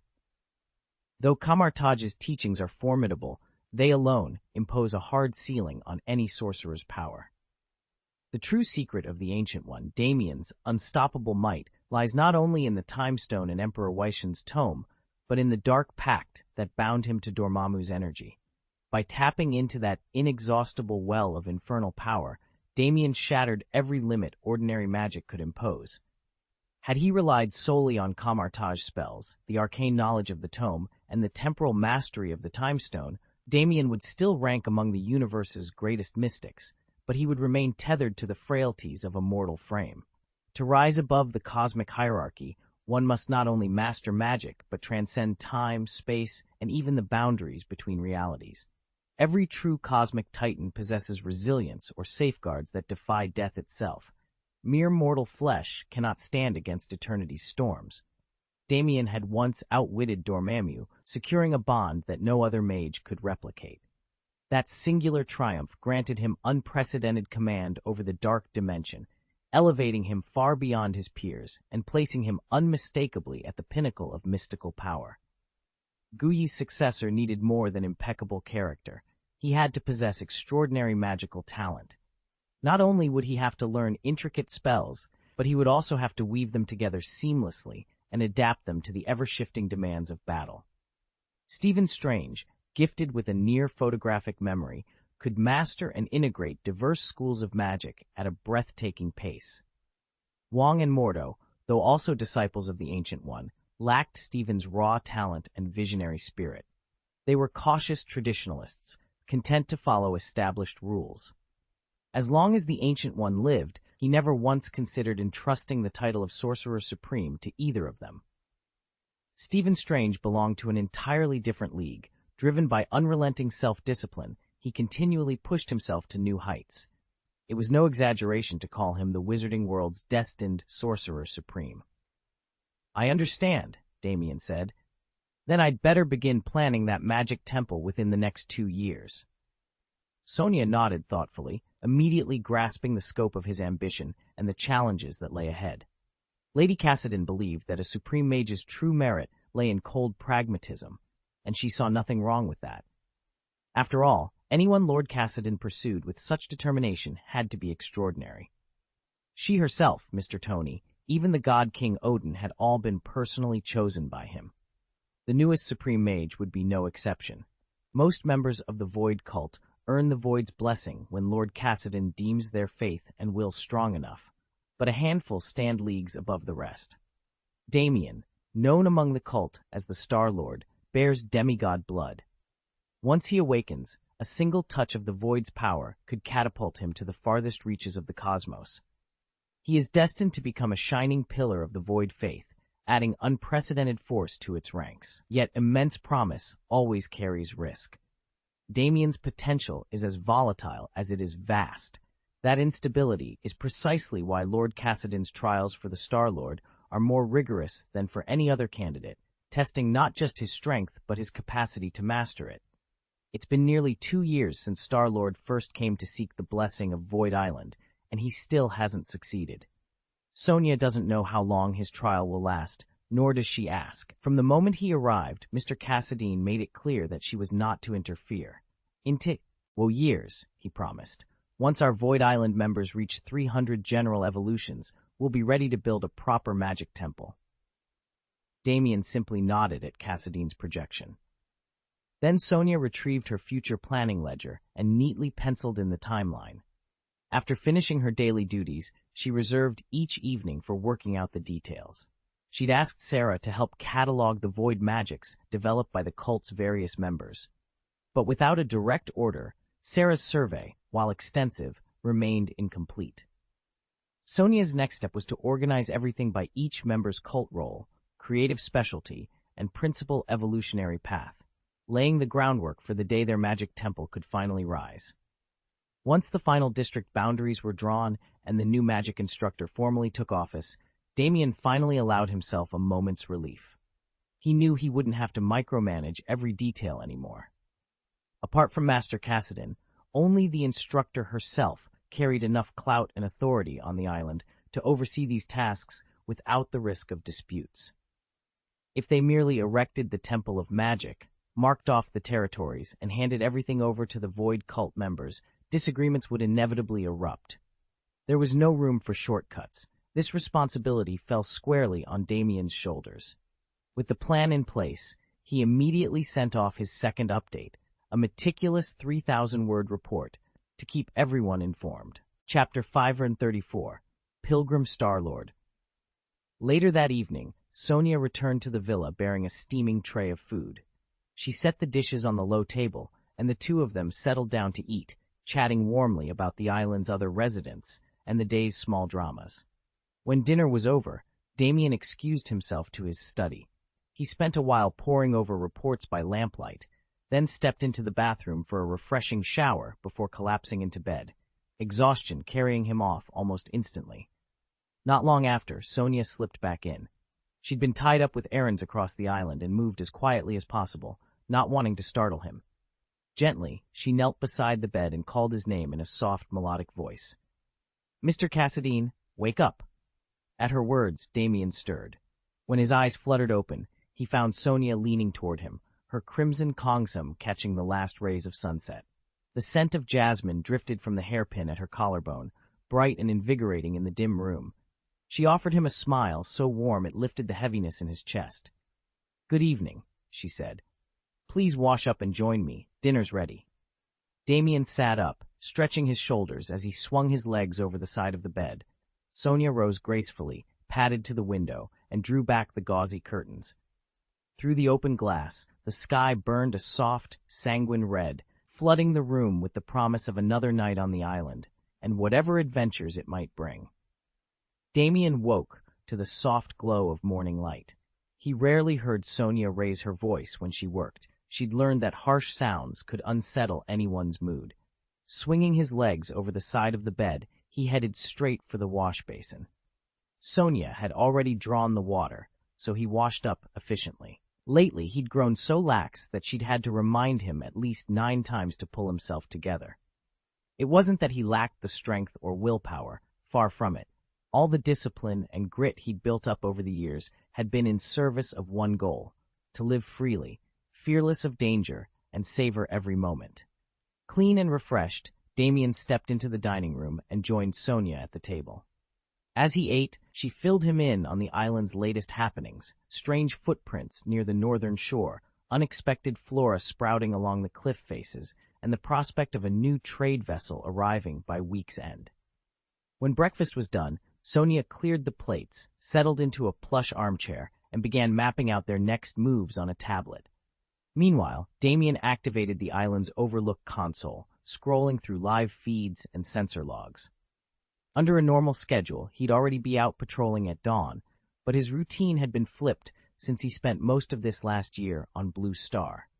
He hadn't been able to monitor the Star-Lord's activities as closely as he'd hoped, and now he was determined to catch up. Damien leaned against the weathered railing and watched Peter Jason Quill emerge from the Void Cult's dimly lit sanctuary. Star-Lord strode confidently toward the cafeteria, flanked by a small band of fellow Seekers. "I've been begging the island for its blessing for nearly 2 years," one pilgrim grumbled, arms folded. "He calls himself a pilgrim," another snorted. "Most of us give up after just a few months." "After all this time," chimed in a squat, grizzled man named Dwarf Feng, "haven't you realized you lack both talent and opportunity?" Laughter rippled through the group, until someone tugged on Feng's sleeve. "Steady on, Dwarf Feng," a pilgrim hissed. "You're standing before Peter Jason Quill, the famed Star-Lord and Void Island's most celebrated pilgrim." "Watch your tongue," one of the outsiders muttered. "Pilgrim," another scoffed. "Sounds grand, but it's only a nickname everyone uses to make fun of him." "No sane newcomer has ever earned a blessing in this place," a third chimed in. "They must have realized long ago that Cassadin, the god of the void, hates him. That's why no blessing has come." 2 years waiting, some Eon added. "That's forever or nothing, depending on your point of view. And if you run into him, don't you dare mention any of this to his face. Honestly, what keeps him dragging himself back here?" The group turned their contemptuous stares on Damien, known mockingly as Star-Lord. Damien ignored them, refusing to break stride. Head held high, he continued toward the cafeteria without so much as a flicker of reaction.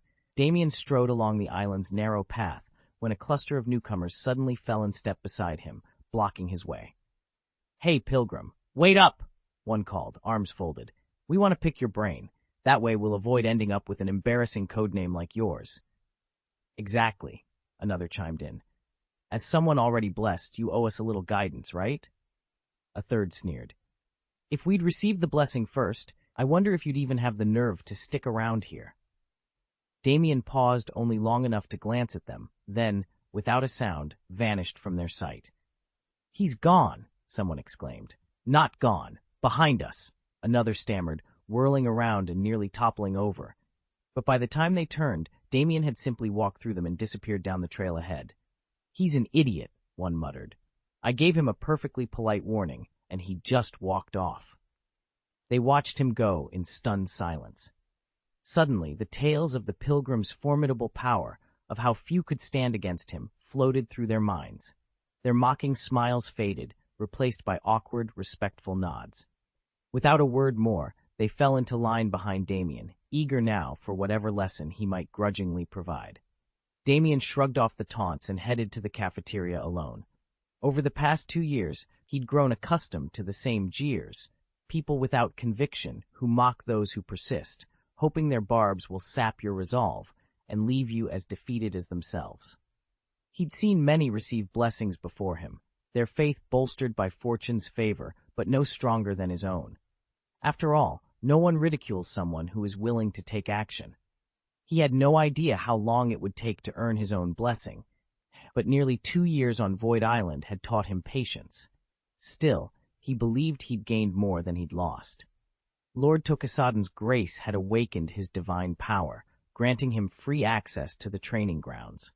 Although he hadn't yet mastered the supple, flowing techniques praised by the Void God sect's great masters, he'd laid a solid foundation, and his combat skills had improved by leaps and bounds. Damien was now many times stronger than when he had first awakened. Even though the appointed hour was fast approaching, he still needed to rendezvous with his companions. With his current power, he could swiftly settle old debts and rescue even more people in danger. And if the Void's blessing eluded him this time, he would simply return to Void Island when the opportunity arose, determined to seek it again. He loved the island's relaxed, joyful atmosphere when he was resting, and he thrived in the same place's unrelenting drive. Everyone there constantly pushed forward, training and improving. It was true that one's surroundings could transform a person. The laziness and idleness that once clung to Damien had been washed away, replaced by maturity and diligence. Once he decided to do something, he saw it through rather than merely talking or daydreaming about it. With that resolve, Damien made his way into the cafeteria, greeting every acquaintance with a bright smile. Sarah, Kyle, Renoli, Lacey, and the Predictor all looked up as he entered. Even the permanent residents of Void Island recognized the strength of his conviction. "This guy really is something else," Kyle remarked, a mixture of amusement and admiration in his voice. He shaded his eyes against the afternoon sun and stared toward the shoreline, where Star-Lord was making his daily pilgrimage. "It's almost been 2 years since he first arrived on the island," Kyle continued. Renoli shook her head. "He actually showed up in February of the year before last. In just a few months, he'll have been here a full 2 years. Sarah offered a small, approving nod. "Rain or shine, frost or snow, every single day he makes his way to the Temple of the Void to pray for its blessing. People call him foolish, but he never falters. That kind of dedication, and the belief behind it, has earned him real respect among the inhabitants of Void Island. If he truly sees himself as one of us, the Void faith may well gain another top-tier power." Lacey, the island's prophet, leaned forward with interest. "An unbreakable will coupled with unshakable faith can unleash a terrifying force. He's laid the groundwork with perseverance and hard work. Now, all that remains is whether luck will go his way." With that, Lacey turned her gaze back toward Star-Lord, who was now kneeling at the temple's entrance, and added quietly, "Let's hope fortune smiles on him." The Void cult has swelled with new followers over the past 2 years, but Star-Lord still holds the distinction of being the first, and so far only pilgrim, to endure the island's trials for such an unbroken stretch of time. Lacey leaned back, clearly impressed. "Dedication pays off," she said, "but even that needs a little luck." Kyle nodded in agreement. Thanks to Damien's careful observations, they all knew exactly how long Star-Lord had been here. Nearly 2 years of relentless petitioning, day after day, seeking the island's blessing. In that time, he'd become something of a local legend. The cafeteria cooks greeted him by name and jokingly called him the Pilgrim. Even the most devout members of the Void cult used that title when they spoke of him. It wasn't mockery, it was the highest praise. Star-Lord was the first person to stand before the island's spirit for hundreds of days without a single sign of favor, yet he never wavered. For almost 2 years he had borne scorn, ridicule, and countless attempts to persuade him to abandon his quest. Still, his faith remained unshaken. To them, that unwavering will was the true miracle, far more impressive than any blessing. The Void cult's elders all knew the same thing. Anyone who persevered all the way to the end of their trial would inevitably become one of them. That was why they treated Star-Lord, Damien, with such profound respect. Damien appreciated their regard, but he had no intention of cutting his trial short.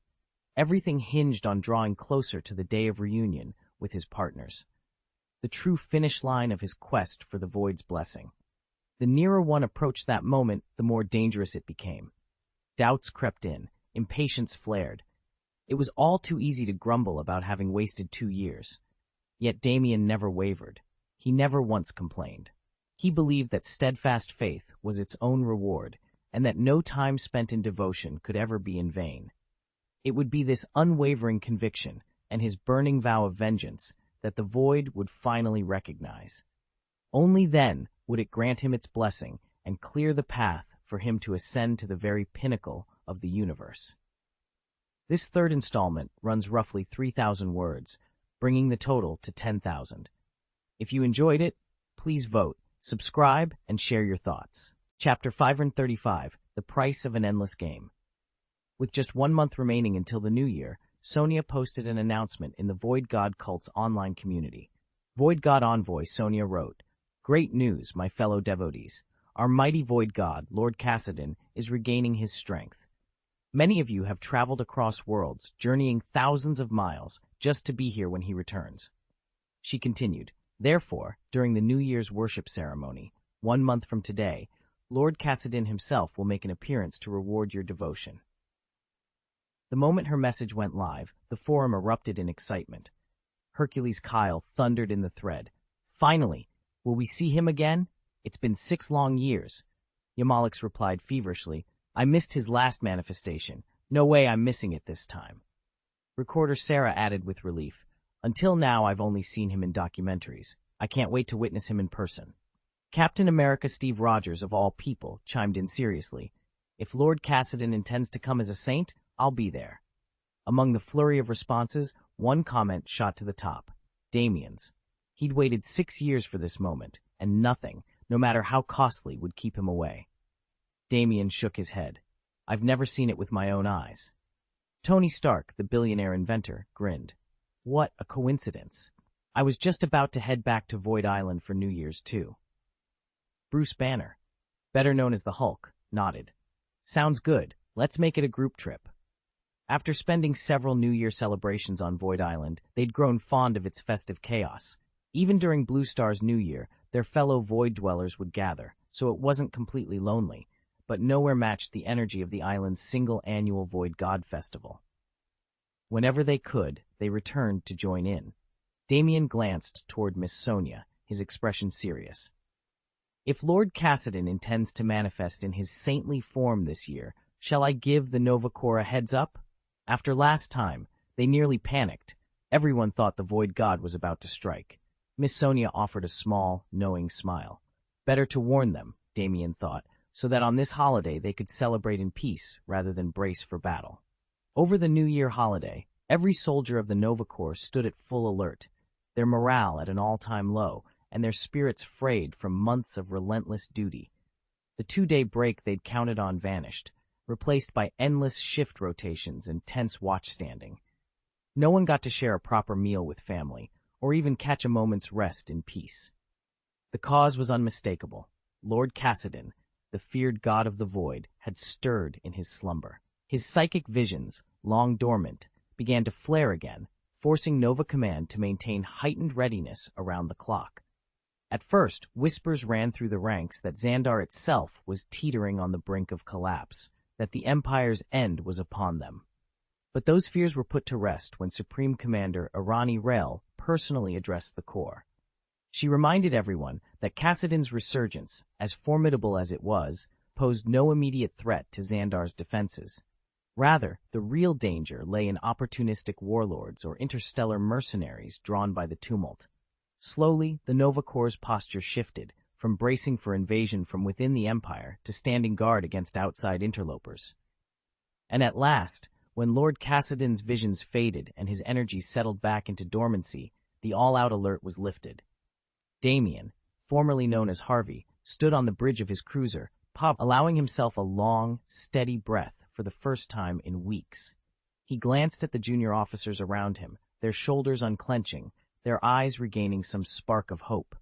He silently vowed that, in the days ahead, he would do everything in his power to make sure they actually took those overdue rest breaks and got home to their families. After all they'd endured, they'd earned nothing less.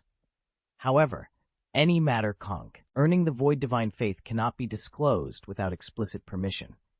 Damien wanted to share the information with the Nova Corps, but he knew he first had to secure that authorization.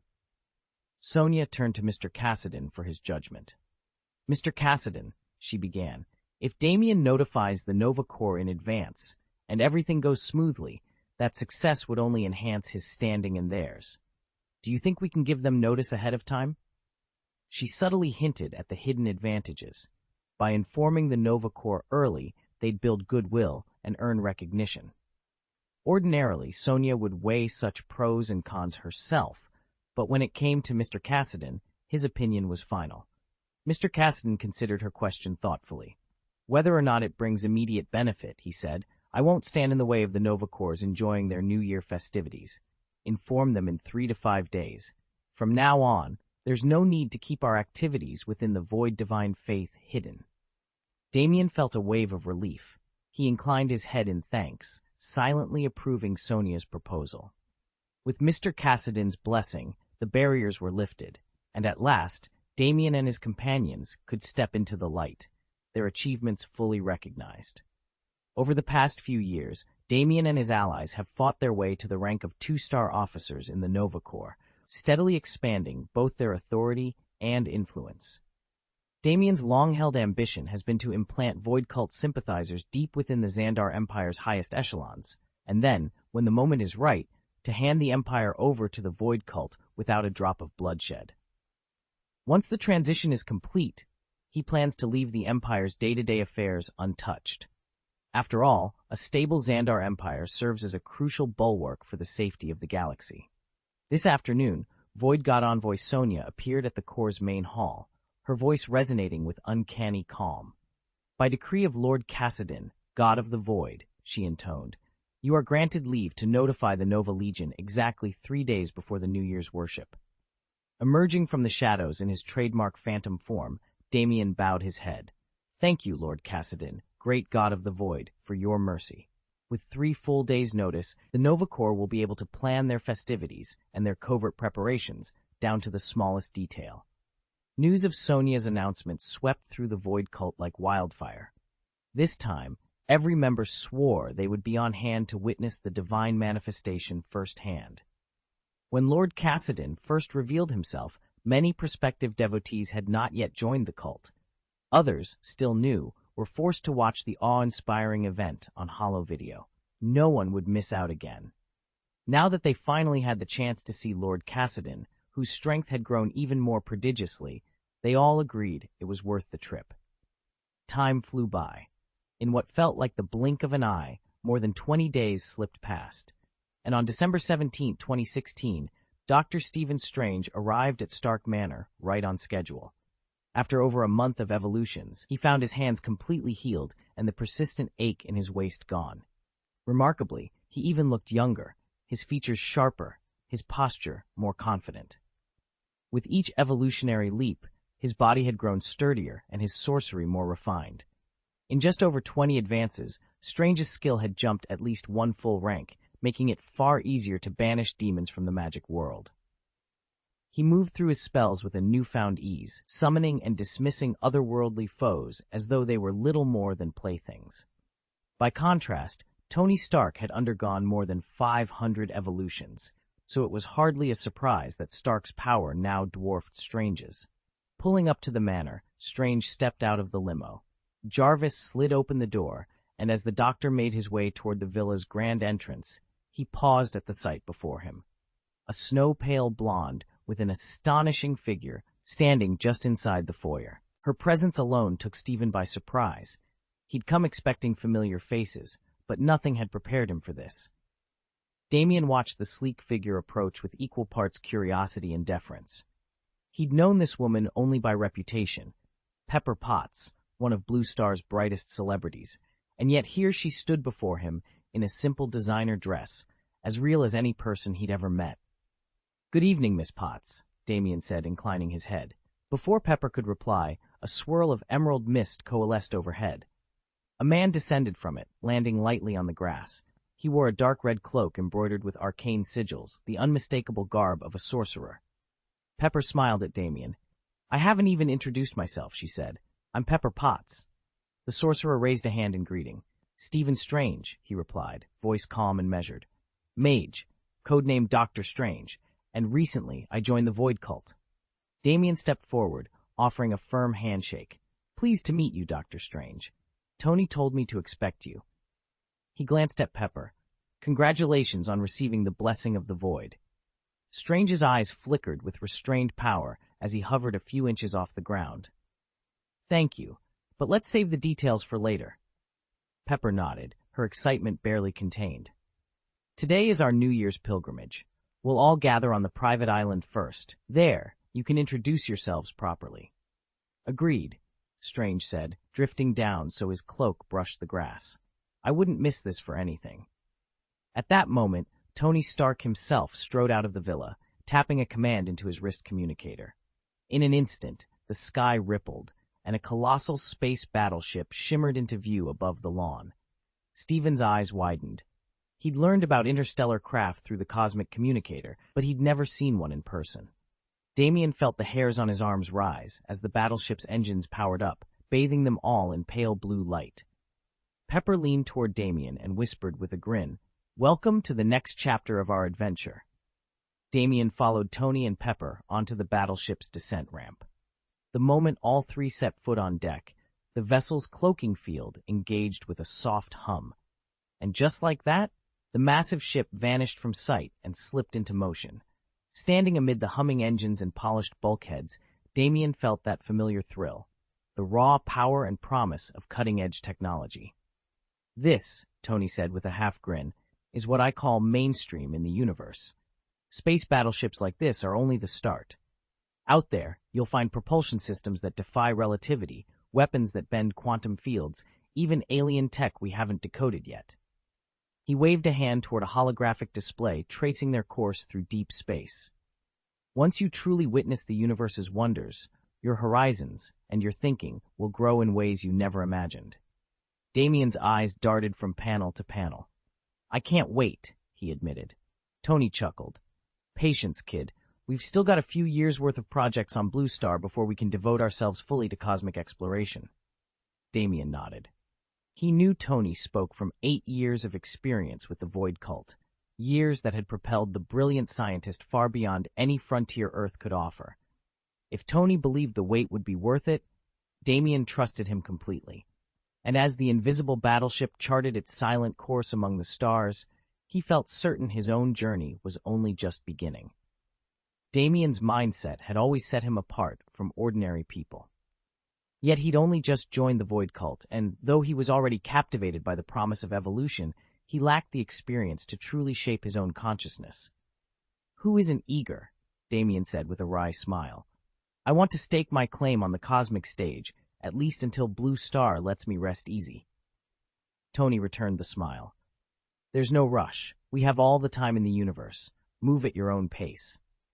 "I still haven't sensed any shift in this eternal life of ours," Tony admitted, leaning back. "I wonder what I'll feel once it really kicks in." Stephen's eyes glinted in the soft light. After a thoughtful pause, he said, "You will change, almost without noticing. Immortality doesn't announce itself with fireworks. It seeps in, and one day you'll look back and wonder when you ever felt mortal." "Personality and style inevitably change over time," Damien said, watching Stephen closely. "Once you truly understand eternal life, your view of the world, and the rhythm of your own existence will shift far beyond that of ordinary mortals. He paused, letting the weight of his words settle. I've endured that transformation myself, so here's a bit of counsel. If you can't find a partner within the Void cult, seek out another woman who's lived for at least 1,000 years. Better still, stay single than risk temptation. It's devastating for a cult member to watch someone they love bloom like a flower, only to wither and fade, and be left emotionally shattered. Tony leaned in, one arm sliding around Pepper's soft waist. He glanced at Stephen with a slow, deliberate smile. If Pepper weren't already his wife, he'd have begged the cult for her blessing without a moment's hesitation. He'd learned his lesson the hard way. Never let your guard down around centuries-old power, or you'll be the one left exposed. Pepper, he asked, his tone gentle, how did you manage to earn the Void cult's blessing? At those words, Stephen stiffened. His heart thundered as thoughts of Christine surged to the forefront of his mind. He drew a breath, fighting the pull of temptation, and finally spoke in a low voice. Is it possible for me to request the same blessing for Christine? Damien stood at the threshold of the grand chamber, heart pounding. Initiated into the Void God's inner circle, he was now counted among the truly powerful, and by the deity's decree, granted eternal life. But in spite of this triumph, his chest tightened every time he caught sight of Christine across the room. He'd admired her for as long as he could remember, but his pride had always kept his confession locked away. At his side, Tony inclined his head. I petitioned Lord Cassadine to grant you this chance, he said quietly. Without his intervention, you'd have struggled to pass the Void God's trial on your own. Pepper offered Damien a warm smile. That's why you trusted me, she added. You knew I had faith in you. Tony returned her smile. Exactly. Had you judged the blessing of the Void to be mere folly, you'd have walked away, and any hope for Damien would have vanished with you. Off to the side, Stephen watched the exchange, jaw tightening until his knuckles whitened. And what about Miss Page? He demanded, stepping forward. Is she to be granted a trial as well? Pepper shot Tony a questioning glance. Tony cleared his throat. For now, our request covered only Damien. Miss Page will have to earn her place through the customary trials. Stephen let out an exasperated sigh but fell silent. Damien felt a flicker of relief and resolve. He stole a quick look at Christine, summoned his courage, and squared his shoulders. With the gift of eternal life now in hand, everything from his future reputation to his heart's secret longings was suddenly within reach. Page knew exactly what she was to Damien, his greatest inspiration and the very heart of his purpose. That's why, when Lord Cassadine realized that Damien's ideals and sustenance lay in her, he granted Damien a single wish, and Page wasted no time in fulfilling it. Tony could still recall every detail of how he'd recommended Damien to join the Void cult. Damien looked up at him anxiously. So, does that mean I missed my own chance? Tony shook his head gently. It's natural to feel that way, but you don't have to beat yourself up over it. He studied Damien's face and asked softly, could the person you admire most put her full faith in you? Could she, and this Void blessing you carry, be something she trusts without question? Damien sighed and managed a wry smile. Honestly, I don't think so. Tony gave a sympathetic nod. Then you needn't dwell on regret. Damien's eyes grew distant for a moment. I once had someone, Pepper, who believed in me unconditionally. Because of that trust, she accepted the Void's blessing. And in turn, I found more than just a purpose. I found a lifelong partner and the very sustenance I'd been searching for. Tony smiled warmly. Exactly. And with that, he gently guided Damien toward understanding that true faith, both given and received, was the greatest gift of all.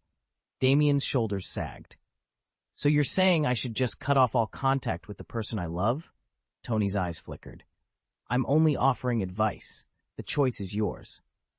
He paused, choosing his words carefully. There will always be things in life you do, fully aware that you'll regret them later.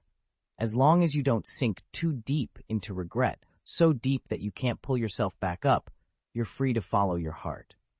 But if you do something harmful to yourself, then keep it to yourself and let it weigh on your conscience until you're trapped in a pit of remorse so dark you can't find your way out.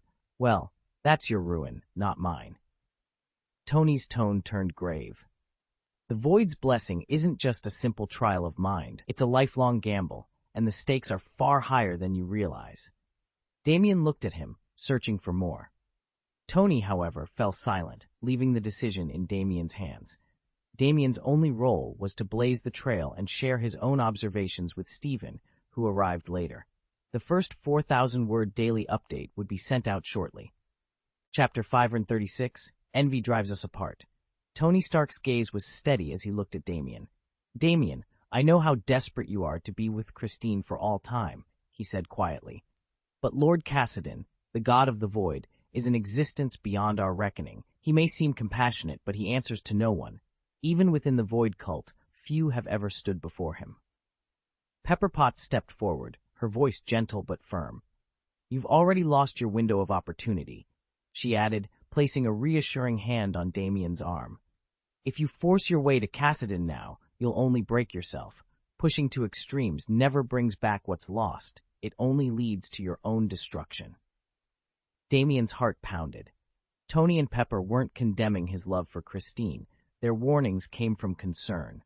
He'd momentarily allowed himself to believe that because others, like Tony and Steve, had overcome the trials of the Void Cult, he might too petition Cassidon for a blessing. But that had been wishful thinking.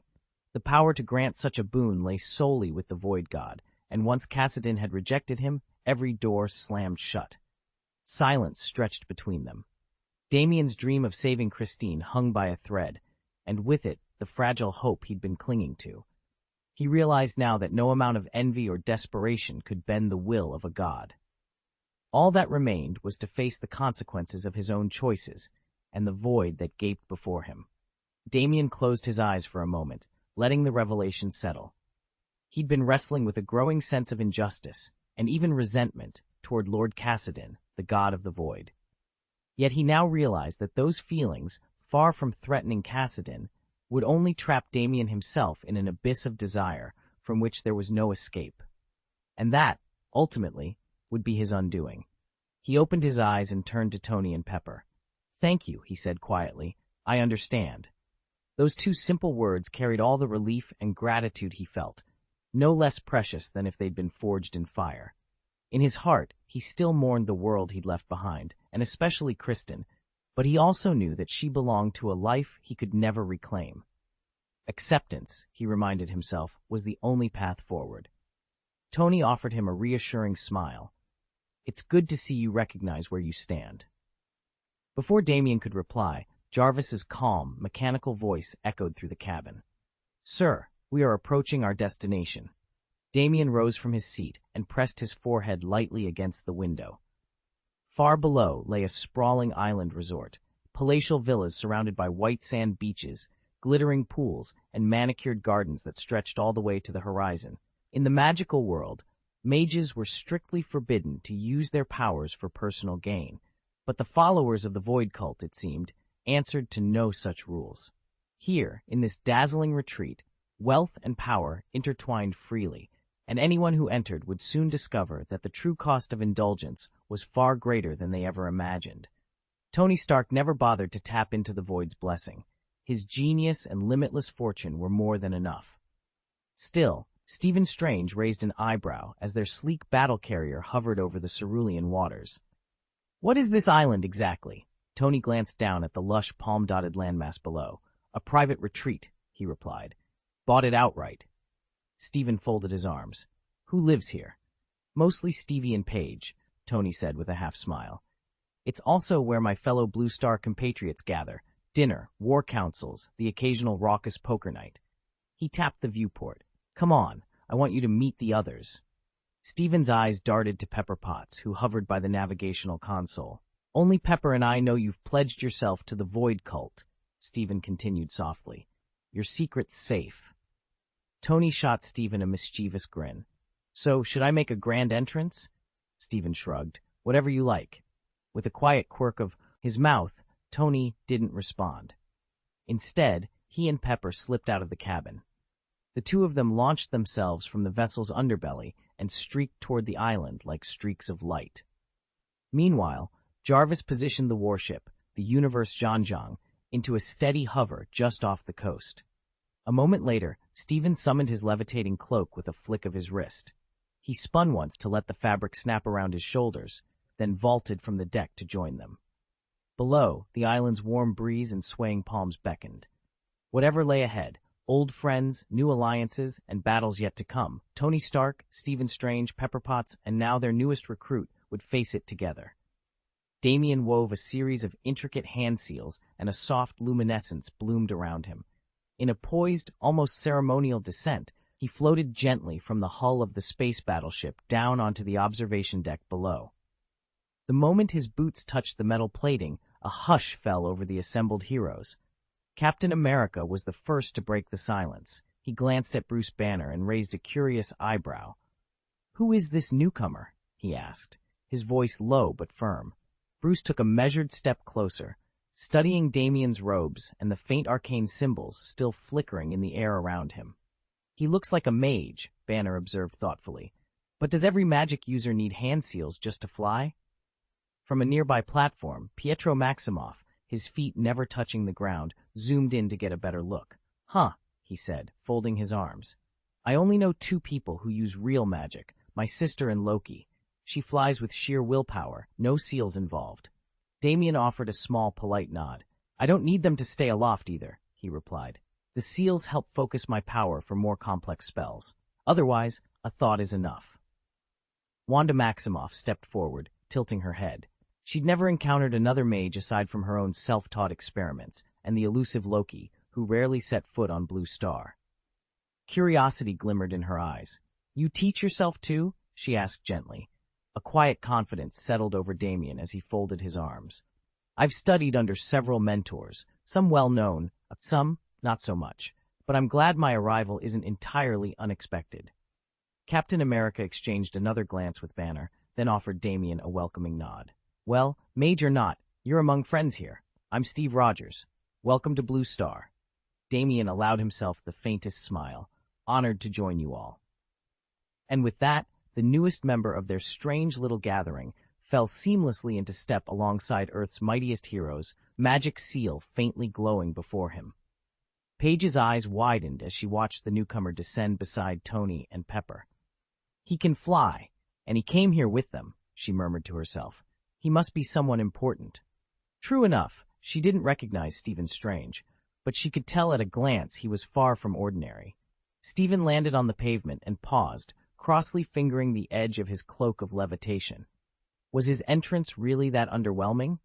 He'd rehearsed every nuance, convinced his arrival would draw gasps and camera phones. After all, flying wasn't as simple as tracing a magic rune in the air. It was a discipline of the mind, made possible only by the enchanted cloak clasped around his shoulders. Without it, he'd never have risen in the first place. He straightened his robes, cleared his throat, and spoke in a measured voice. "Allow me to introduce myself." Tony Stark gave him an encouraging nod.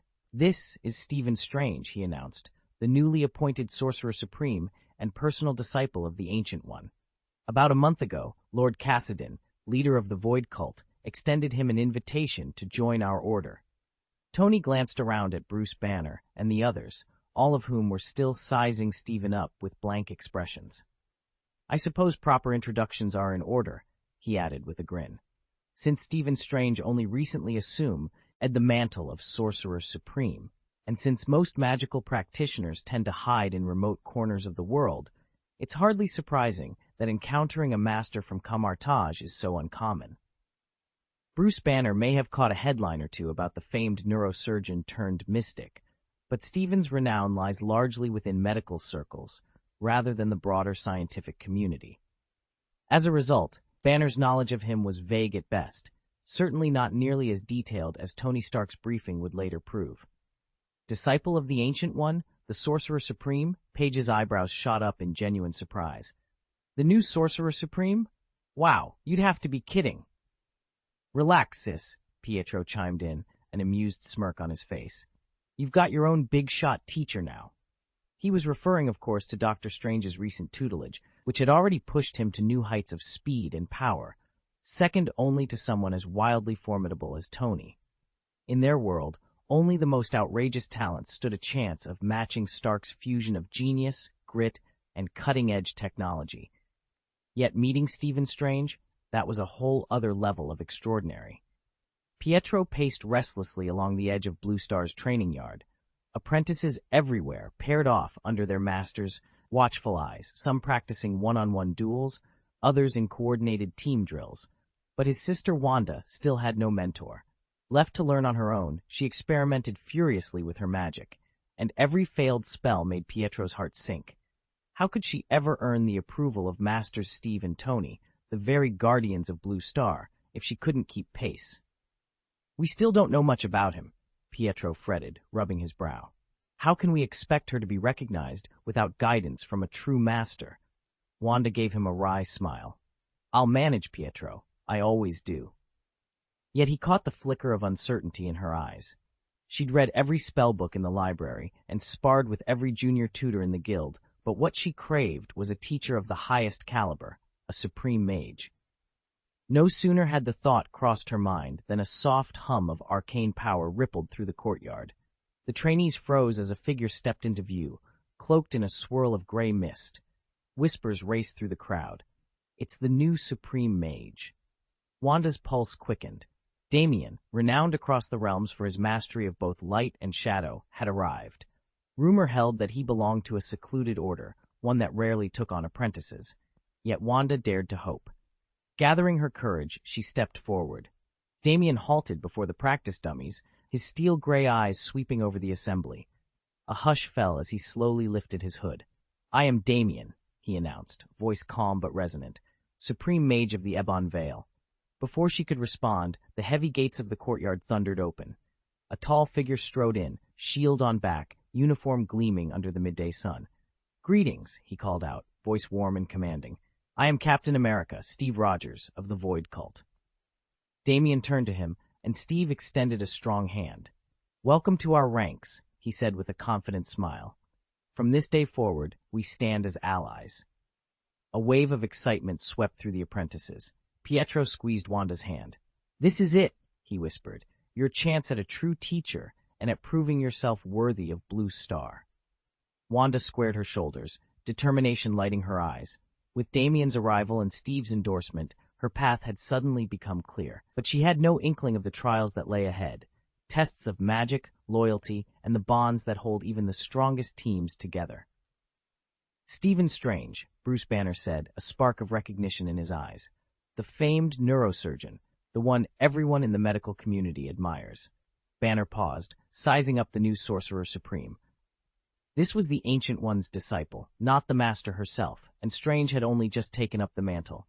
Compared to the Ancient One's might, or even to Banner's own gamma-enhanced strength, he was still green. A few solid hits, and he'd go down. Still, since Strange had chosen to join the Void Cult, Banner stepped forward with a broad grin. "Hello, I'm Bruce Banner, Hulk to some, proud to stand with the Void Cult." At his side, Paige, Steve Rogers' wife and fellow cult member, offered a warm smile. "Welcome aboard. From now on, we're comrades." Strange returned their smiles with a nod. "That's wonderful." Word has just come down. The new Supreme Mage will be entering the Void Cult directly. A ripple of excitement ran through the courtyard. Apprentices crowded around the notice board, exchanging eager whispers. "When do we get to join the Void Cult?" one called out. "I can't wait to sign up," another chimed in. Damien forced a smile, but inside he was anything but pleased. He had once been thrilled that his sister would finally have a seasoned mentor to guide her, but now that mentor, Stephen, had vanished into the Void Cult more than a month ago. In that time, Damien's own power had grown significantly, yet Stephen seemed to have leapt ahead. He recalled the morning they first met. Stephen had looked every bit the same, youthful, confident, unchanging.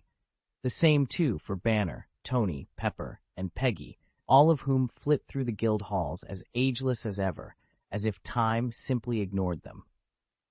Damien knew the truth behind their eternal youth.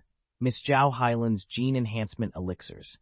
With her final formula, a person's life could stretch out 200 years.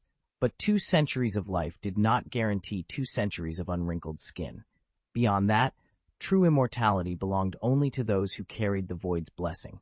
Damien had fleeting glimpses of Lord Cassidon, often just a projection or a voice in a crystal orb, but no apprenticeship with the Void God himself. He longed to prove himself worthy of Cassidin's attention, to feel the dark currents of the void swirl around him, to be reforged in its power. Yet he had no idea how to claim such an honor. As the other apprentices chattered and plotted to join the void cult, Damien stood apart, determination hardening in his chest. If Stephen could find a path into the void, then so could he. And one day, he vowed, he would stand by Cassidin's side, not as a visitor to the void, but as one of its chosen. Chapter 537.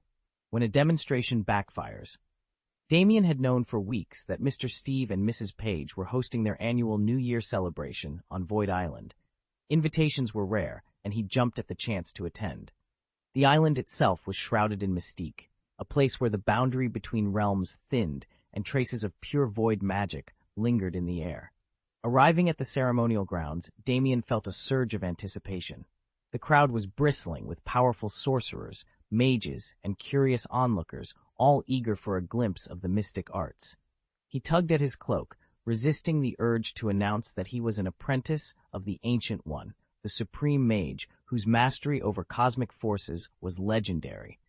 Boasting about that pedigree here would only draw unwanted attention and perhaps skepticism, given how few truly understood the Ancient One's realm-shaking power. Steve caught his eye and waved him over. "Glad you could make it," Steve said, offering a friendly nod. "So, what skills did your master teach you?" Bruce Banner hovered nearby, his curiosity clearly piqued.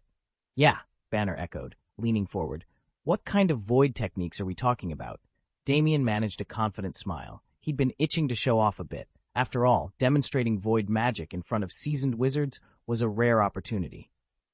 "How about a quick demonstration?" he suggested. The murmurs through the gathered spectators grew louder. Stepping forward, Damien inhaled deeply.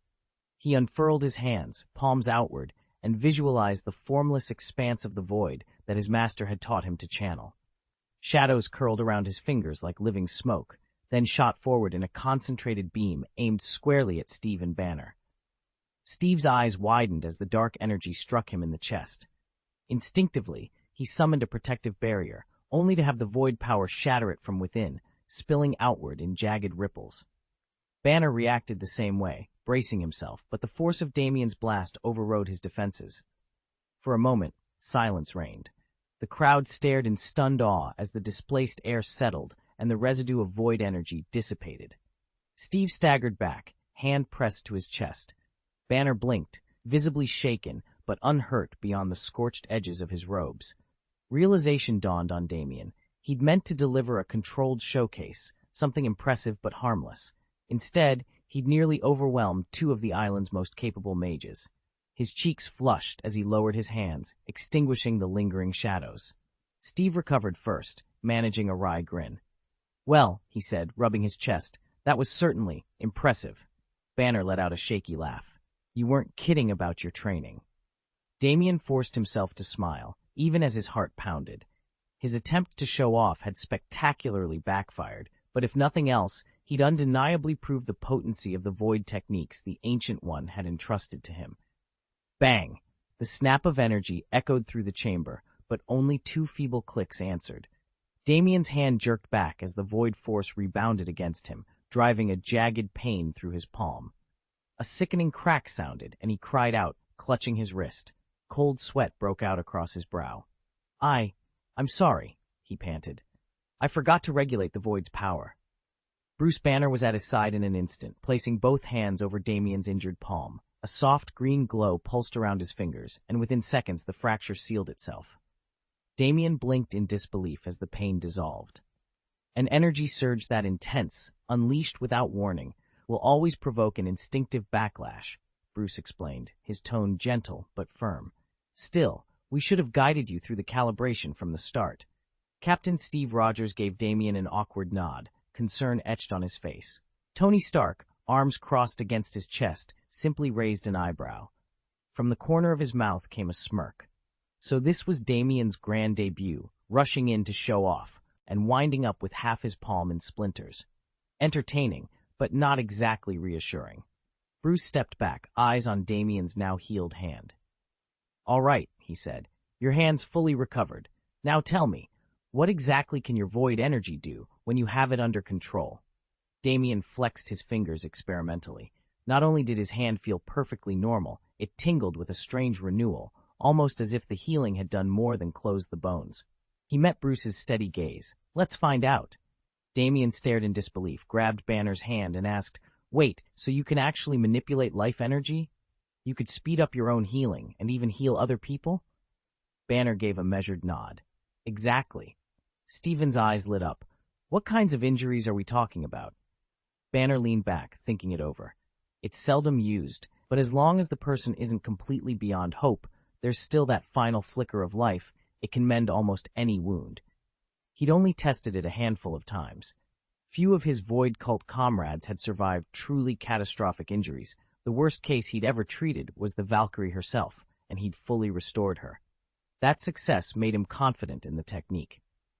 Damien pressed on, voice low. "What about nerve damage? Can you fix that?" Stephen shook his head, skeptical. "I've never tried it, but damaged nerves are notoriously difficult to cure."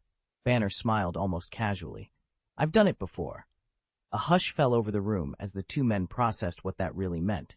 With Banner's life energy control, even the most grievous, seemingly permanent injuries might now be reversible. Damien's heart pounded. "Dr. Banner, could I actually learn that ability?" He watched, almost unbelieving, as Banner looked back at him without hesitation. To Damien, an accomplished surgeon, the power to heal injuries with a thought was nothing short of a miracle. With such a gift, he figured all he'd need was basic medical training and this magical technique to become unstoppable. "I can teach you," Banner said, his lips curling into a pleased grin. "But it won't be instant. You'll need to go through several evolutions of your gamma profile." Damien's eyes lit up. Healing by accelerating cellular regeneration, changing his body chemistry at will, the possibilities were endless. "How many evolutions are we talking about?" Banner tilted his head, considering. "It depends on your natural aptitude. If you're fast to adapt, maybe a dozen or so. If you want a truly rock-solid foundation, closer to 20. Relief and excitement washed over Damien. "That's nothing," he said confidently. "I can transform into the Hulk at will. If I can handle that, I can handle a few dozen evolutions." Banner laughed, the sound echoing through the lab. "All right then, let's get started." As Banner prepared the first set of training protocols, he allowed himself a satisfied smile. If Damien could truly master this technique, the Blood Cow School would claim its first and most formidable pupil yet. Hulk's birthright was an almost preternatural physique paired with a supercharged healing factor.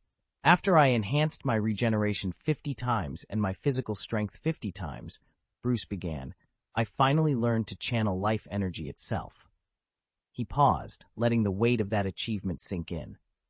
"Judging by your current life energy output, you'd need roughly 200 evolutions of your body and another 100 plus on your healing ability, about 300 upgrades in total, to reach the same level. The payoff, though, is immense. With a fortified body and an accelerated healing factor, only a mortal, truly fatal wound could take you down. Even a blade through the heart couldn't keep you down for long." Damien watched Bruce with rapt attention. The older man's estimate of 300 evolutions was daunting, yet tantalizing. Bruce studied Damien's reaction and offered him the chance to learn the technique. "I'll teach you how to master this," he said. "But be warned, it's not a small commitment." Damien nodded, his curiosity tempered by the sheer scale of the task. 300 evolutions was more than a simple training regimen. It was a lifetime's work. As appealing as the power of life energy was, he realized he wasn't ready to dive in just yet. He forced a small smile and shook his head. "Not for now," he answered. Inside, though, he knew that when the time came to unlock the Void's potential, he would have to summon every ounce of determination he possessed. To truly unlock his full potential, Damien must master Void magic, the raw power of emptiness itself, and fuse it with his existing arcane arts. That's why, after Stephen first guided him in physically evolving his body to a state that was neither feeble nor formidable, Damien devoted every ounce of energy to strengthening his bond with the Void. It's been 8 years since Damien received the Void's blessing, and in that time, he's only managed a little over 500 evolutions. Even with unrelenting willpower, he still needs another 2 or 3 years to reach mastery, and each subsequent breakthrough comes at a slower, more arduous pace. If he had taken Bruce Banner's approach, prioritizing self-healing above all, he might guarantee his own survival, but he'd remain ill-equipped to face the myriad demons roaming the shadows. Stephen himself hasn't yet fully harnessed void power, and setting aside even the elemental transmutation techniques Damien once demonstrated, Stephen just now tried to strip the souls from Steve Rogers and Bruce Banner. Their instinctive resistance, however, lashed back at him, proof that there's still much to learn before anyone can claim true dominance over the void. By mastering the void's power alone, you can safeguard your soul. When you face other mages, or even demons later on, you'll still have a solid anchor, and that's only one of the void's strengths. Bruce Banner watched Dr. Strange's eyes widen and sighed. He let go of Stephen's hand with a small curse under his breath. Honestly, I thought teaching would feel more rewarding than this. Stephen Strange bowed his head. I'm sorry. As a healer, I truly respect what you do. But from the start, I planned to dedicate our initial evolution slots to deepening the void's power, Banner interrupted. I can't squander them on the path you suggested. Strange hesitated, then forced a small smile. No offense taken. I get that everyone's evolution journey is different. At those words, Banner's stern expression softened. All right then, what were you trying to do just now? Steve Rogers, who'd been watching in silence, leaned forward. Yes, Stephen, what did you have in mind? I'm going to punch the souls right out of both of you. Damien spat as he launched himself forward. Stephen Strange yanked back, astonished. I didn't expect you two to counterattack so directly, he admitted, then paused, staring at Damien and his companion. Is it really possible to separate one's soul from their body? Steve Rogers, watching all of this unfold, shook his head in awe. Kamatage's magic must be unique, he said. It's a type of sorcery designed for souls that have outgrown their physical vessels. There are countless branches of magic, Strange agreed, stepping forward. To demonstrate, he swept his hands through the air. Instantly, the floor rippled as he cast transposition spells, folded open the mirror dimension, teleported small objects across the room, and even transformed a simple dagger into a gleaming, ornate blade. Tony Stark, Bruce Banner, Paige, Pepper Potts, Pietro Maximoff, and Wanda Maximoff watched in rapture. Incredible, Tony murmured. Magic really does dwarf pure physical force. I'm intrigued, Paige said. I'd love to learn some of these spells. Pietro piped up. Mirror dimension manipulation and spatial teleportation seem the most useful. Could Dr. Strange teach us those? Wanda's eyes gleamed. Once we master them, we could travel back and forth between Blue Star and Void Island at will. The group exchanged excited looks, each of them fully aware of how transformative Kamatage's magic could be. Guyi's voice was calm and authoritative as he addressed his two apprentices. Teleportation through space requires both innate talent and the proper credentials. Only after rising to the rank of master within the Kamatage Council will you be granted a dimension ring, and only then may you travel between realms at will. He paused, letting the weight of his words sink in. Once you embrace the magical arts, you must also swear to uphold the laws that govern our world. If you accept those terms, I will teach you everything in my power. But there is one caveat. Mirror magic is reserved for the Supreme Mage alone. Its secrets, recorded only in the Waishan Emperor's grimoire, remain off limits, even to you. At that declaration, Damien's heart quickened. Over the past month, he had secluded himself in silent meditation and poring over every scrap of lore he could find. He now realized why Guyi had personally guided him through those cryptic exercises in mirror space. The Ancient One had, in effect, already acknowledged him as a disciple worthy of his tutelage. He drew a steady breath and looked up, determination shining in his eyes. Master, then tell me, what are the laws I must abide by in the mage world? Tony, who had been watching in rapt attention, stepped forward. Yes, he said, voice eager. If there are rules to follow, we need to know them. Damien stood in the vaulted lecture hall of the Arcane Academy, his dark eyes fixed on the robed instructor at the dais. The old mage's voice carried through the chamber with quiet authority. The single most important rule in the magical world is never to tamper lightly with nature's laws. Such power exists only for confronting certain enemies or under extraordinary circumstances, and never for personal gain. Anyone caught breaking this rule will be brought before the Council of Mages and, if they refuse to atone, hunted like a fugitive. Stephen, leaning against a marble column, frowned. Hold on, so we can't use our own abilities unless there's a specific threat? What's the point of learning magic at all, then? Tony crossed his arms and shot Damien an incredulous look. Seriously, why bother copying these spells if we're not even allowed to cast them for ourselves? Damien's pulse quickened. He'd spent months mastering even the most basic incantations, and now it sounded as if he'd never be allowed to use them outside of some grand, undefined crisis. Pietro, pacing just behind them, shook his head in disbelief. I don't get it. A man who earns his keep honestly is respected, right? As long as we don't harm the world or break civil law, why can't we use what we've learned to improve our lives? Wanda and I protect the Blue Star facility for Tony. He pays us well for our skills. The instructor fixed Pietro with a steady gaze. Earning a fair wage in exchange for honest service is one thing. Turning magic into a marketable commodity is quite another. When you use the laws of nature as a business transaction, you turn power into a weapon, and that is the true transgression we will not tolerate. Chapter 538, Damien Ventures into the Cosmos. Tony and Pietro flanked Damien as they strolled beneath the vaulted ceiling of the arcane library. Shelves of ancient tomes loomed overhead, their spines etched with runes that pulsed faintly in the dim light. Why do you think the wizarding world has so many strict rules? Tony asked, his brow furrowed. Pietro nodded, echoing the question with quieter curiosity. Damien paused beside a tall lectern, tapping a finger against its weathered oak. He glanced at the two brothers, weighing his words. It's true that magic sets us apart from ordinary people, he said slowly. But that difference can easily corrupt the wielder. The rules exist to prevent exactly that. He let the silence hang for a moment before continuing.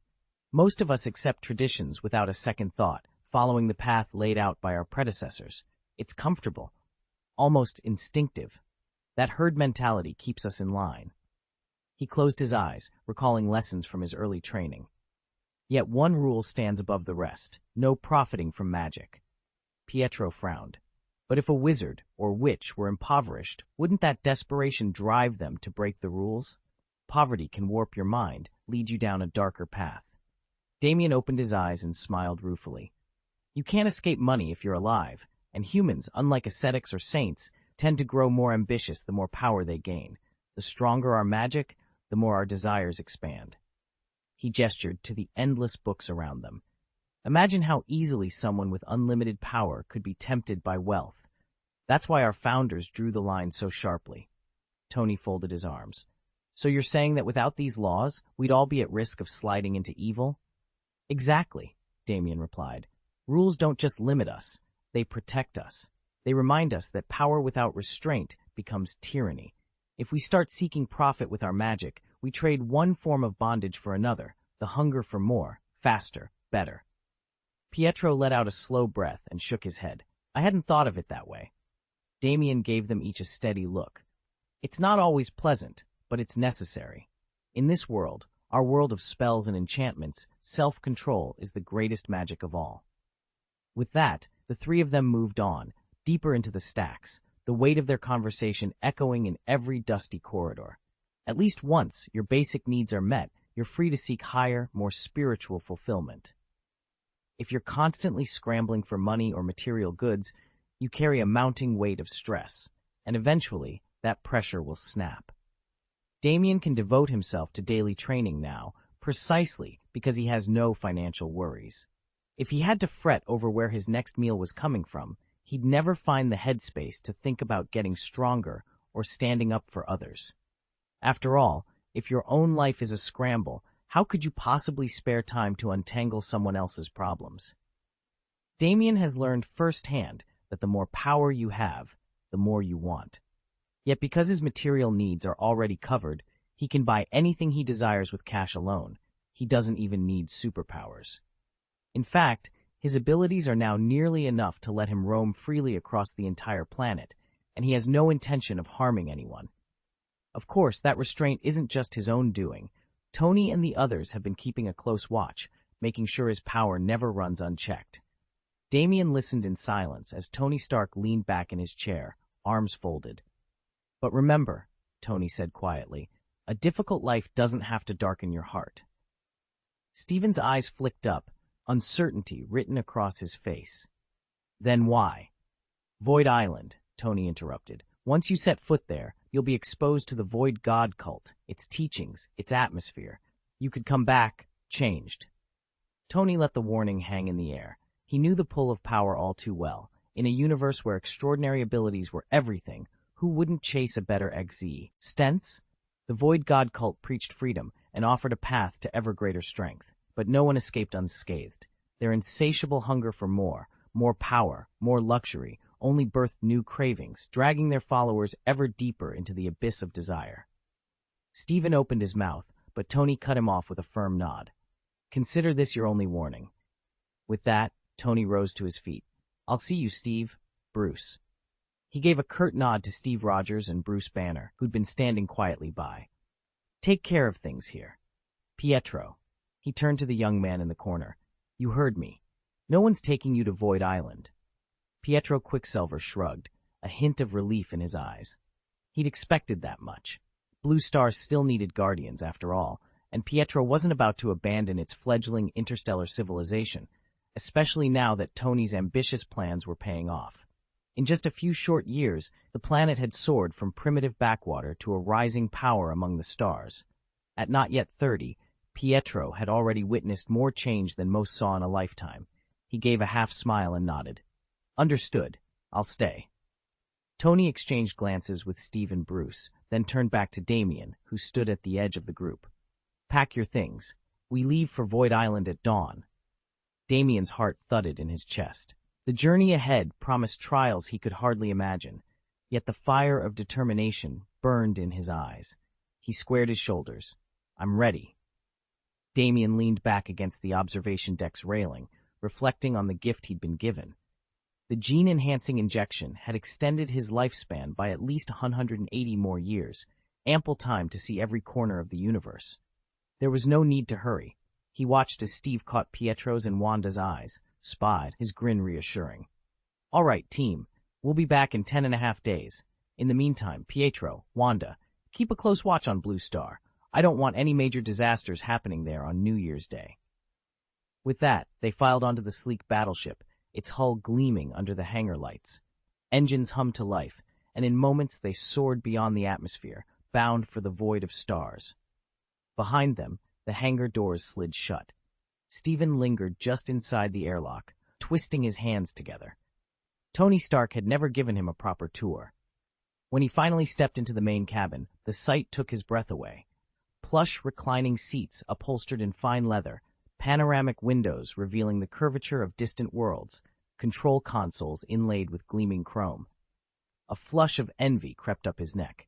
He reminded himself, it's one thing to go from frugality to luxury, but once you've experienced this kind of comfort, there's no going back. With a rueful smile, he sank into the nearest chair, already wondering how he'd ever settle for anything less. "When you finally get a taste of this life," Banner said with a knowing smile as he watched Damien's jaw drop, "you'll find it hard not to jump right in. Most members of Void Island might not match Tony's personal fortune, but they all live in the same kind of luxury. You'll see for yourself when we arrive." He paused, letting Damien absorb the implication. Even if no one here bothers to hold down a job, the cosmic coins Miss Sonia hands out routinely more than cover everyone's needs. Food, clothing, you name it. Everyone has enough to indulge their every whim. Damien recovered his composure and asked, "How long does it take to get to Void Island from Blue Star?" "With our schedule," Banner replied, "we're in no hurry." He glanced at Tony, who was already tapping away on a holoscreen. "It's roughly a 10-hour trip to Xandar's Void Island." Tony looked up in surprise. "Only 10 hours?" Damien frowned. He knew the true distance between Blue Star and Xandar spanned millions of light years, far more than could be covered in mere hours. "And if I need to get there faster?" Tony gave Damien an appraising look. "Well, teleportation can cut interstellar travel almost instantly, provided you meet the conditions." He tapped a button on his console. the stars outside warping momentarily as the ship aligned for the jump.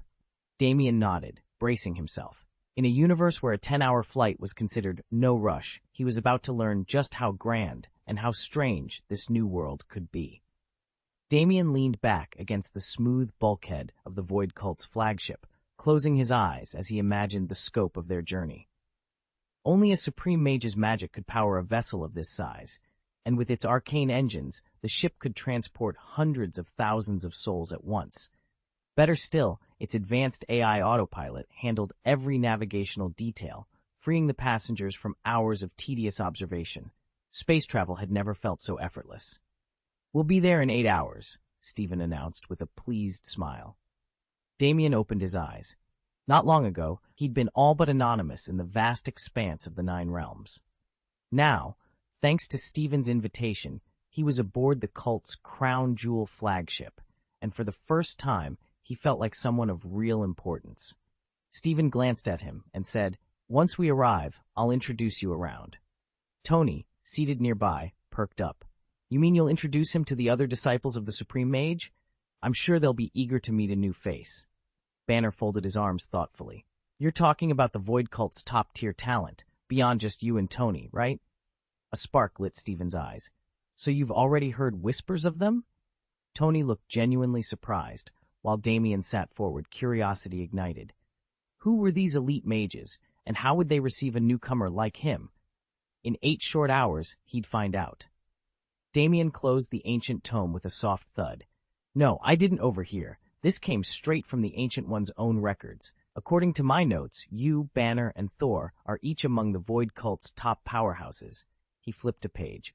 "I've only managed fragmentary intel on the other 5, and no exact power rankings, only that they're all exceptionally strong, and Alex Yama Mowgli should be careful not to provoke one of them." Stephen frowned. "Impressive. Sounds like you did your homework."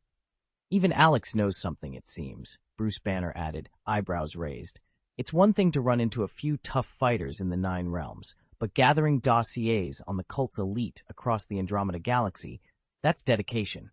By Stephen's assessment, any single one of those 5 could flatten Kamatage without breaking a sweat, so I can only imagine how concerned the Ancient One must be." Stephen shook his head, a rueful smile on his lips.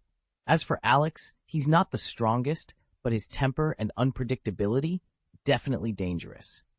"Guyi's done a thorough job with his homework," Stephen Strange announced, snapping the ancient tome shut. Tony Stark gave an approving nod.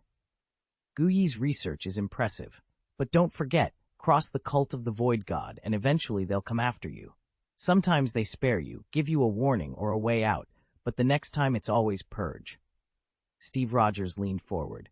"What about me? Does the Ancient One's book say anything about me?" Strange flipped back to the 2 sections of the grimoire, the normal records and the Void chapter. "Tony, Bruce, Thor, and even Unmalix all have entries in the Void chapter," he said, pointing to a line of names. "But you don't appear there at all." Steve's brow furrowed. "Not a single mention." "Your name only shows up in the standard archives," Strange replied, shaking his head. "There's nothing about you in the Void chapter." A low hum of surprise rippled around the table. Steve ran a hand through his hair. "So the Ancient One never felt the need to record me under her secret books." Tony exchanged a glance with Bruce Banner and Thor. "Interesting," he muttered. "What does it mean if you're only in the ordinary records and not the Void chapter? What did the Supreme Mystic truly think of us?" Strange closed his eyes for a moment, considering. "That's what we need to find out." Damien laid the Ancient One's dossier on the table and looked up at the trio gathered in the Sanctum's library. According to her evaluation, everyone currently active in the Nine Realms is essentially harmless, he said, closing the folio with a soft snap. "That made my decision easy. I came straight here to brief you." Stephen Strange folded his arms. "To be precise, Renoli and the others never leave Void Island in the Andromeda Galaxy. They're under permanent wards. Unless something catastrophic happens, they won't wander off." Tony Stark leaned back and tapped a finger against his chin. "So outside our immediate circle, anyone else show up in her records?" Damien nodded. "Just 4 more names." Bruce Banner rubbed his hands together, a half grin forming. "I'm relieved I wasn't flagged as a threat." he turned to Damien. The four are Kassadin, the so-called Void God, founder of the Void God cult, Sonia, his envoy and the cult's power controller, God King Odin, and Gao Tianzun, one of the realm's foremost masters. Stark scoffed. Void cult operatives are like shadows, virtually impossible to pin down. They've mastered disappearing whenever someone starts looking their way. Stephen gave Damien a curt nod. That's our landscape, then. Nobody out there is overtly dangerous, except for that Moloch's individual the Ancient One did flag. He's the wild card we'll need to watch. Damien studied the faces before him. Understood. We'll keep a close eye on Yan Moloch's, and we'll assume the rest are neutral, unless proven otherwise. Bruce closed his notebook. Sounds like a plan. Let's move forward, then. 9 realms or Andromeda, we're ready. Stephen leaned back, eyes shadowed with concern. What I discovered is that Gao Tianzun was driven back by Lord Kassadin, the god of the void. Damien's brow furrowed. So he was defeated? Stephen sighed, running a hand through his hair. More than that, he was forced into submission and quietly folded into the ranks of the Void Divine cult. He paused, gathering his thoughts. Anyone the Ancient One deems worthy of inclusion in the Void Codex isn't just a celebrity within the cult. They command a reputation across the entire universe. Yet Guyi recorded almost nothing beyond that point. Damien exchanged a knowing look with him. Why would Guyi stop there? Because, Stephen said softly, no one dares set foot on Void Isle just to dig up more details. If you tempt Kassadin out in the open, the Ancient One himself could be overwhelmed before he even arrives. Now that you understand a little more, we can speak openly. The threats against Alex come from outsiders, not from fellow Void cult members. Stephen, you're one of us now. As long as you faithfully uphold the Void God's doctrine, never sullying its honor and remaining utterly devoted, Alex will recognize you as a trusted friend. If you ever run into trouble, he'll be there to help. Only one warning, don't call on Alex unless you intend to eliminate your enemy completely. Once he decides to act, he shows no mercy. Tony smiled. Alex could be ruthless, but for Void cult members, he was an unbreakable ally. A small team then walked Stephen Kopp through Void Island's regulations and outlined the situation on Xandar. Finally, Jarvis led him aboard the battleship to choose his cabin, ready and waiting for him whenever he takes command. Damien settled into his observation seat and watched the star-speckled void slip past his viewport. As the spacecraft sped away from everything he'd ever known, he felt a heady mix of wonder and anticipation. After more than 10 hours in transit, the vessel's sensors announced their arrival at Xandar, and what a sight it was. Compared to his homeworld, Blue Star, Xandar was colossal. Dozens of sleek warships and fighter squadrons streamed along predetermined space lanes, heading toward a massive, glowing orbital ring, a feat of engineering that pulsed with countless lights and seemed to hum with power. Damien had never seen anything so dazzling or so advanced. Though he spotted many alien forms among the traffic, most bore at least a passing resemblance to humans. As they pierced Xandar's atmosphere, Damien gazed down at the sprawling capital city. Endless towers of glass and metal gleamed in the sunlight, all centered around a giant star emblem that marked the heart of the Xandar Empire. In the sky above the streets, air trains and flying cars wove through dedicated aerial channels, each vehicle following its own sleek, aerodynamic path. Below, people hurried along broad boulevards, while automated service drones flitted between buildings. Everywhere he looked, technology reigned supreme. And Damien was already certain that in a world like this, adventure was just beginning. Damien gazed out the viewport with awe. Thanks to cutting-edge technology, travel had never been easier. Some even used experimental gear to soar through the sky. Damien wasn't dreaming of flight. He was fixated on the sleek vehicles racing below. Joining Kamatage had been a stroke of luck, but that didn't mean he'd lost touch with modern society. He'd always had a weakness for fine automobiles.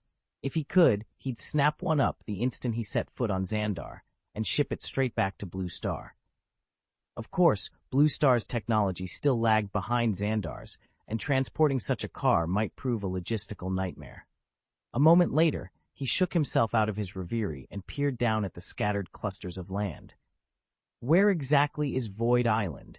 Banner, standing beside him, pointed to the sprawling archipelago. All the islands in that stretch of sea are now part of Void Island's domain, right off the coast of Xandar City. Banner's chest swelled with pride as he spoke. Even he hadn't purchased the islands personally, but the very fact that the Xandar Empire controlled that vast swath of ocean and all its private retreats and leisure resorts was a point of honor for every citizen. Damien nodded, letting the magnitude of their new territory sink in. Soon, he told himself, he'd have plenty of time to think about cars. For now, there was far more to explore. Damien stared out at the shoreline, remembering how Void Island had once been a famed holiday escape. Back then, its golden beaches and swaying palms promised nothing but leisure, an island paradise. But time had a way of changing things. Now, access here carried a price tag of 10,000 credits a day, and by dawn, Damien's first dispatch, a 4,000-word report, would have to be sent off.